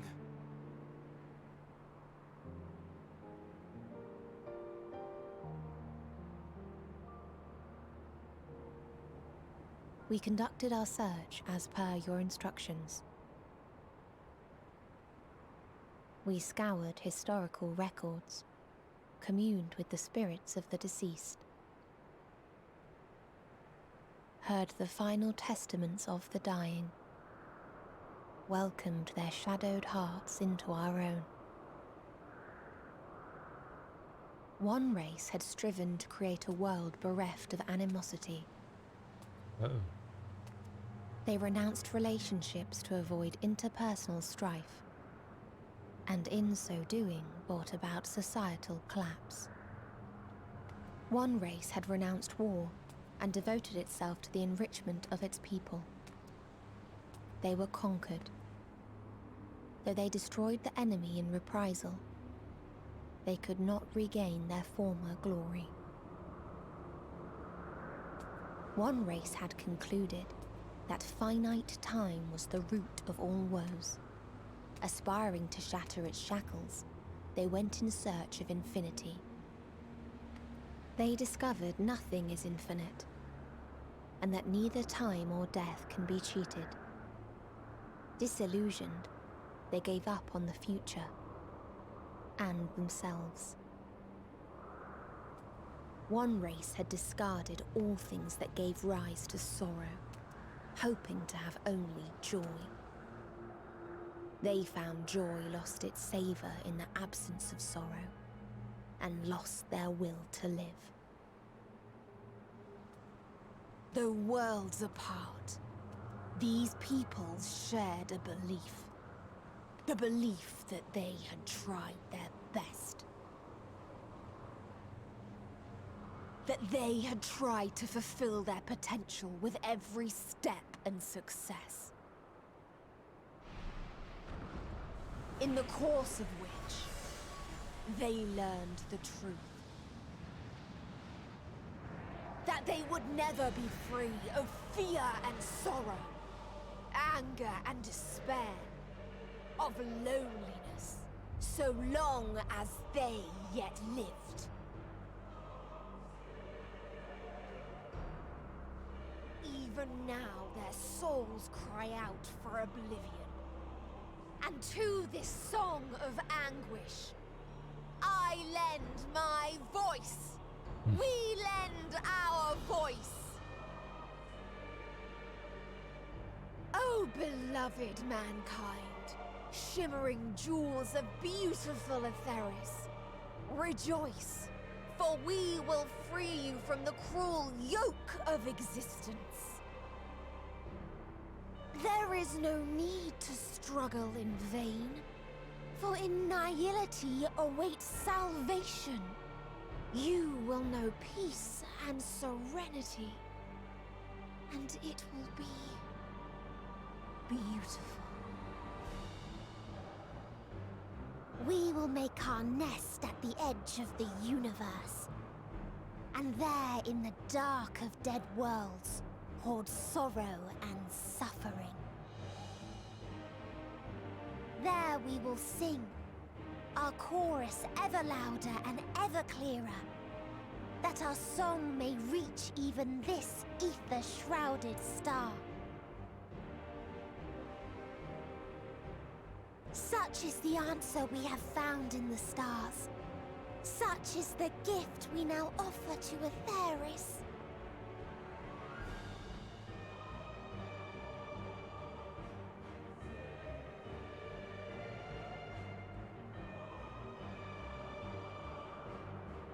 Who are you to decide our fate?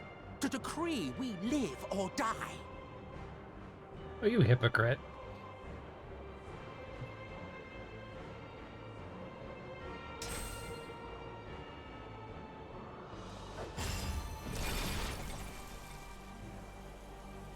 Have you lost your mind? You heard what she said. She means to destroy us all, yet you'd still take her side? In the name of the Star, we have discarded those creations that we deemed flawed.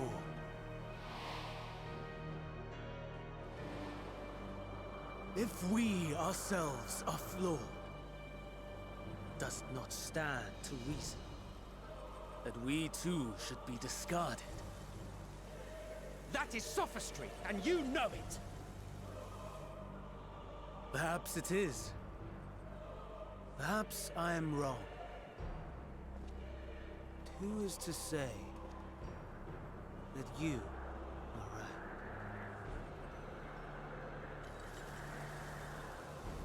Let us settle this with a determination. In my authority as Chief Overseer of Elpis, I will make a judgment on man's fitness to exist. If he can learn to value all life and retain his will to live, even should his end be justified, he will surely find a way to avert his demise. If not, he will perish from the start. As with all determinations, provisions must be made to ensure fairness. Kairos! Awaken!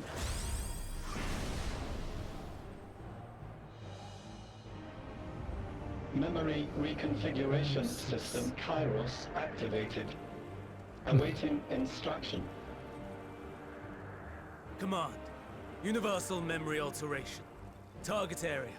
Catesis Hyperborea. Starting point.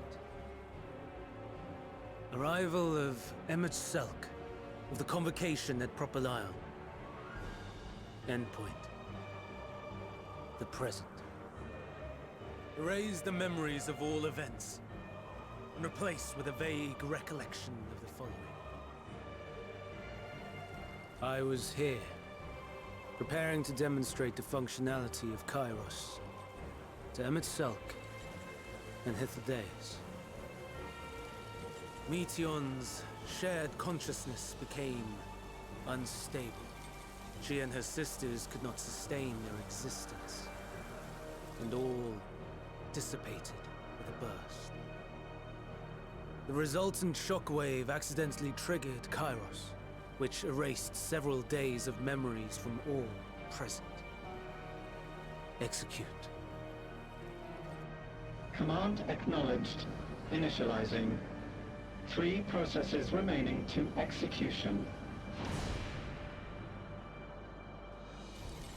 Bravo. I dare say one would be hard-pressed to make it fairer. Everything that you told us, everything that has happened, the fact we've even met, it will all be gone.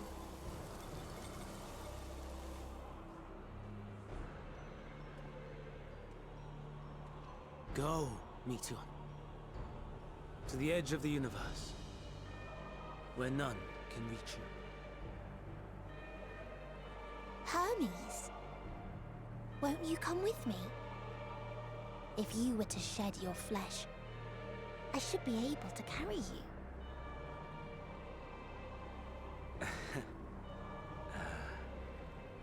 I will remain. As a man, I will oppose the oblivion you bring. Silly fool. Had you said yes, I would have granted you the gentlest end.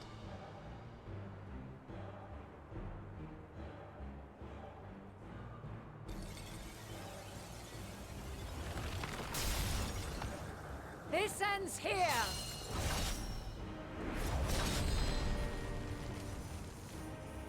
Die, Meteon!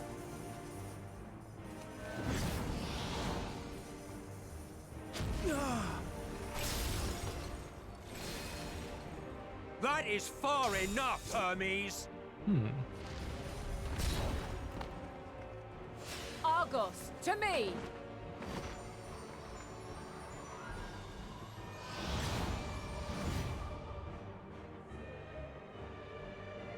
First process complete. 2 remaining to execution of memory reconfiguration. As if we needed more pressure. No matter what, you cannot forget what happened today. For it is the key to saving your future. Your world. This fight is our fight. What comes after, our problem to contend with. Not yours. No. Your own struggle awaits. And no one else can take your place. You must flee this place with your memories intact. And I will see that you do. Now then, where is it? There you are, my little confluence.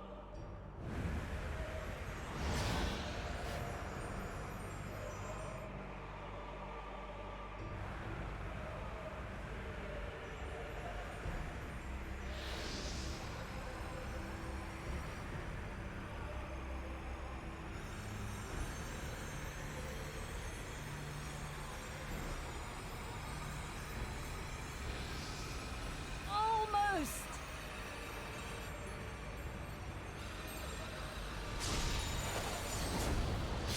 Oh. Very well, then. You may elude us this day, but not forever.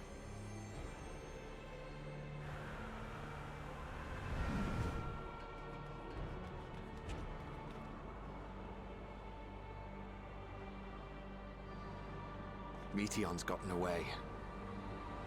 Second process complete. 1 remaining to execution. Ugh. No time for brooding. Listen well. Beyond lies a spatial confluence that connects the interior sections of this building. I will destroy the confluence and force open a way outside. When I do, you must jump through.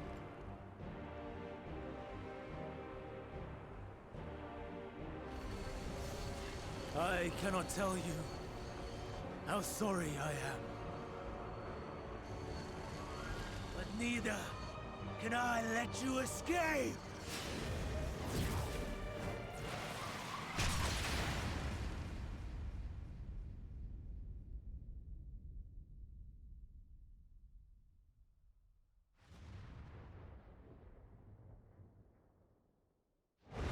Save me, bestest boy.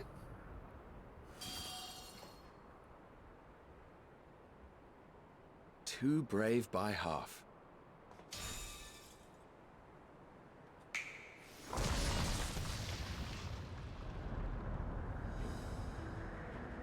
Exemplary work, as always, Emmett Selk. What? But how? I thought the confluence was... over... Over there? Yes. We were rather hoping you would. It was never anywhere but where it is now. The instant those two began making their way towards nothing, 'twas clear the plan was a diversion. I'm quite incapable of destroying a confluence, I must confess. A gambit brazen beyond words. Though we've grown accustomed to reckless improvision due to the antics of an incorrigible associate. Though, in the case of certain present company, incorrigible is an understatement. Honestly, I'm beginning to suspect it's a requirement for every Azen. Yeah. There's no time! Quickly! Even now, I do not believe your tale. I would not suffer us to walk such a wretched path. Still, if it must be said, do not squander it. The legacy I leave you.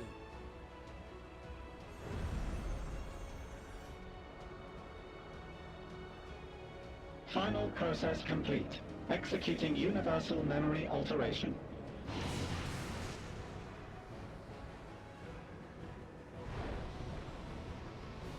Go, Argos!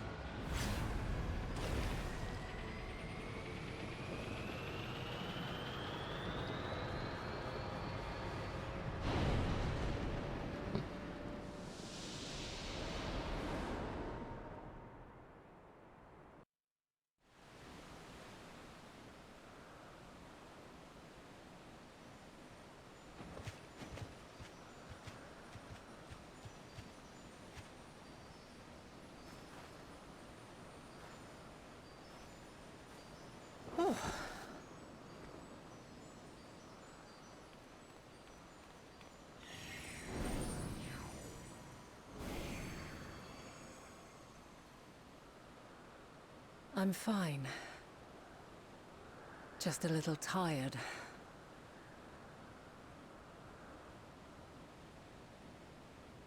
Can it be true? Are we the only ones left who see beauty in the world? In life? Are the stars above no more than husks of fallen civilizations?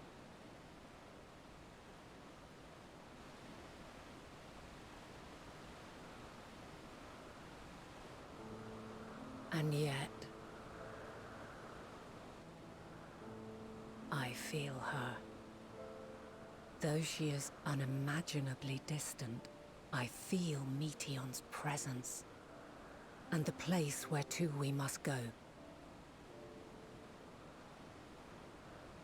Ere she made good her escape, I placed an enchantment upon her, one which allows us to follow her trail. She has already left the outermost bounds of Aetheris, and continues on her way. Given the vastness of the universe, it will still be no easy feat to track her down. But thanks to Emmet Selk and Hysladeus, all is not lost. We remember. So long as we remember, our fates remain ours to shape.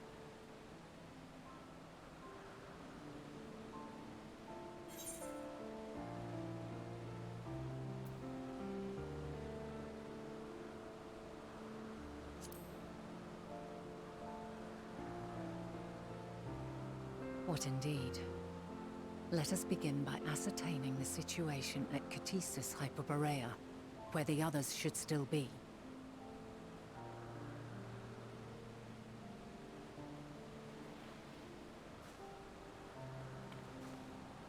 Given the likely state of their memories, however, it would be imprudent for us to approach them directly. In which case...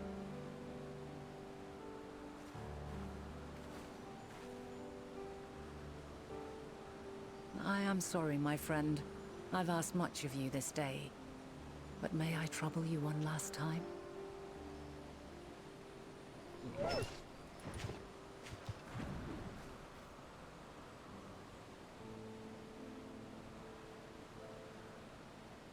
Argos will investigate in our stead. We will share in his consciousness and see and hear as if we were with him. Now, close your eyes and open your mind.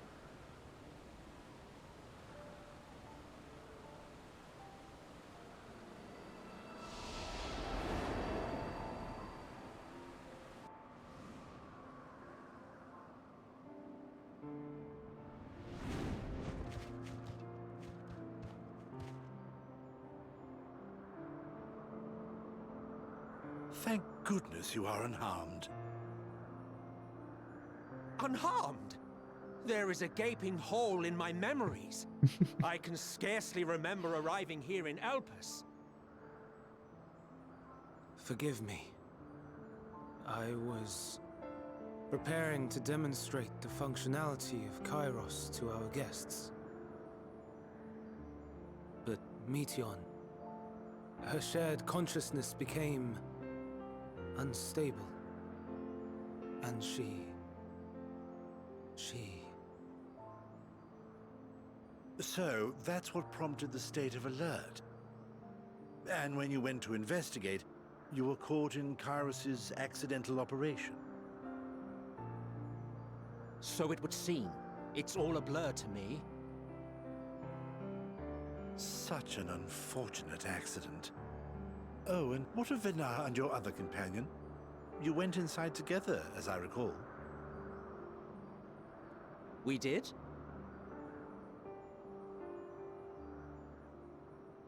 If Venar was with us, I have no recollection of it. But that there is her familiar, is it not? The fellow seems happy enough, so I think it's safe to assume his mistress is well.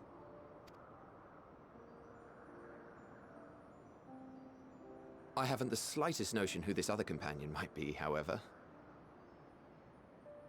Ah, well, that individual struck me as a bit different, for want of a better word.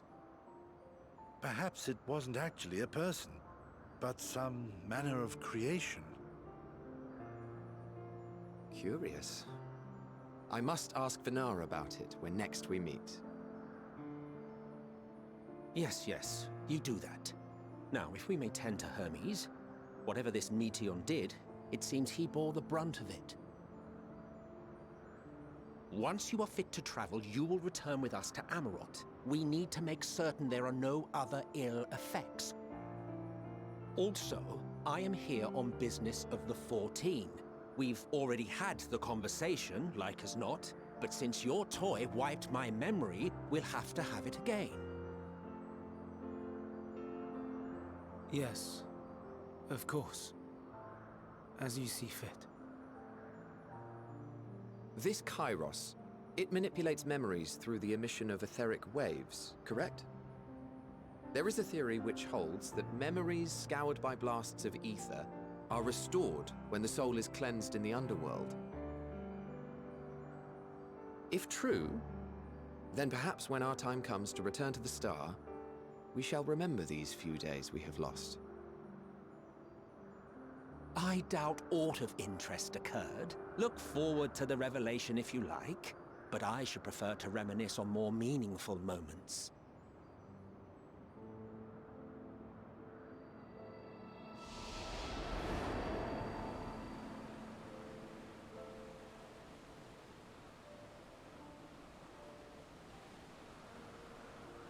Let us rest, if only for a while. After all, you and I... oh, we still have a long, long way to go.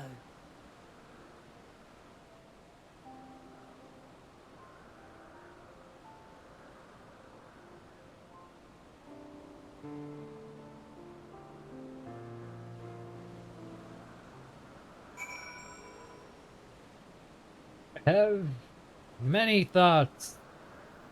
I was like taking notes as we went. I don't even know where to go. I'm gonna like try to go in order as I wrote stuff down. I noticed a lot of reactions when I sarcastically yelled, "You hypocrite," at Emmett Sulk, so I thought I should explain that. It was just the irony of him, of all people, after all this stuff he said, like all the radical ancient supremacy of being like, who are you to decide our fate? After not considering us alive and trying to do all the rejoinings and all that other kind of stuff. So it wasn't a terribly deep criticism. It was just like shit posting, yelling, wow, like bold of you. The thing that I haven't been able to put together is why, if all of those other civilizations are dead, why is Meteion starting out at the edge of the universe and coming to us last? Why is she giving us all that time and opportunity to prepare?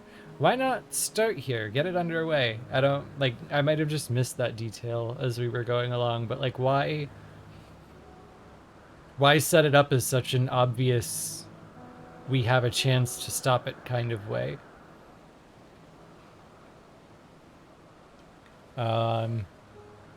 Next observation was Emmett had his glyph pop when he tried to do one of his abilities, and I don't know how interesting that's going to be for most people, but that's interesting to me.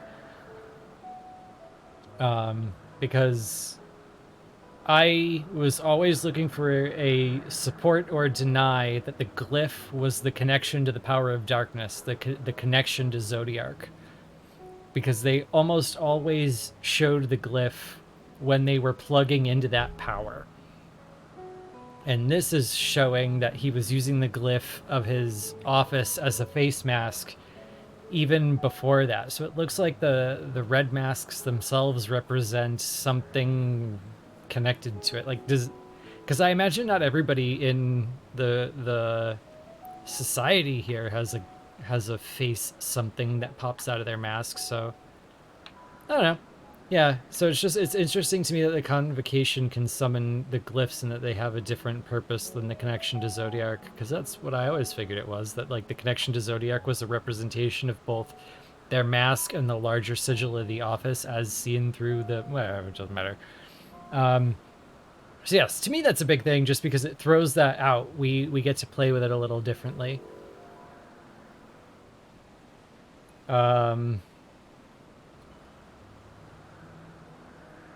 When Medion's voice changed and she went from sweet and friendly to a little sinister, I felt relieved because that was very clearly the voice we heard twice earlier in the story. Before we had been introduced to her, a feminine, sinister voice was like, oh, am I wrong for doubting, or am I wrong for trusting Crystal Mom? But I kept the faith. I believed in you, Crystal Mom. One comment went by, Garlean Lalafell? No, not Garlean Lalafell. Dunesfolk are able to wear these little gems that represent their patron deities, and I have had mine since 1.0, and I just decided never to take it off. So yeah, Moose's gem is usually covered by his hat and glasses, and now his hair. All of his hairstyles have covered his gem. He's never had it out in the open. But in certain cutscenes, you can see his patron deity gem very, very rarely. Rockel and I sharing one brain cell again, staring at the numbers on the clock like, what the fuck? So that's probably something I'm gonna think about too hard later. Oh, I should have taken a screenshot of it. Thank you, video on demand. Yeah, and in Eorzean's script, no less. I like that as you're flying away, Emmett Selk is like, I still wouldn't do something so evil and stupid, but if I do... That's just really funny to keep kind of hammering home the correct interpretation of some of Shadowbringers. I really, like, again, one of the first things I'm going to do when I finish this game is sit down and write a point-for-point plot outline of Endwalker.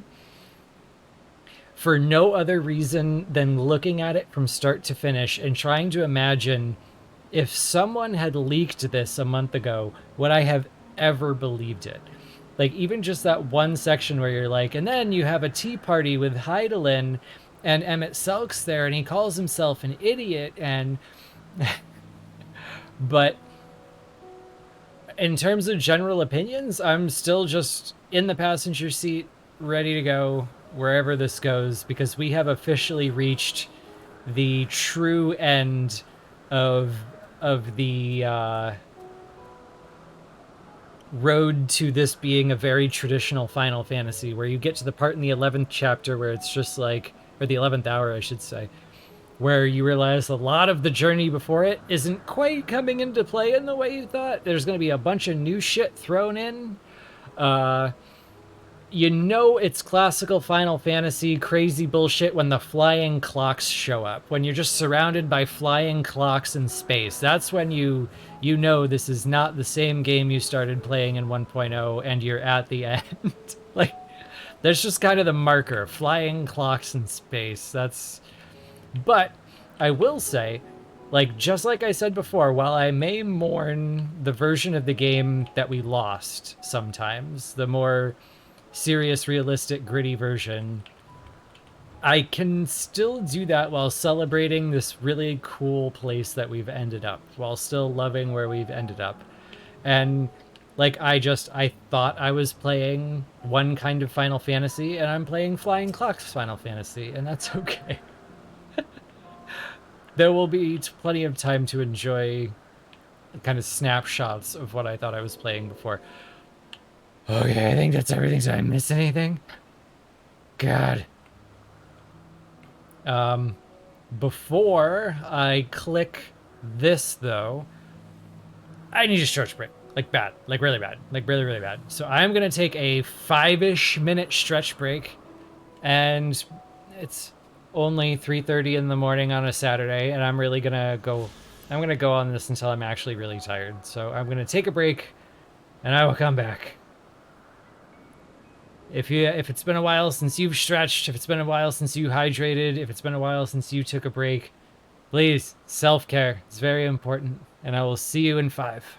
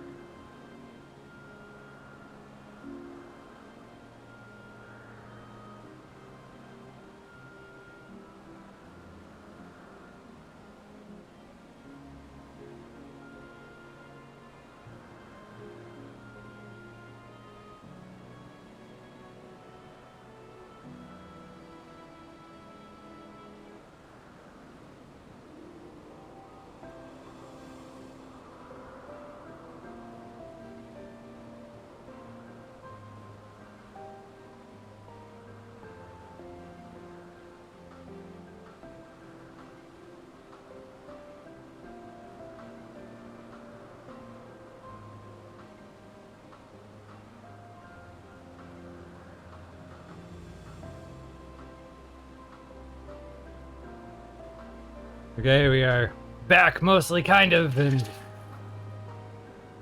Well, 300 calories of sugar water may not be the best hydration in the world. That's what's happening.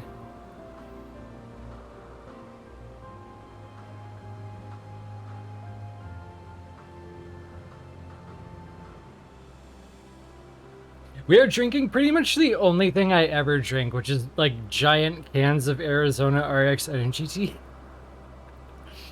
It's pretty much all I drink.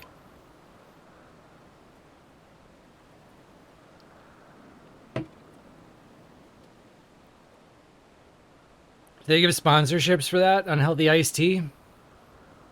Can I get a lifetime supply of Arizona RX Energy? I'll just drink them on stream every day? Is that a thing? Can I do that? Give me that.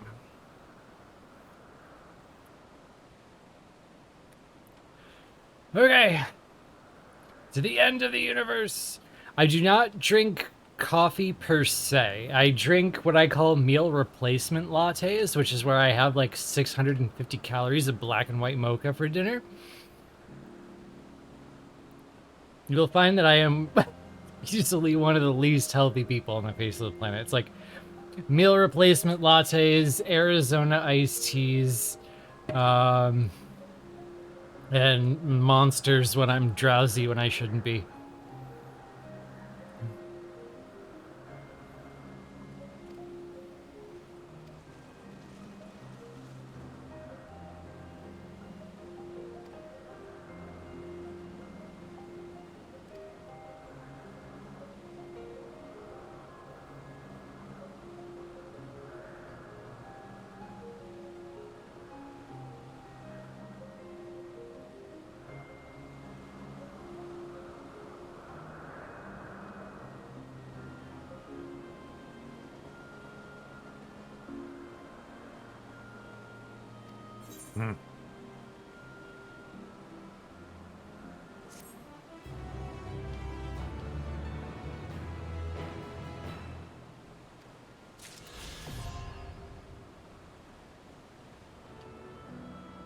Either attunement complete. Okay, so hold on. Let's just fly over here real quick and then we'll be good to go. To our final zone at the end of the freaking universe, I guess? Which, yeah, fitting. Fitting. We could have speculated until the chocobos came home. The catablipas. We could have speculated until the Catablabus came home about what our last zone would be, and I don't think anyone would have come to the conclusion. The edge of the known universe, just outside a flying clock space.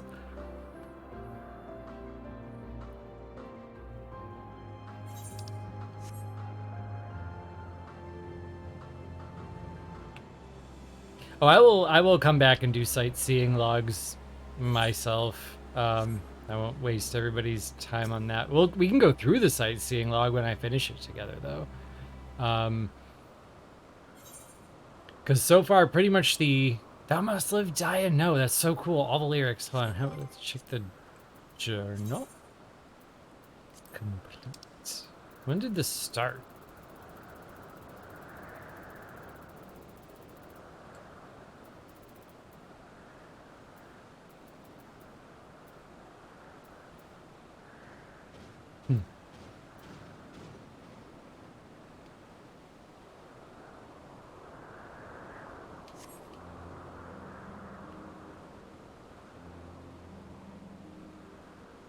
Because, like, pretty much the only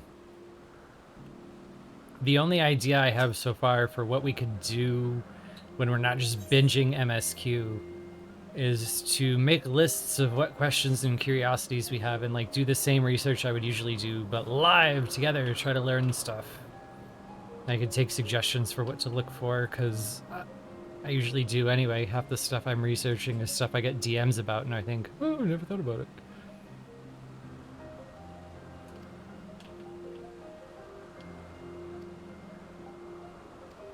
And at least if we were only going to do like a couple hours of speculation together, we might actually be able to do it on like, you know, a schedule like normal people.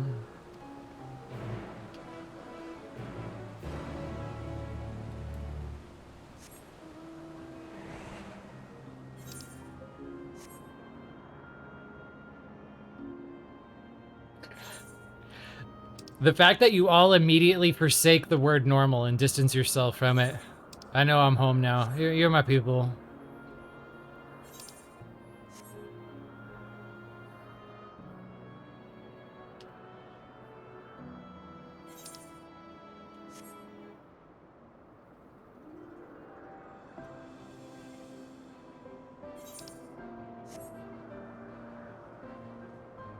Cannot wait to get to the ending of this. Turn off emote-only chat, get rid of this beard, it's gonna be awesome.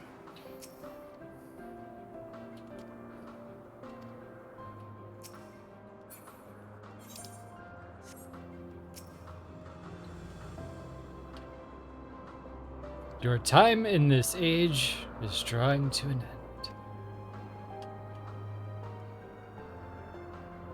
Several cutscenes will play in sequence.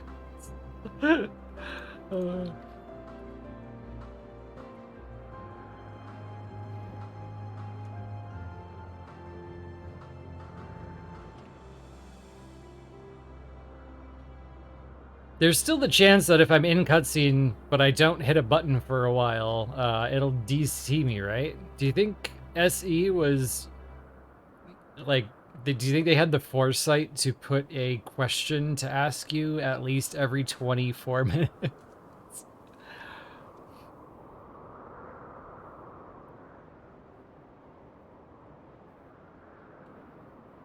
Is it, like, is there any danger of being DC'd? Yeah? Won't get DC? Okay, cool.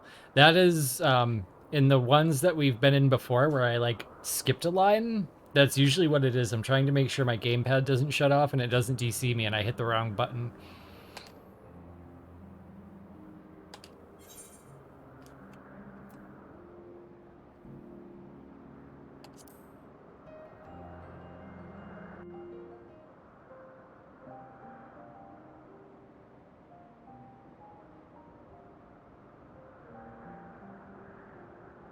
So, it is within. The portal that brought you hither, and will take you home. I'm absolutely on auto advance.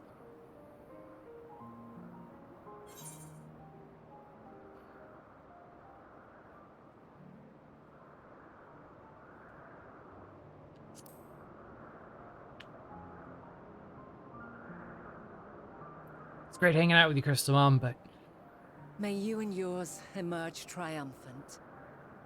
Make use of the knowledge you have gained, that your days in Elpis and our friend's sacrifice be not in vain.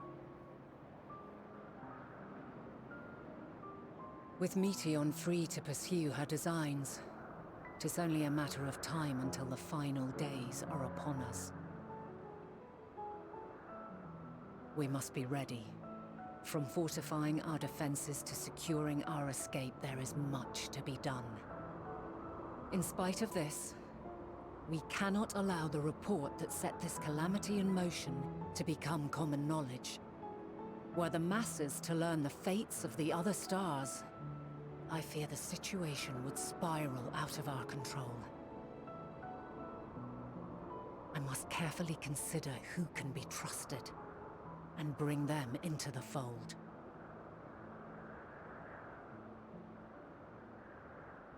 Ordinarily, I wouldn't hesitate to call upon the 14. However, it was the desire for a fair determination that drove Hermes to attempt to erase our memories. And were he made aware of his actions, there is no telling whether he would remain a friend or become a foe. Alternately, we might try to alienate him from the convocation. Yet in doing so, we would deprive ourselves of a brilliant mind who would be invaluable in the crises to come. Quite the dilemma. Which is why I must work independently of the convocation. Regardless of how we proceed, if we are to permanently avert the final days, we must be equal to Hermes' challenge. We must prove that mankind is worthy to exist. And this hinges, I think, on how we confront the all-consuming despair that accompanies a senseless and seemingly inevitable end. Bewildered and divided, we would perish like the peoples of those celestial ruins. We could not hope to survive the final days, much less take the battle to Meteion at her nest. We must find a way to defeat despair, to unite and prepare as many as possible for the struggle ahead.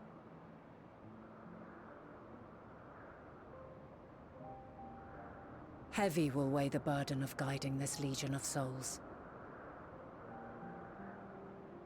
Yet I have faith in mankind's potential. As long as he believes in himself, there is naught he cannot achieve. So I will not give up on him. On us. You may find your world to be very different. Or perhaps the erasure of our friends' memories has sown the seeds of a conjunction between us. We cannot know until the moment is at hand.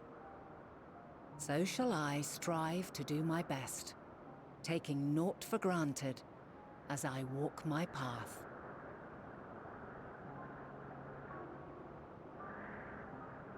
And I pray you walk with me to the end. As you move forward, so too will I, as will all, resolved to fight for the morrow. And when mankind has found the strength to stand against despair, we shall silence the song of oblivion. She who sings it will learn our journey is far from over. This I promise.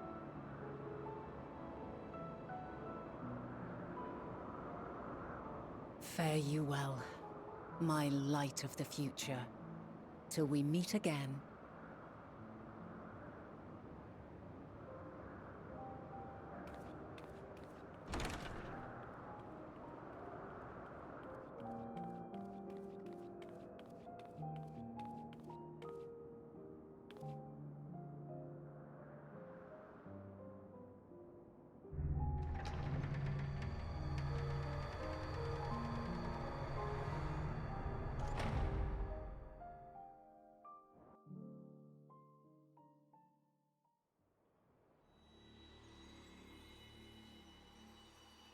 Whee!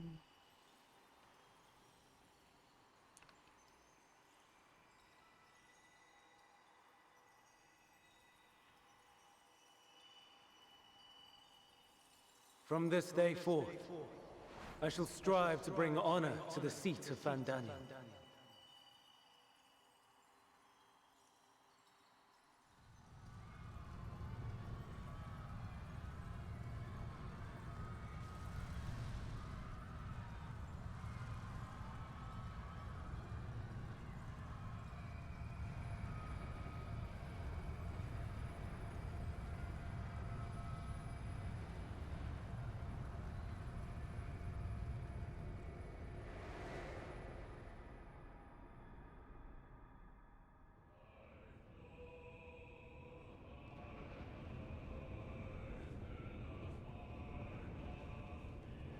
Well, at least I know why the hell it takes so long to get back to the other half of Charleon.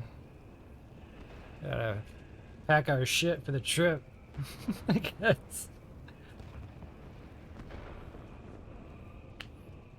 Even now, I remember standing there, locked in a moment where the sky is aflame.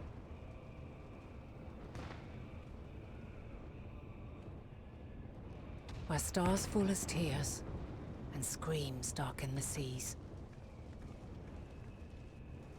Where resignation rots the trees.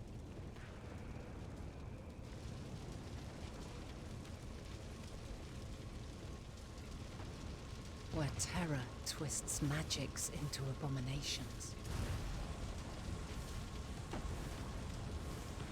Such is the lament of they who have gone before. The song of they who tried and failed to create a better world. The song of the end.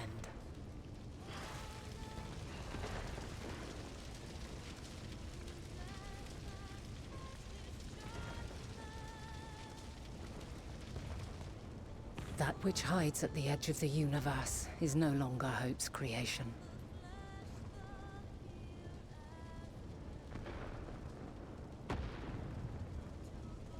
It is hopelessness incarnate.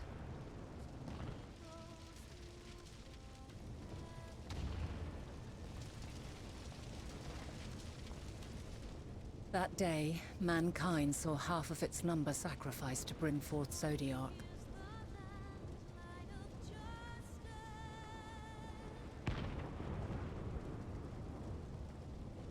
And covering the star in a shroud of ether, we forestalled the final days.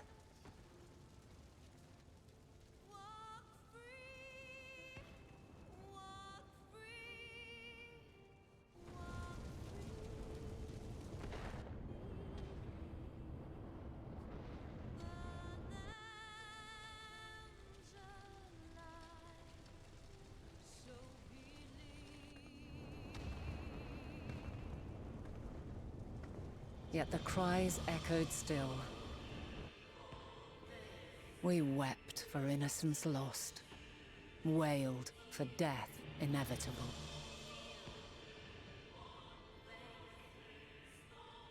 A reality too terrible to bear. And for too many who sought comfort in gilded memories of joyful days and tranquil nights.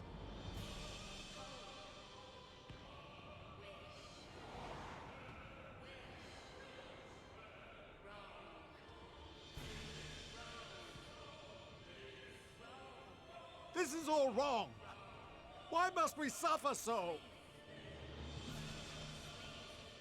It needn't be like this. No. There must be a way to restore things to the way they were.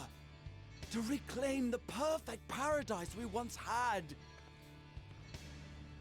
No, my friends. Suffering exists, and we cannot pretend otherwise. No civilization, however great, could eliminate it. If we would live, we must accept it as our constant companion. Let us not seek to forget this tragedy. Let us carry it in our hearts, that we may grow stronger and know true happiness.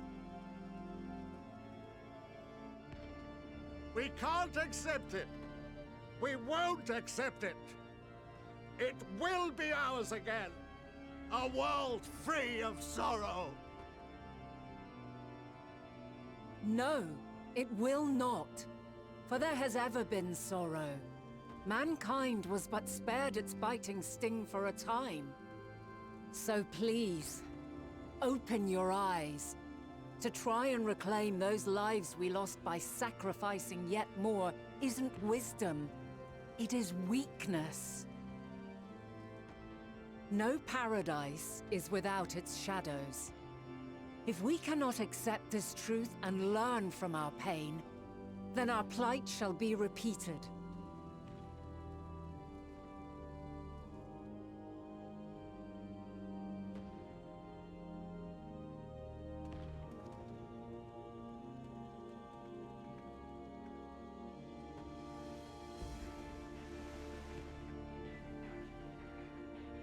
O mighty Zodiark!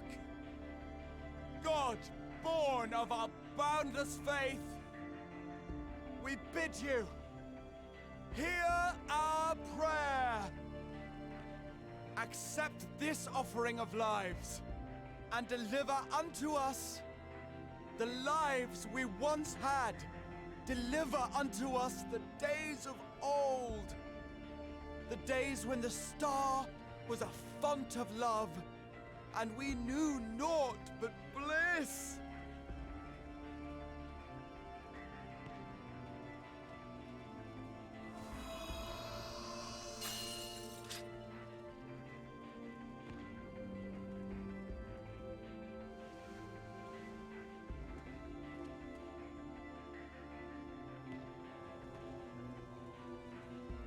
You would destroy it? Our beautiful world?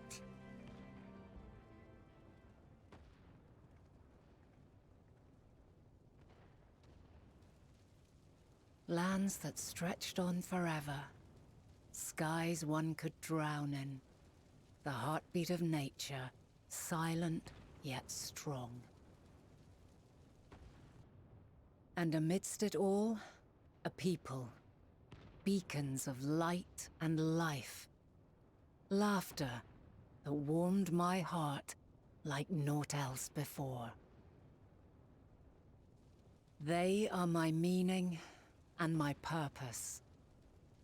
My love.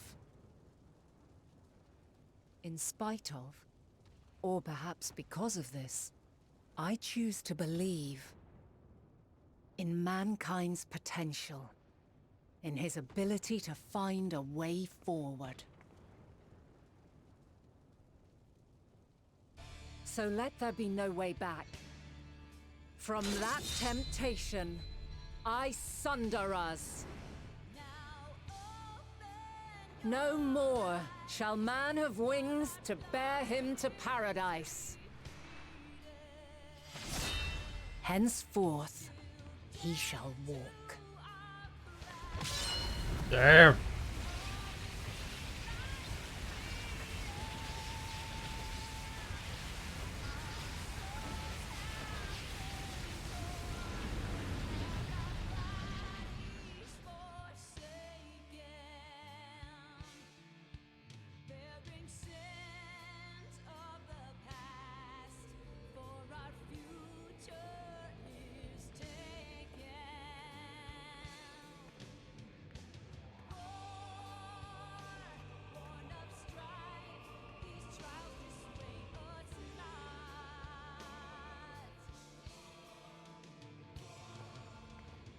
All is excruciating pain. I breathe fire and torment.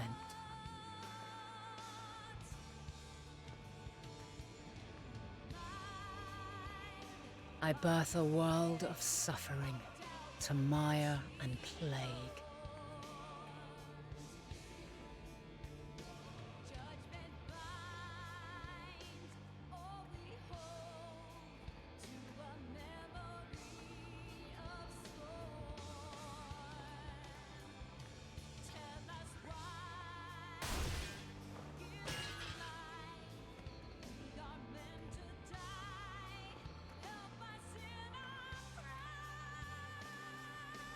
In one fleeting moment, lives come and go, ever moving towards the unknown. And in that fleeting moment, they cry for the answer to the question. Why, given life, are they meant to suffer, to die?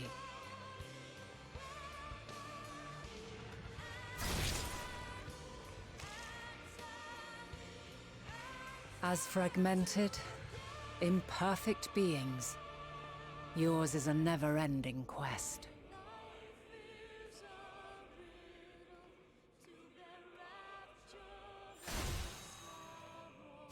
A quest to find your purpose, knowing your end is assured.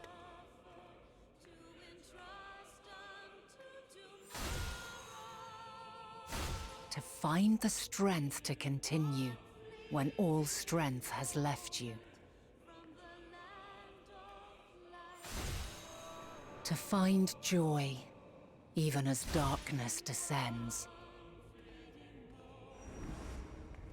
And amidst deepest despair, light everlasting.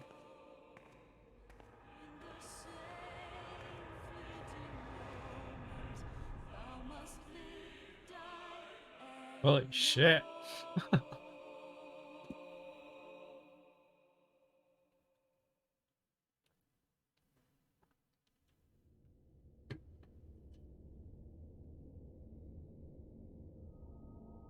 A conjunction has begun to form, an intertwining of your time and mine.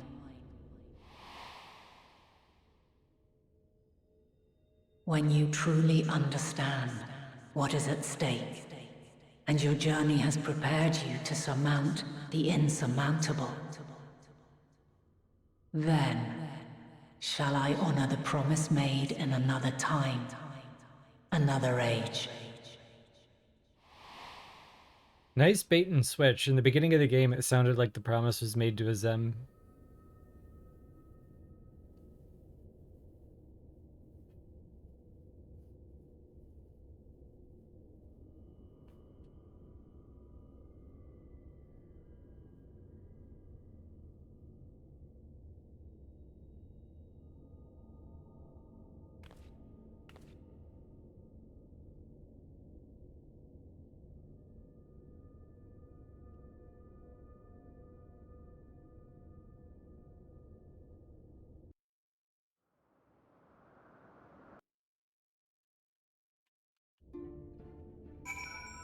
Okay. Another comment blitz, I guess. Funny enough, the first one in line was the comment about Moose's highlights.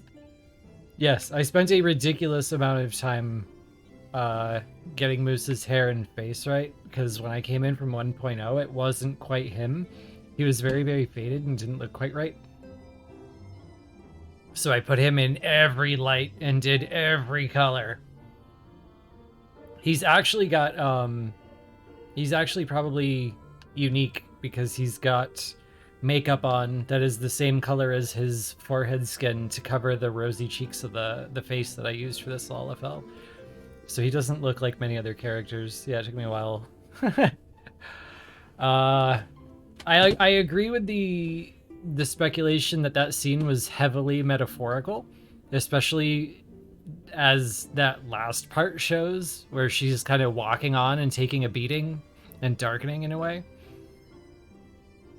So yeah, I think that was like a heavily condensed metaphorical view of what happened, especially as she's just kind of walking down a road as things that happened on different days happened, like the summoning of Zodiark, Hythlodaeus walking away, the sacrifices, the people crying out for salvation, etc.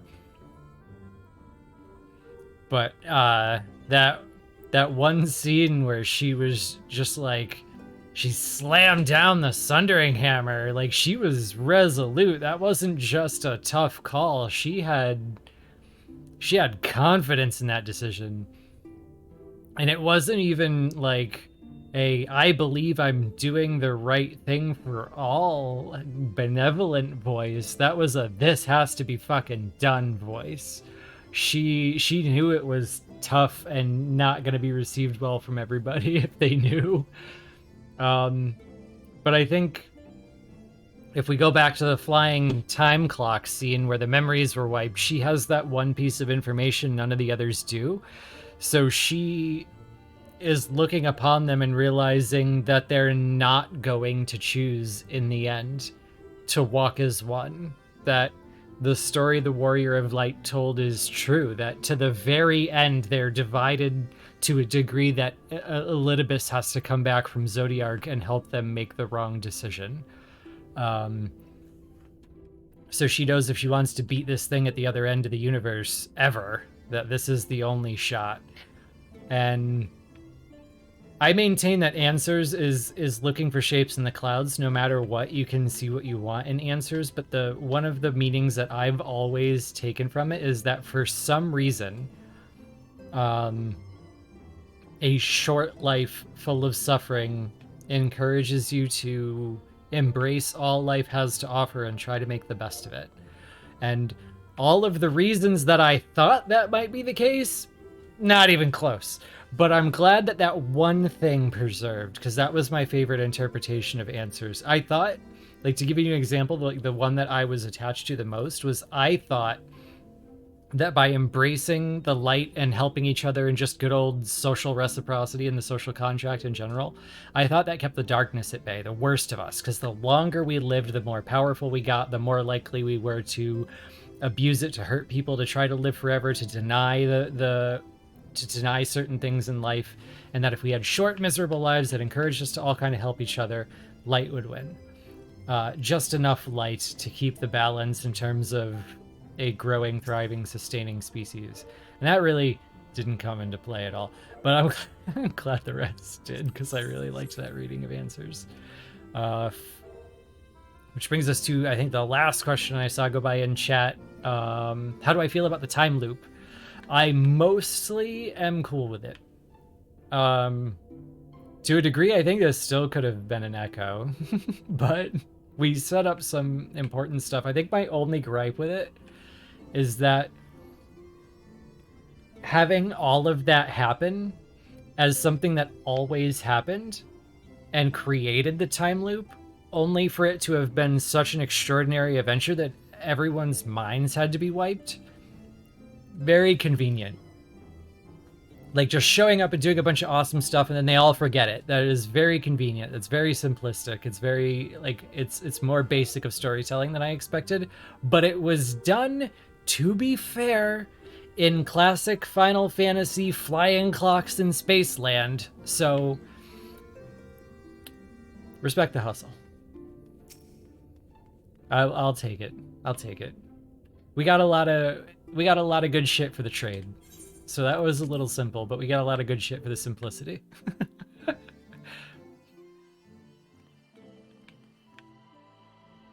That's my new name for the type of Final Fantasy we ended up in. Like, I've just been calling it the new Final Fantasy 14 as opposed to the old Final Fantasy 14.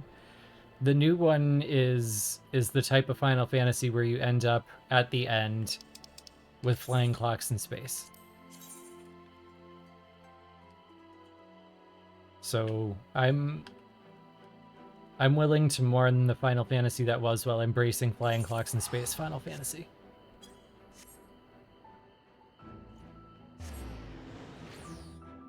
Because we know that kind of going back to the roots of the series and celebrating the stuff that made the originals so great. Even being able to create your own character. Like, how long has it been since we were able to do that, right? So being able to celebrate all the classical Final Fantasy stuff is part of this journey. And that 11th hour batshit crazy stuff is apparently part of that this time. I can accept that.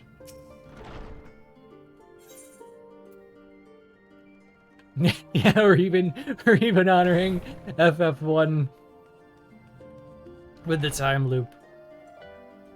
So yeah, I do think in terms of narrative, it was a very simplistic move, like a very basic move, but there was so much complexity around it. Like, what if this was also complex? Would it have been a lot to digest?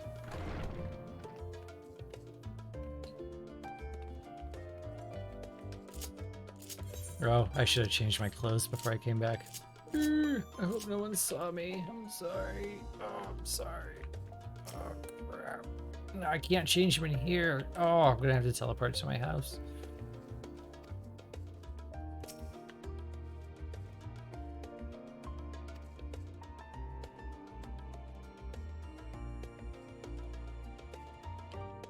Yeah, hopefully anybody running by thought I was just in Crypt Lurker.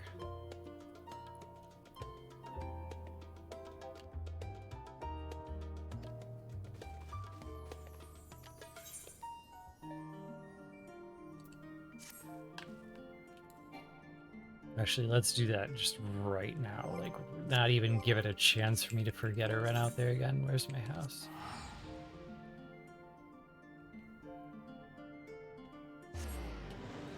Because when you go to your house, you can change glams, like, right as you're loading in before you even get there, see?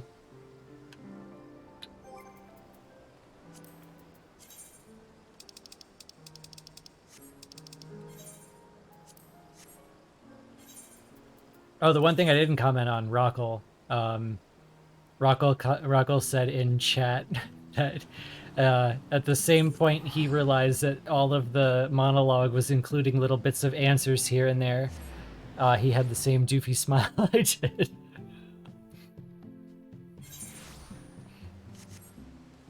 Yeah, Yana, this is my favorite plot in all of Myst. It's not even a large, it's just my favorite plot in the world. It has everything.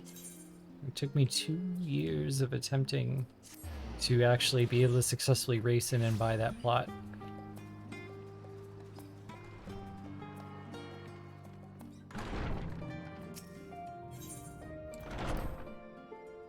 You don't want to see the inside. Just pretend the inside is nice. It's a disaster. I haven't figured anything out in there. My dream was to make it look like the the Rapture in the Rapture tech demo, and I still haven't figured out a way to do it. And then they added Crystarium, so I was like, yeah, like legit furniture from that place, but we didn't get all that much of it, so I'm still trying. Also, yes, I did have 11 flashbacks upon hearing Diamond.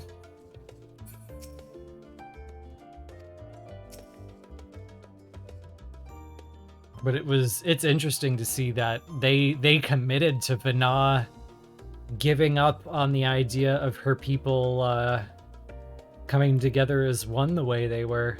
I didn't think that was going to be it. I thought it was going to be a forced hand. I thought she was going to recognize that the final days were impossible as long as they had creation magics. That's what I thought was going to be her excuse. But no, she brought that hammer down with purpose. Holy shit.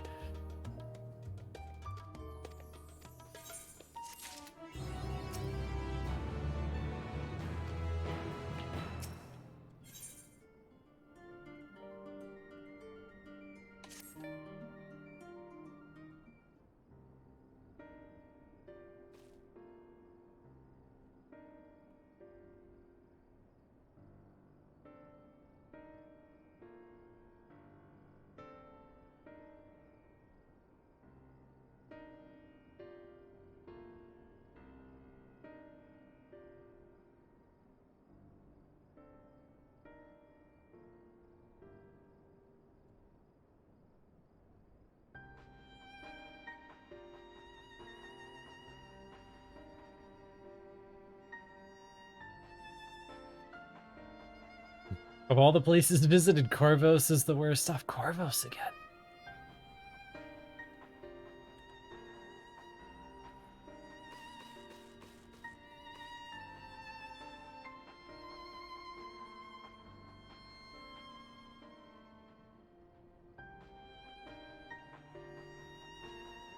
Later, love. Thanks for stopping by.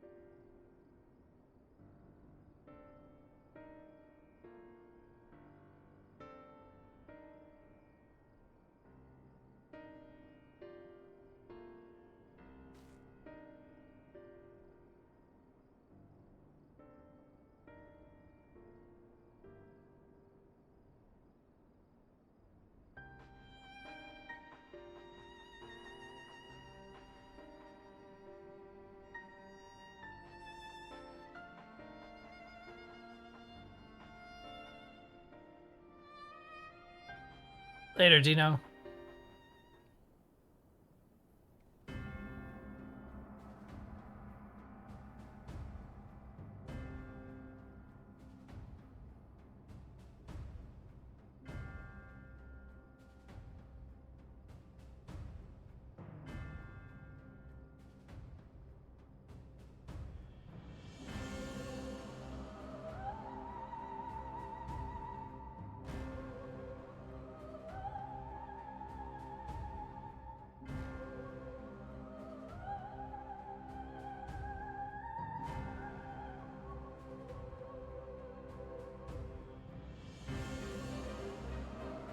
Later, Darth.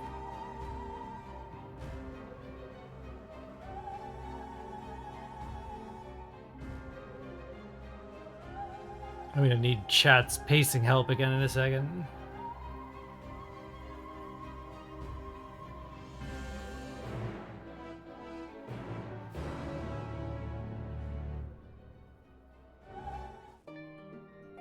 Okay, I'm guessing before we make it to the final zone, what we're doing is we're setting up to go back into Labyrinthos, probably?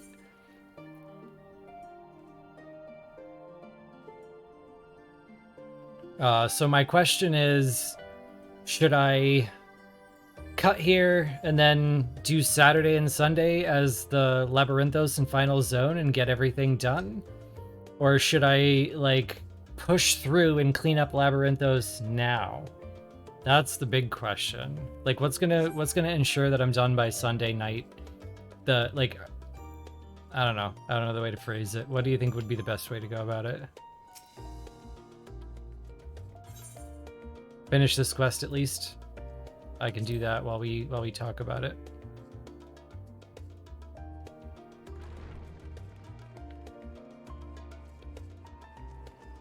I am usually doing side quests on stream, yeah.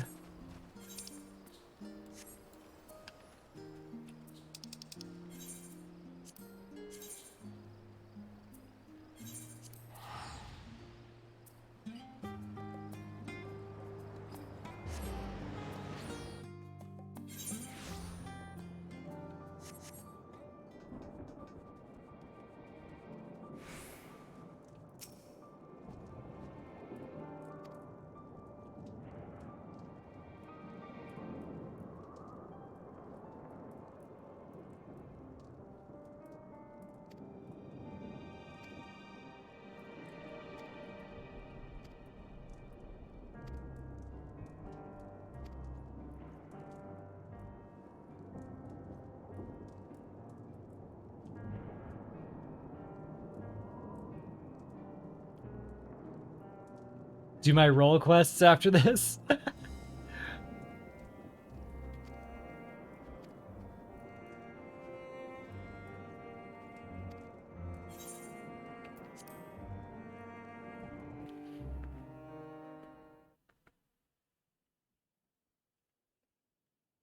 Is that a serious suggestion?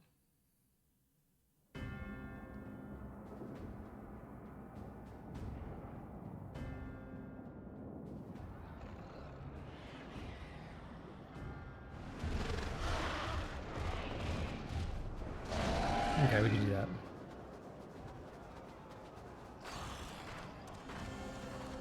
Because I see a lot of people have to go to bed, and I wouldn't want to do like any of the exciting stuff they'd want to miss, but I also really need to be done with this by the end of the weekend. Real life is gonna hit me hard. No. We were promised an escape. Not the same room we fled.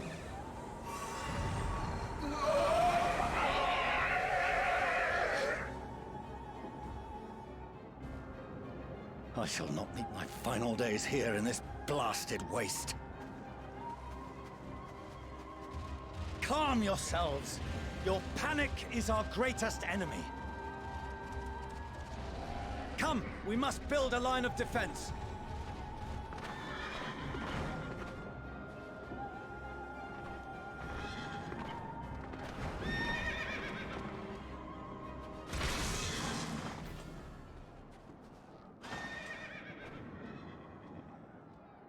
How?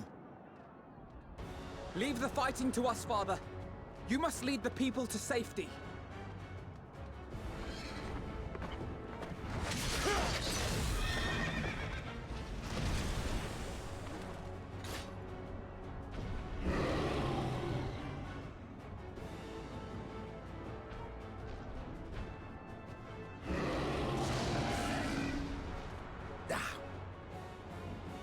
I can handle this pair. You shall tend to the refugees. Let us be about it.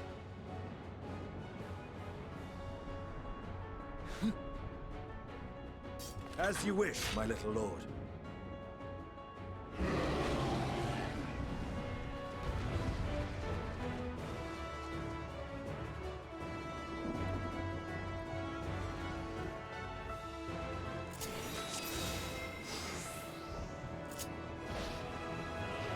I'll command the beast's attention. See to the wounded. Help is at hand.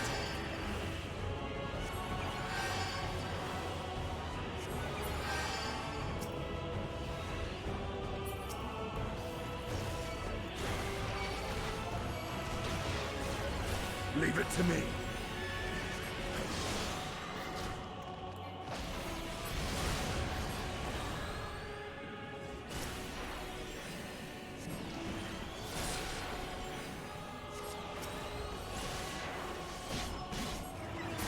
I didn't practice Sage well enough to know what the hell I'm doing here, that's for sure.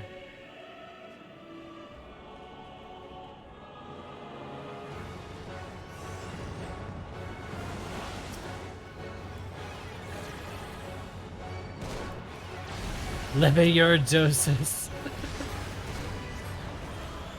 Those who can stand, come with me.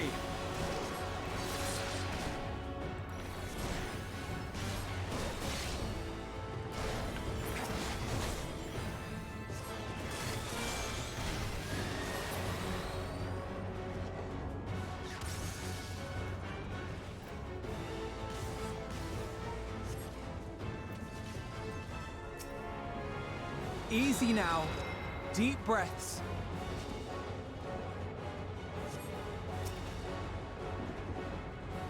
You're safe now.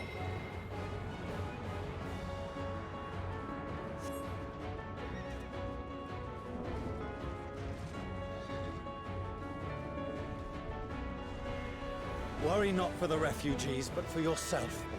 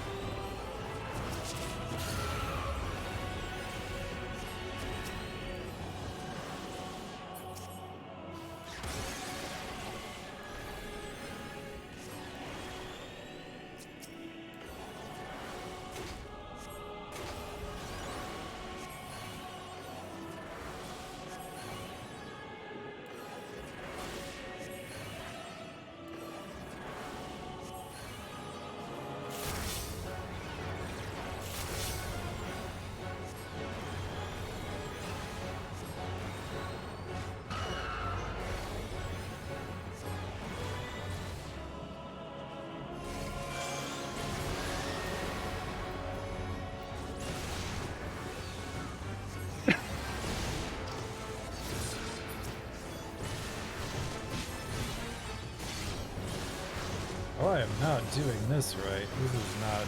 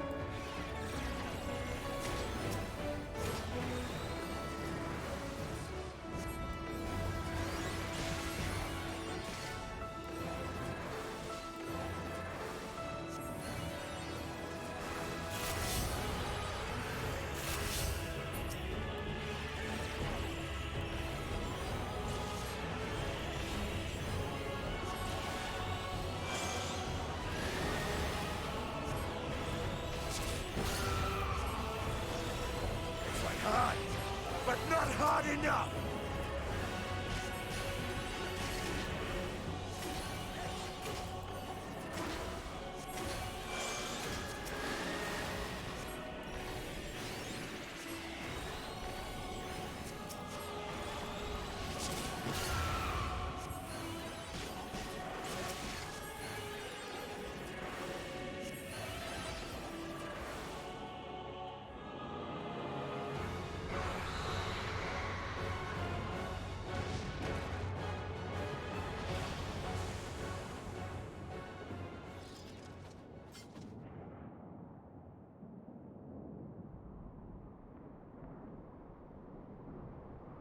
Help! Someone, please! What?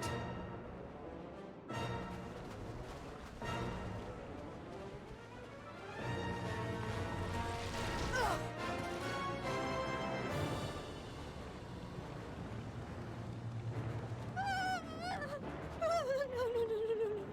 Don't.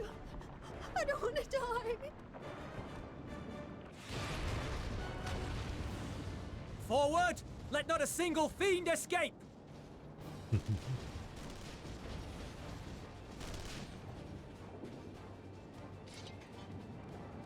Wait, that's... Euless and the army. So, you've recovered then? In time enough to be of aid, for once.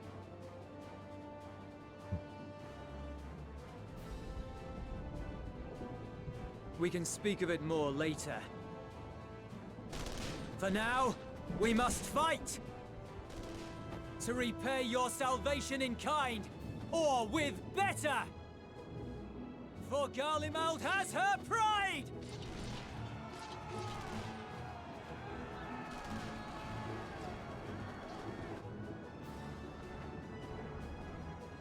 Of that I've no doubt.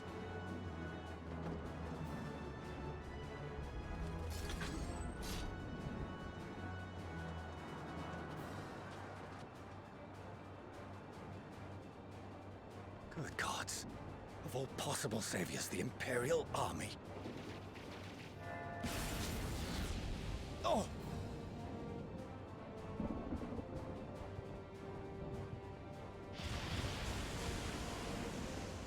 I had hoped to take all of them down at once.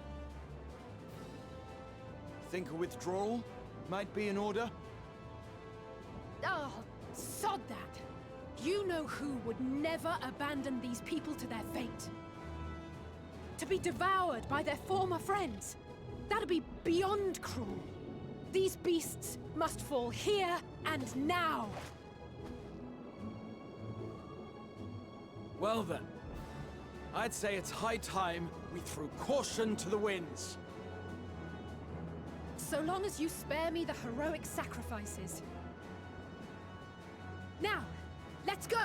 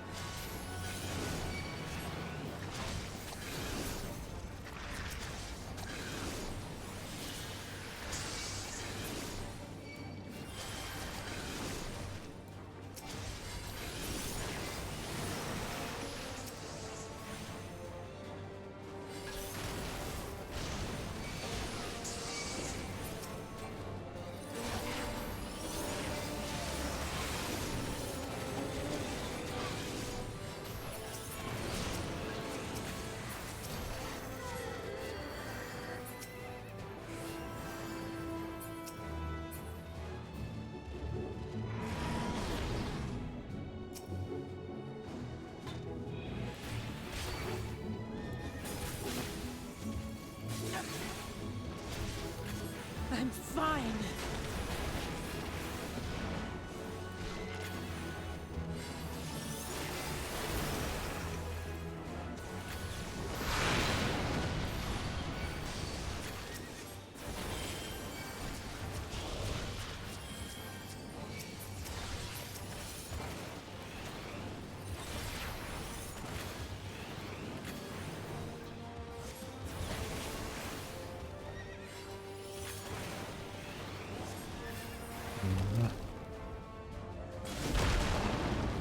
Not today.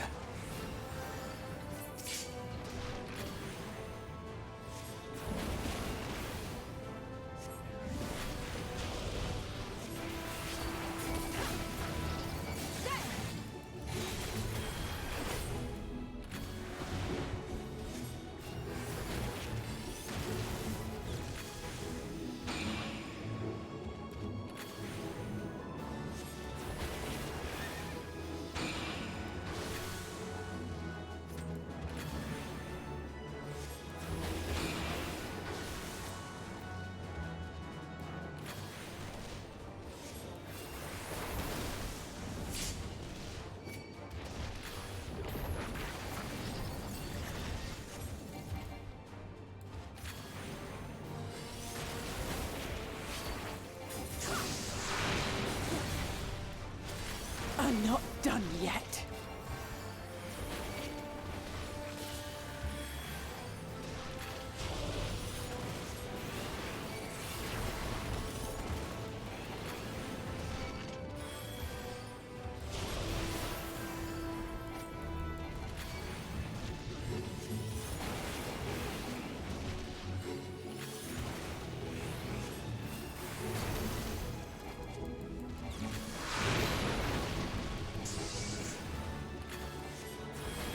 None to worry about.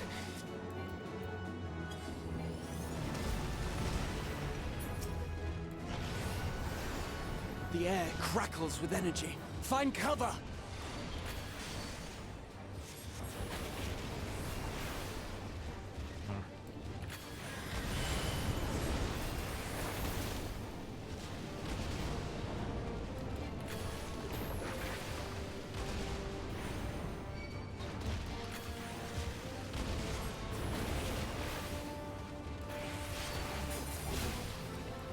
As they say, turnabout's fair play.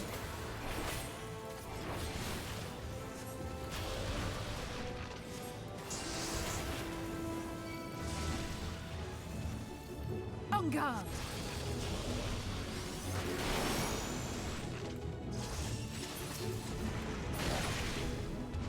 Speed.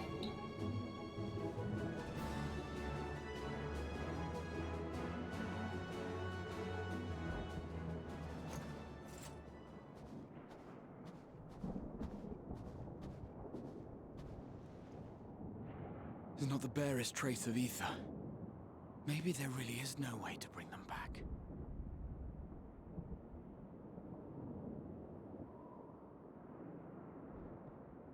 Thank you for saving our lives once again. I remember you, from Purusha. You helped us there too, didn't you? Ah, you're from Palaka's stand. I'm glad you're still in one piece.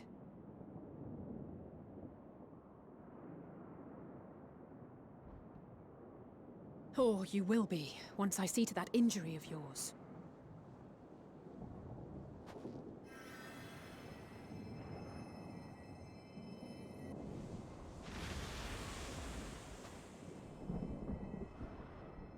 Look out!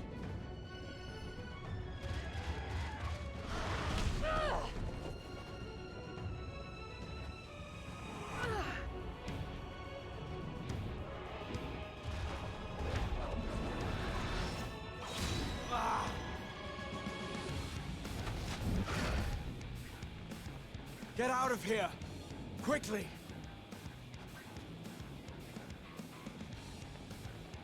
I won't lose them! Not a one! This will be a brighter future! I won't let a madman's apocalypse ruin everything we've fought to achieve!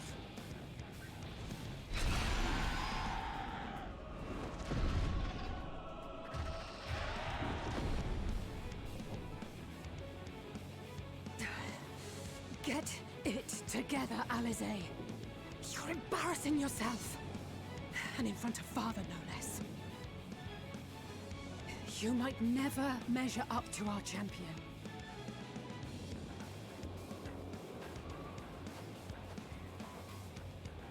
But we ask too much of him as it is. You mustn't let our sword in the darkness fight alone.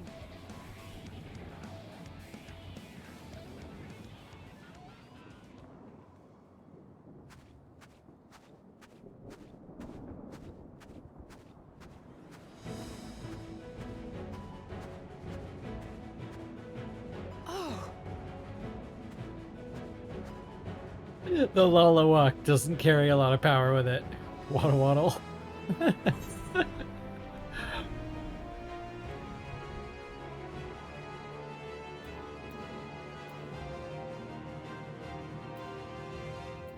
Never skip leg day.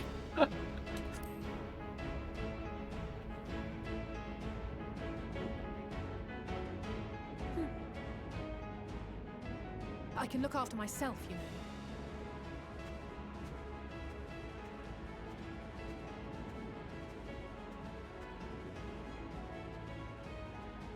Everything's in order, I trust? Yeah, that whole scene kind of mimicked the trailer with Graha standing in for us, diving in front of it. I've had enough of this rabble. Come on! Oh, she said the thing!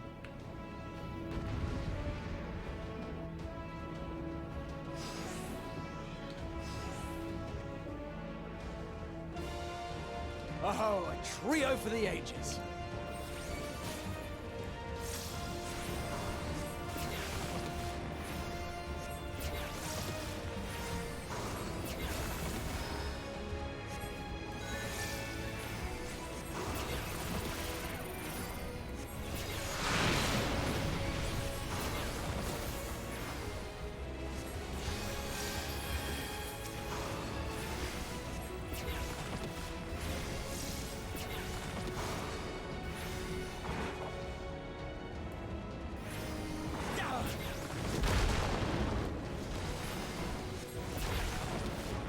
Just the beginning.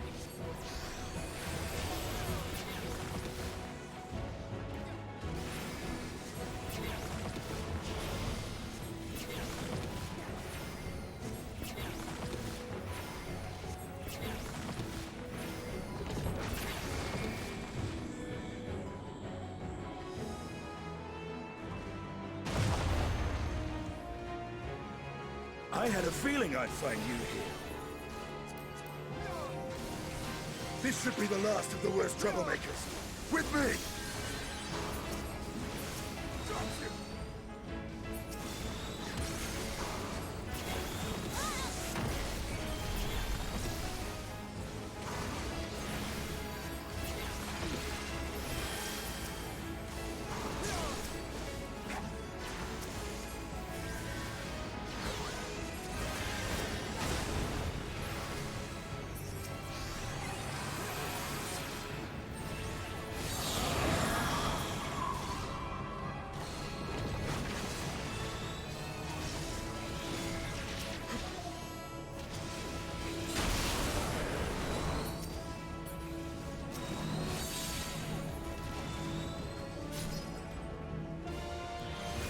On your feet.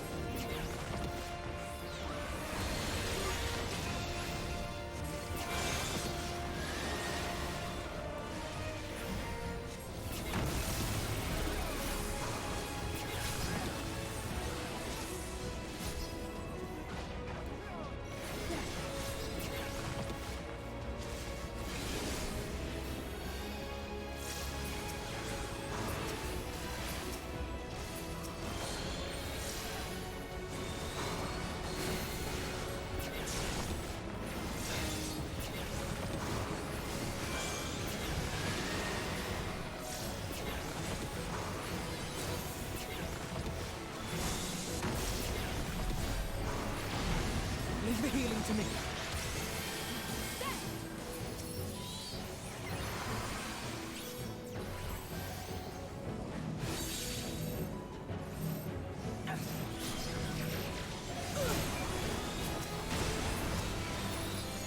I am in your debt.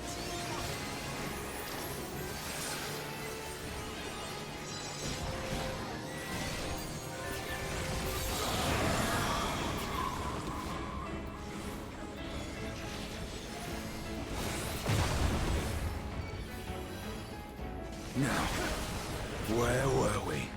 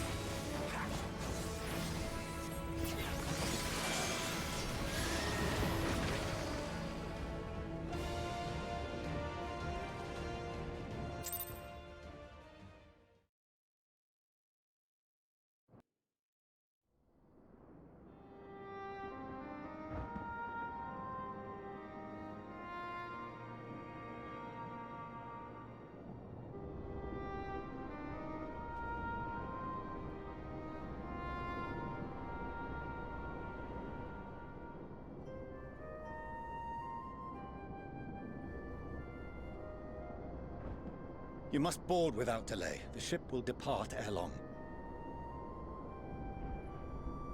Your offer to host us in Sharlayan is most appreciated. But will the final days not soon fall upon it as well?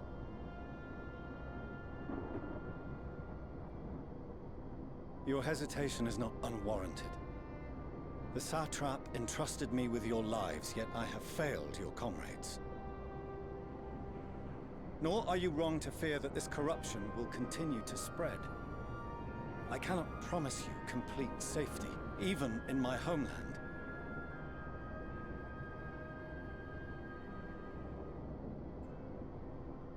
What I can promise is that I will do all in my power to protect you.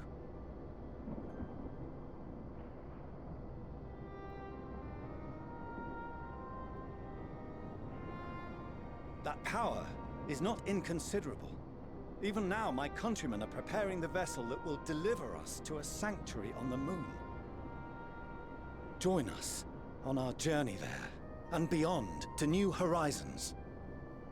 Come to old Sharlayan. Please.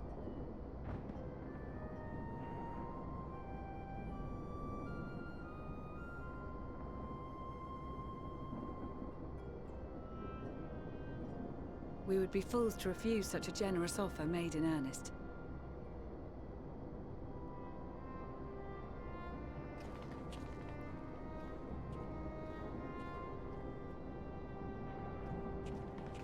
It seems they've a new destination. The people of Radzat-Han have known too much suffering.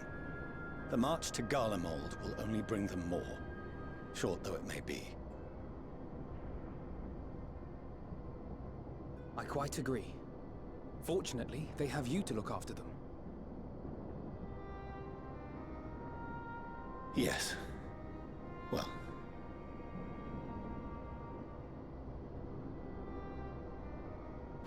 Behind you! Just there!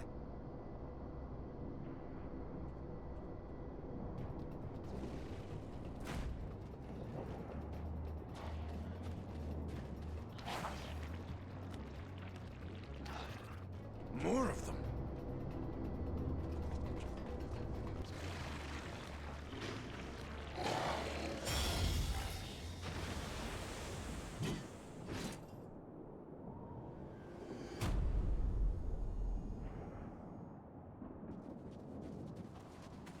Oh. Xenos! Here!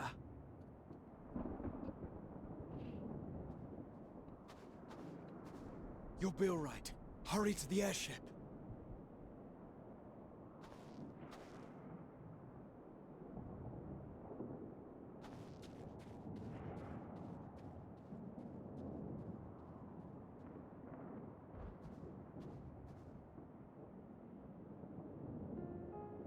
Why have you come?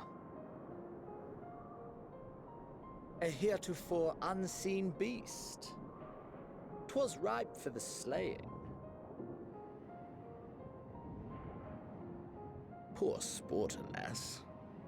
Unfit to temper my blade. Oh, for the love of...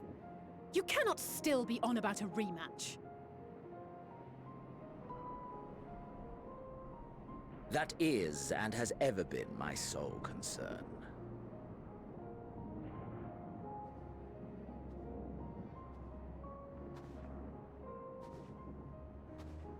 You, on the other hand, are fixated on a different quarry.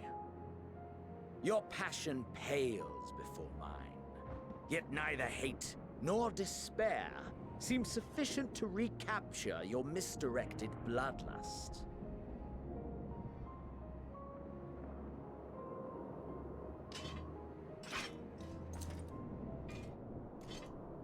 So, I hone my blade, and I wait.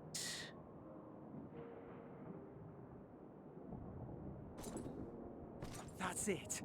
That's all you care about.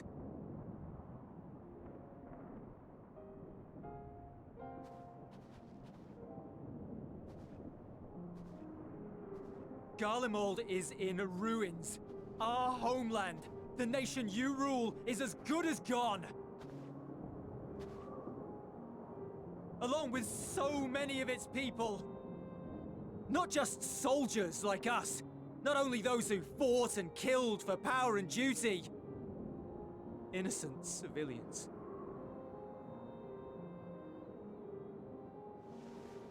Murdered by their own flesh and blood. Lost and confused as they breathed their last. While we who survived with our lives and minds intact were left to freeze to death. The Eorzeans tell me all this was your doing! You slaughtered your countrymen! You did! For what? For nothing, in the end. So much wasted effort. You bastard! For your own sake, Eulus, you must control your anger. It will serve no one should it consume you and see you transformed.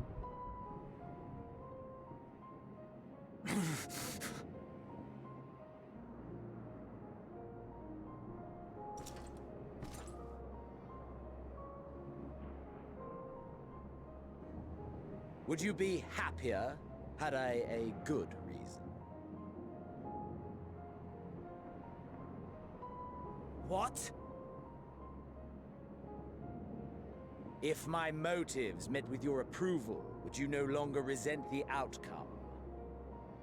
If so, then perhaps a beast's skin would suit you better. Duty, honor, morality. All constructs of convenience when put to proof. Surely the war taught you how easily power becomes the tool of the self-righteous. How the people's justice was merely a means to their ends?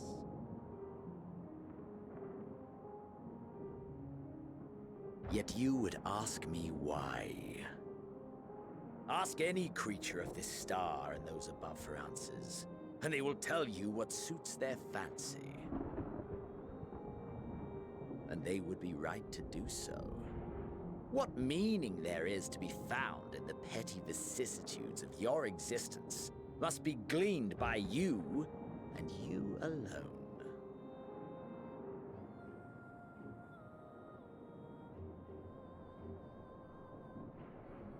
Should you seek it in battle in the fruitless pursuit of my demise, then come. Assume your rightful place as a notch on my blade.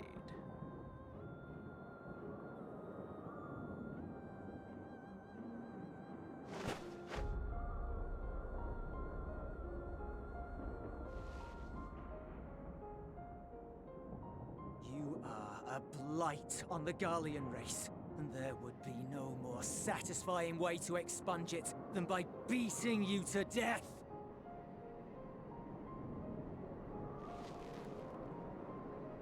But I will not be party to another tragedy. I refuse to lose anyone else because of you. So go. Go! And may we never suffer your madness again!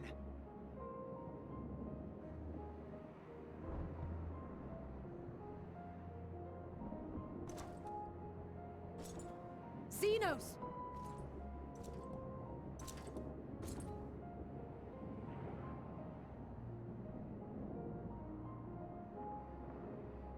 Perhaps you found meaning in living this way. I cannot deny you found strength. Yet if you only pursue your hedonistic pleasures and pay no heed to the plight of others, then no one will give you the time of day.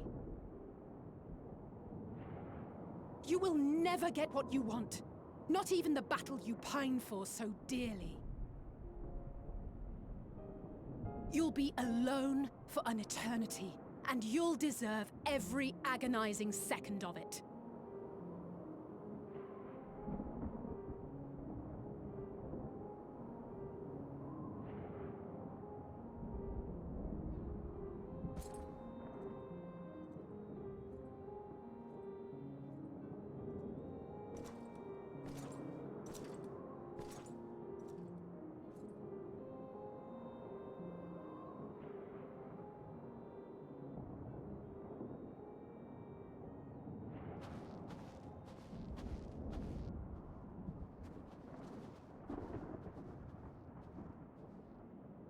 We're ready to depart. The refugee ships will be leaving shortly, but I've asked mine to remain for the time being. There's room enough for you to join me on it, if you wish.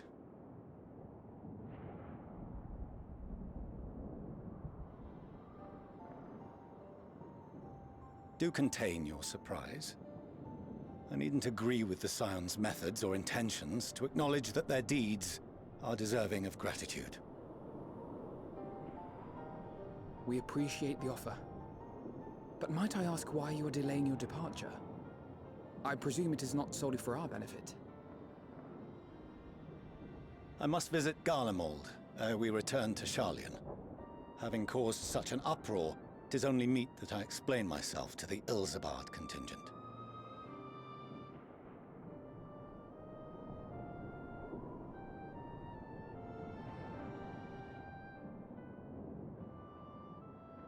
Allow us to accompany you then. We should be glad to facilitate, given our familiarity with all concerned. If you would like to join as well, Eulus, we can speak of recent events on the way.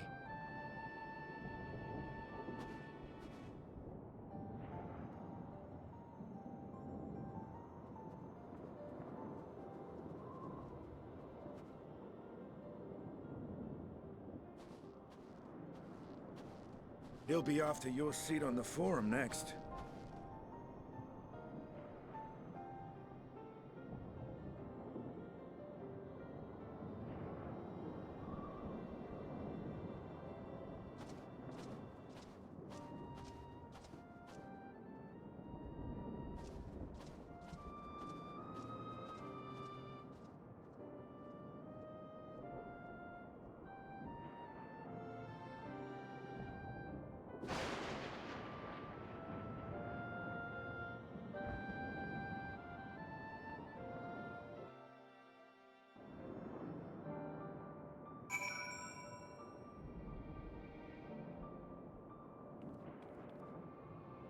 Xenos continues to be kind of surprising.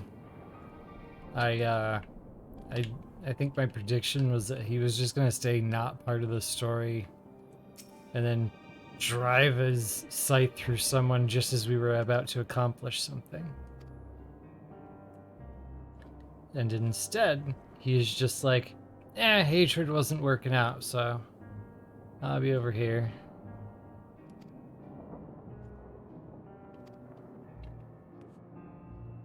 I'm a little surprised if that's his position, that he hasn't come to the conclusion that killing whatever's on the other side of the universe with us would certainly free up my schedule. Especially since, like Black Rose, it stands a threat of killing me.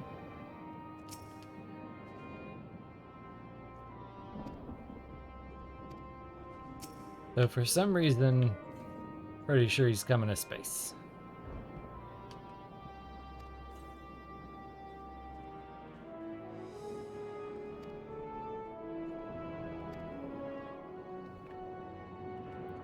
Xenos' oddity is comforting in a way, though, because I expected him to be positioned as a more present big bad, and I'm glad that he's not. Like, I'm glad that he's kind of accepted that we're not on the same page about the rematch thing. For now. I'm glad nothing that he was aiming for in 5.0 really came to be yet. And I think all of that in combination makes me not as frustrated to see him in this.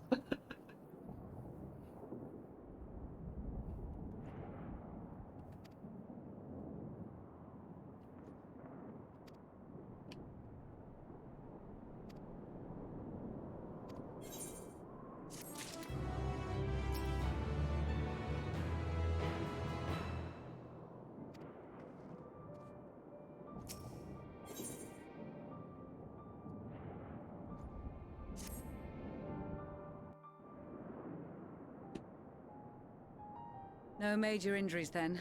Good. I briefed the recovered soldiers and sent them on their way as quickly as I could, but nevertheless feared they would not make it in time.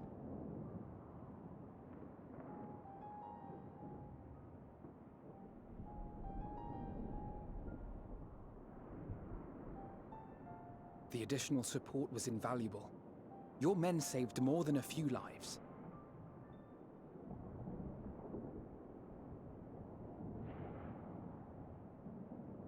Though not all, I regret to say.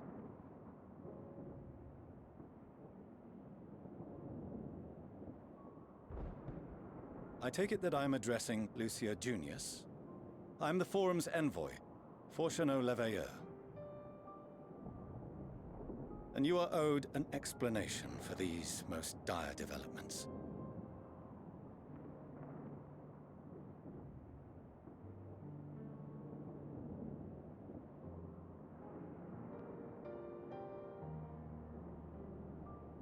Another trial wrought by the final days. I was beginning to suspect as much. You doubtless feel some consternation having been forced to abandon your original plan. But trust me when I say you were right to send the refugees elsewhere. Beasts have been sighted within the capital. Perhaps it was a stroke of grim fortune that the population was decimated beforehand, as they've yet to appear in any great number, but in time. In any case, Maxima leads the remainder of the contingent in an effort to cull the creatures and evacuate the populace as we speak.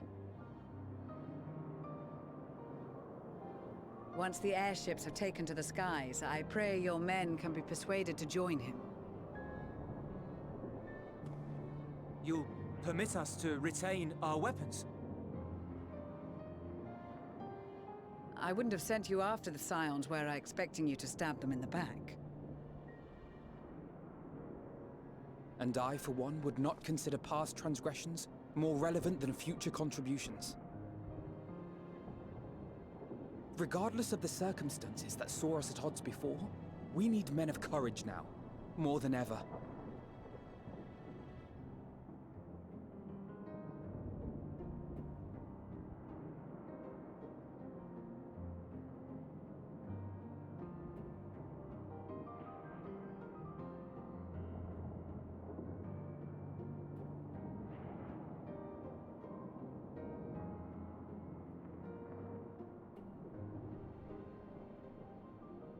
We swore to defend Garlemald, and so we shall.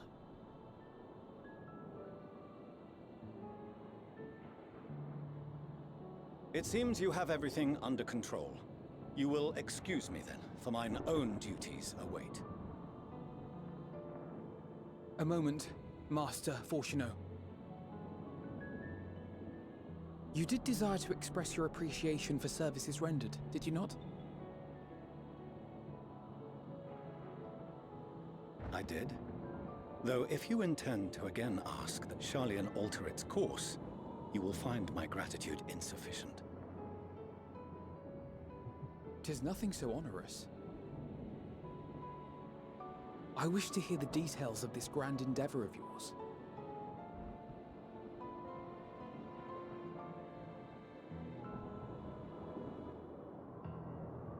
Do you swear to listen and to learn, and not to embark upon some scheme to impede us? I swear.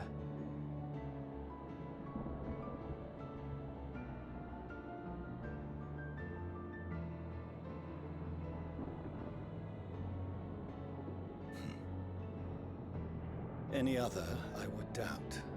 But you, I trust to keep your word. For not once have you broken it. Very well. I will request that the Forum make you privy to our plans.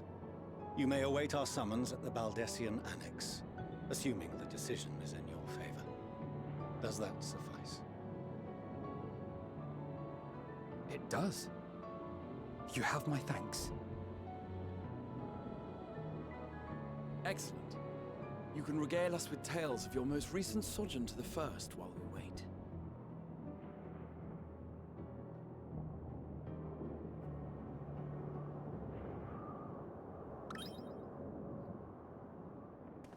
Did you hear something just now?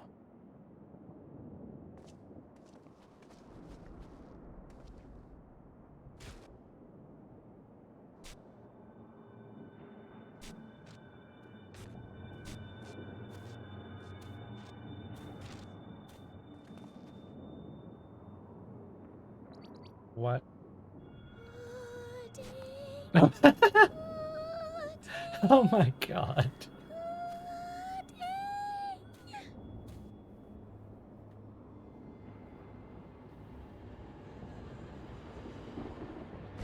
Where is this star's blasted pudding?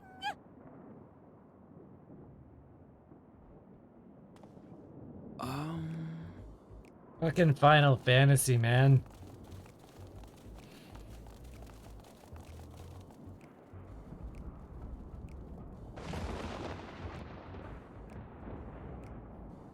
Dawn may banish even the darkest night, and to this bitter clime bring warmth and comfort.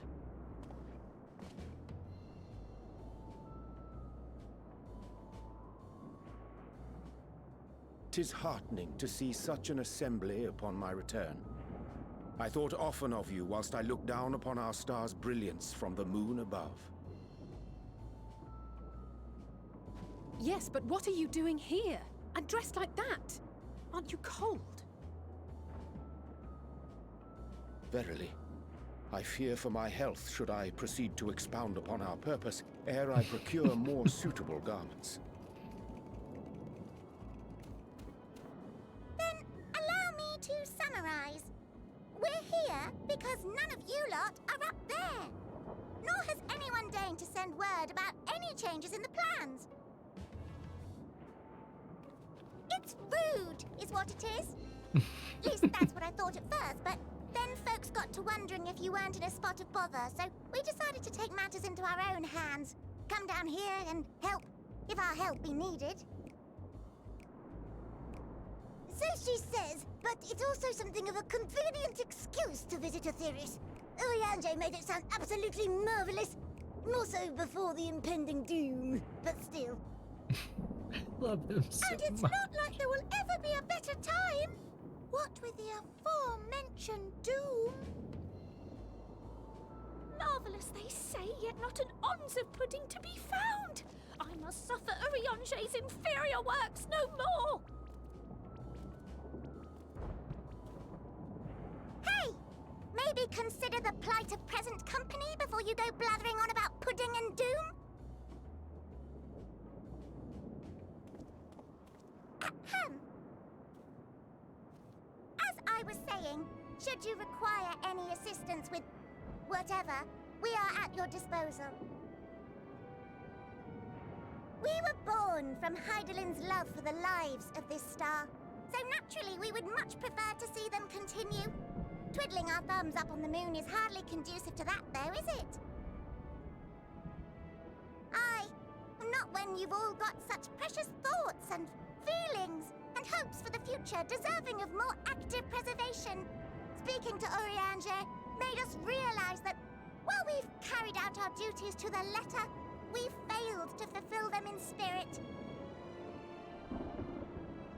From there, it was just a hop, skip, and a jump towards resolving to do better. So please, show us how. Help us help you.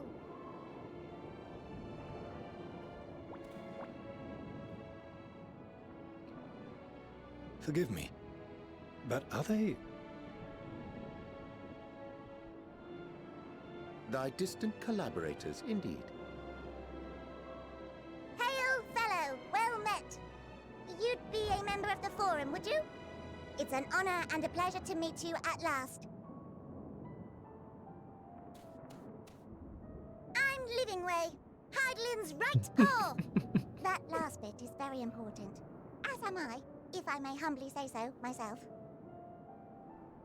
I, bid you welcome to our star, Livingway. On behalf of the Forum, I thank you for traveling such a distance to meet us. As you have surmised, preparations for the Exodus have not proceeded as smoothly as we had hoped. I should be happy to personally escort you to our headquarters in Sharlayan, where you may advise us as you deem fit.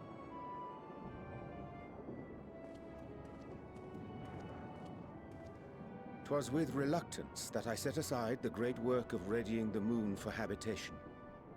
Be assured that I did so only after the Loperids made plain their earnest desire to come hither, And I myself felt a growing certainty that their contributions here would prove invaluable. 'Tis trite, perhaps, but I followed my heart.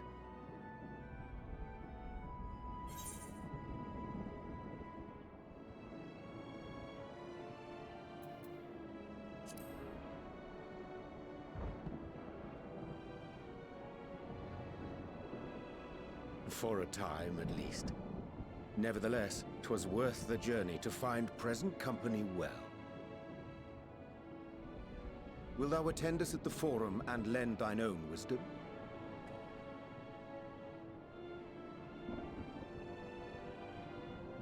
If that's all quite settled, can we start moving before Urianger catches his death?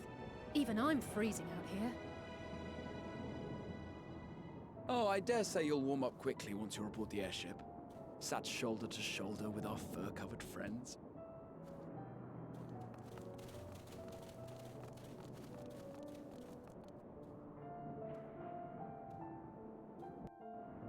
Putting away, still wandering around like a zombie in the background.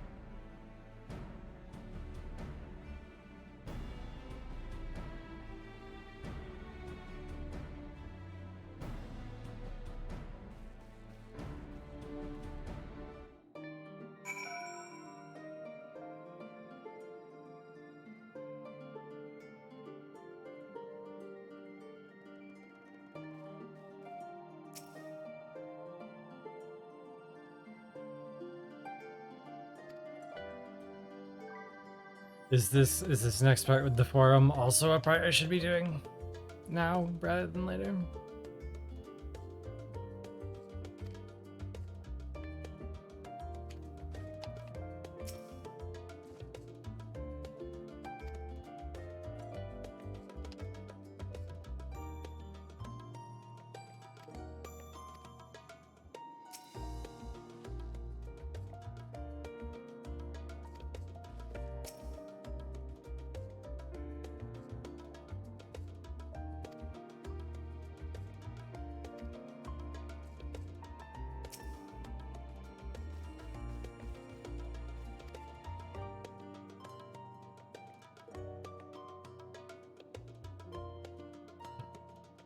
The roster reminds me a bit too much of the supremely scary tribunal in Ishgard.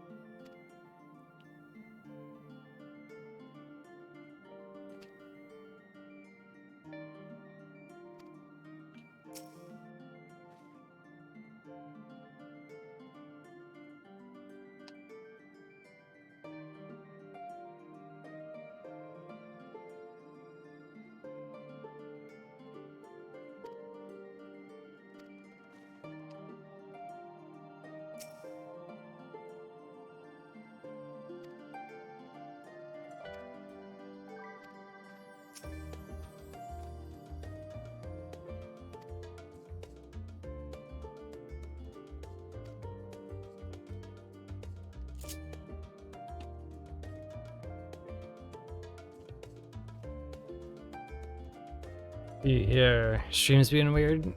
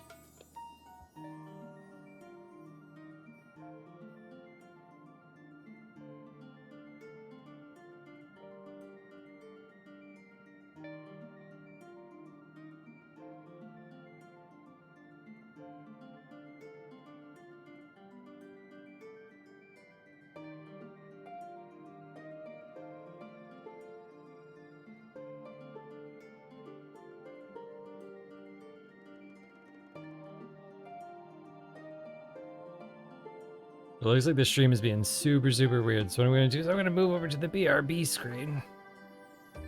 And we've been looking for an excuse to cut it anyway, like try to find a satisfying place to break. Because it's been like 6.5 hours and I really don't want to create a YouTube video that anyone can't even find their place in anymore. So I'm going to move over to the BRB screen and see if we can sort out what's going on and possibly even cut it. We'll see.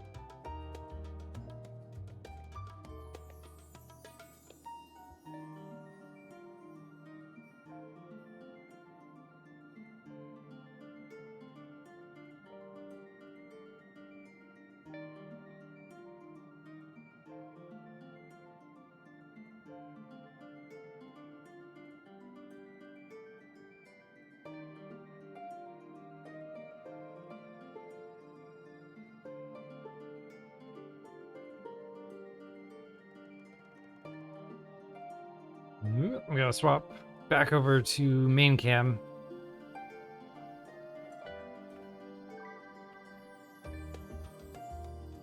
But it looks like we're actually pretty far behind. So we'll see. What's going on is chat is like is a long way behind from where we are. I'm actually just gonna stand here. I'm gonna let them know.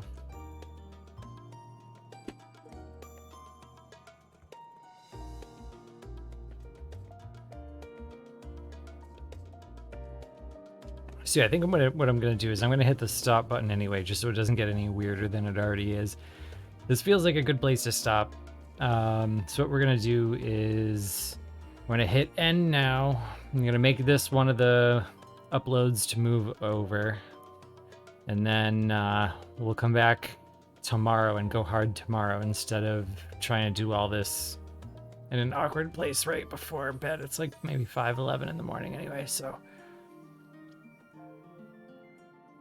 As always, thank you so much for the company as I get through this main scenario. It has been a strange journey, but also a very, very good one so far. We know how much hangs on an ending in terms of where the journey has been. So yeah, an 11-year journey is a lot to live up to, but it's been a really, really good story so far. My only concern at this point is can I finish it before I have to go back to thinking about work most of every day? That's the big thing. But we got 2 days, and we can go pretty hard on those 2 days. So let's see what we can get done, okay? As always, if you found yourself watching and you were like, damn, I can't chat, I want to chat, pop into the Discord and just tell me your Twitch name and say you'd like to chat. Come in, there's like a campfire room, you can just tell me there. I don't know how many VIP slots are left. One of my worries has been that we'd run out of slots before we ran out of story. So we'll burn that bridge when we come to it if we have to. But as I was saying, thank you so much for the company. Take care of yourselves, stretch, get a drink, get some sleep, and we will pick back up tomorrow. So thank you for spending this time with me, and have a great rest of your night.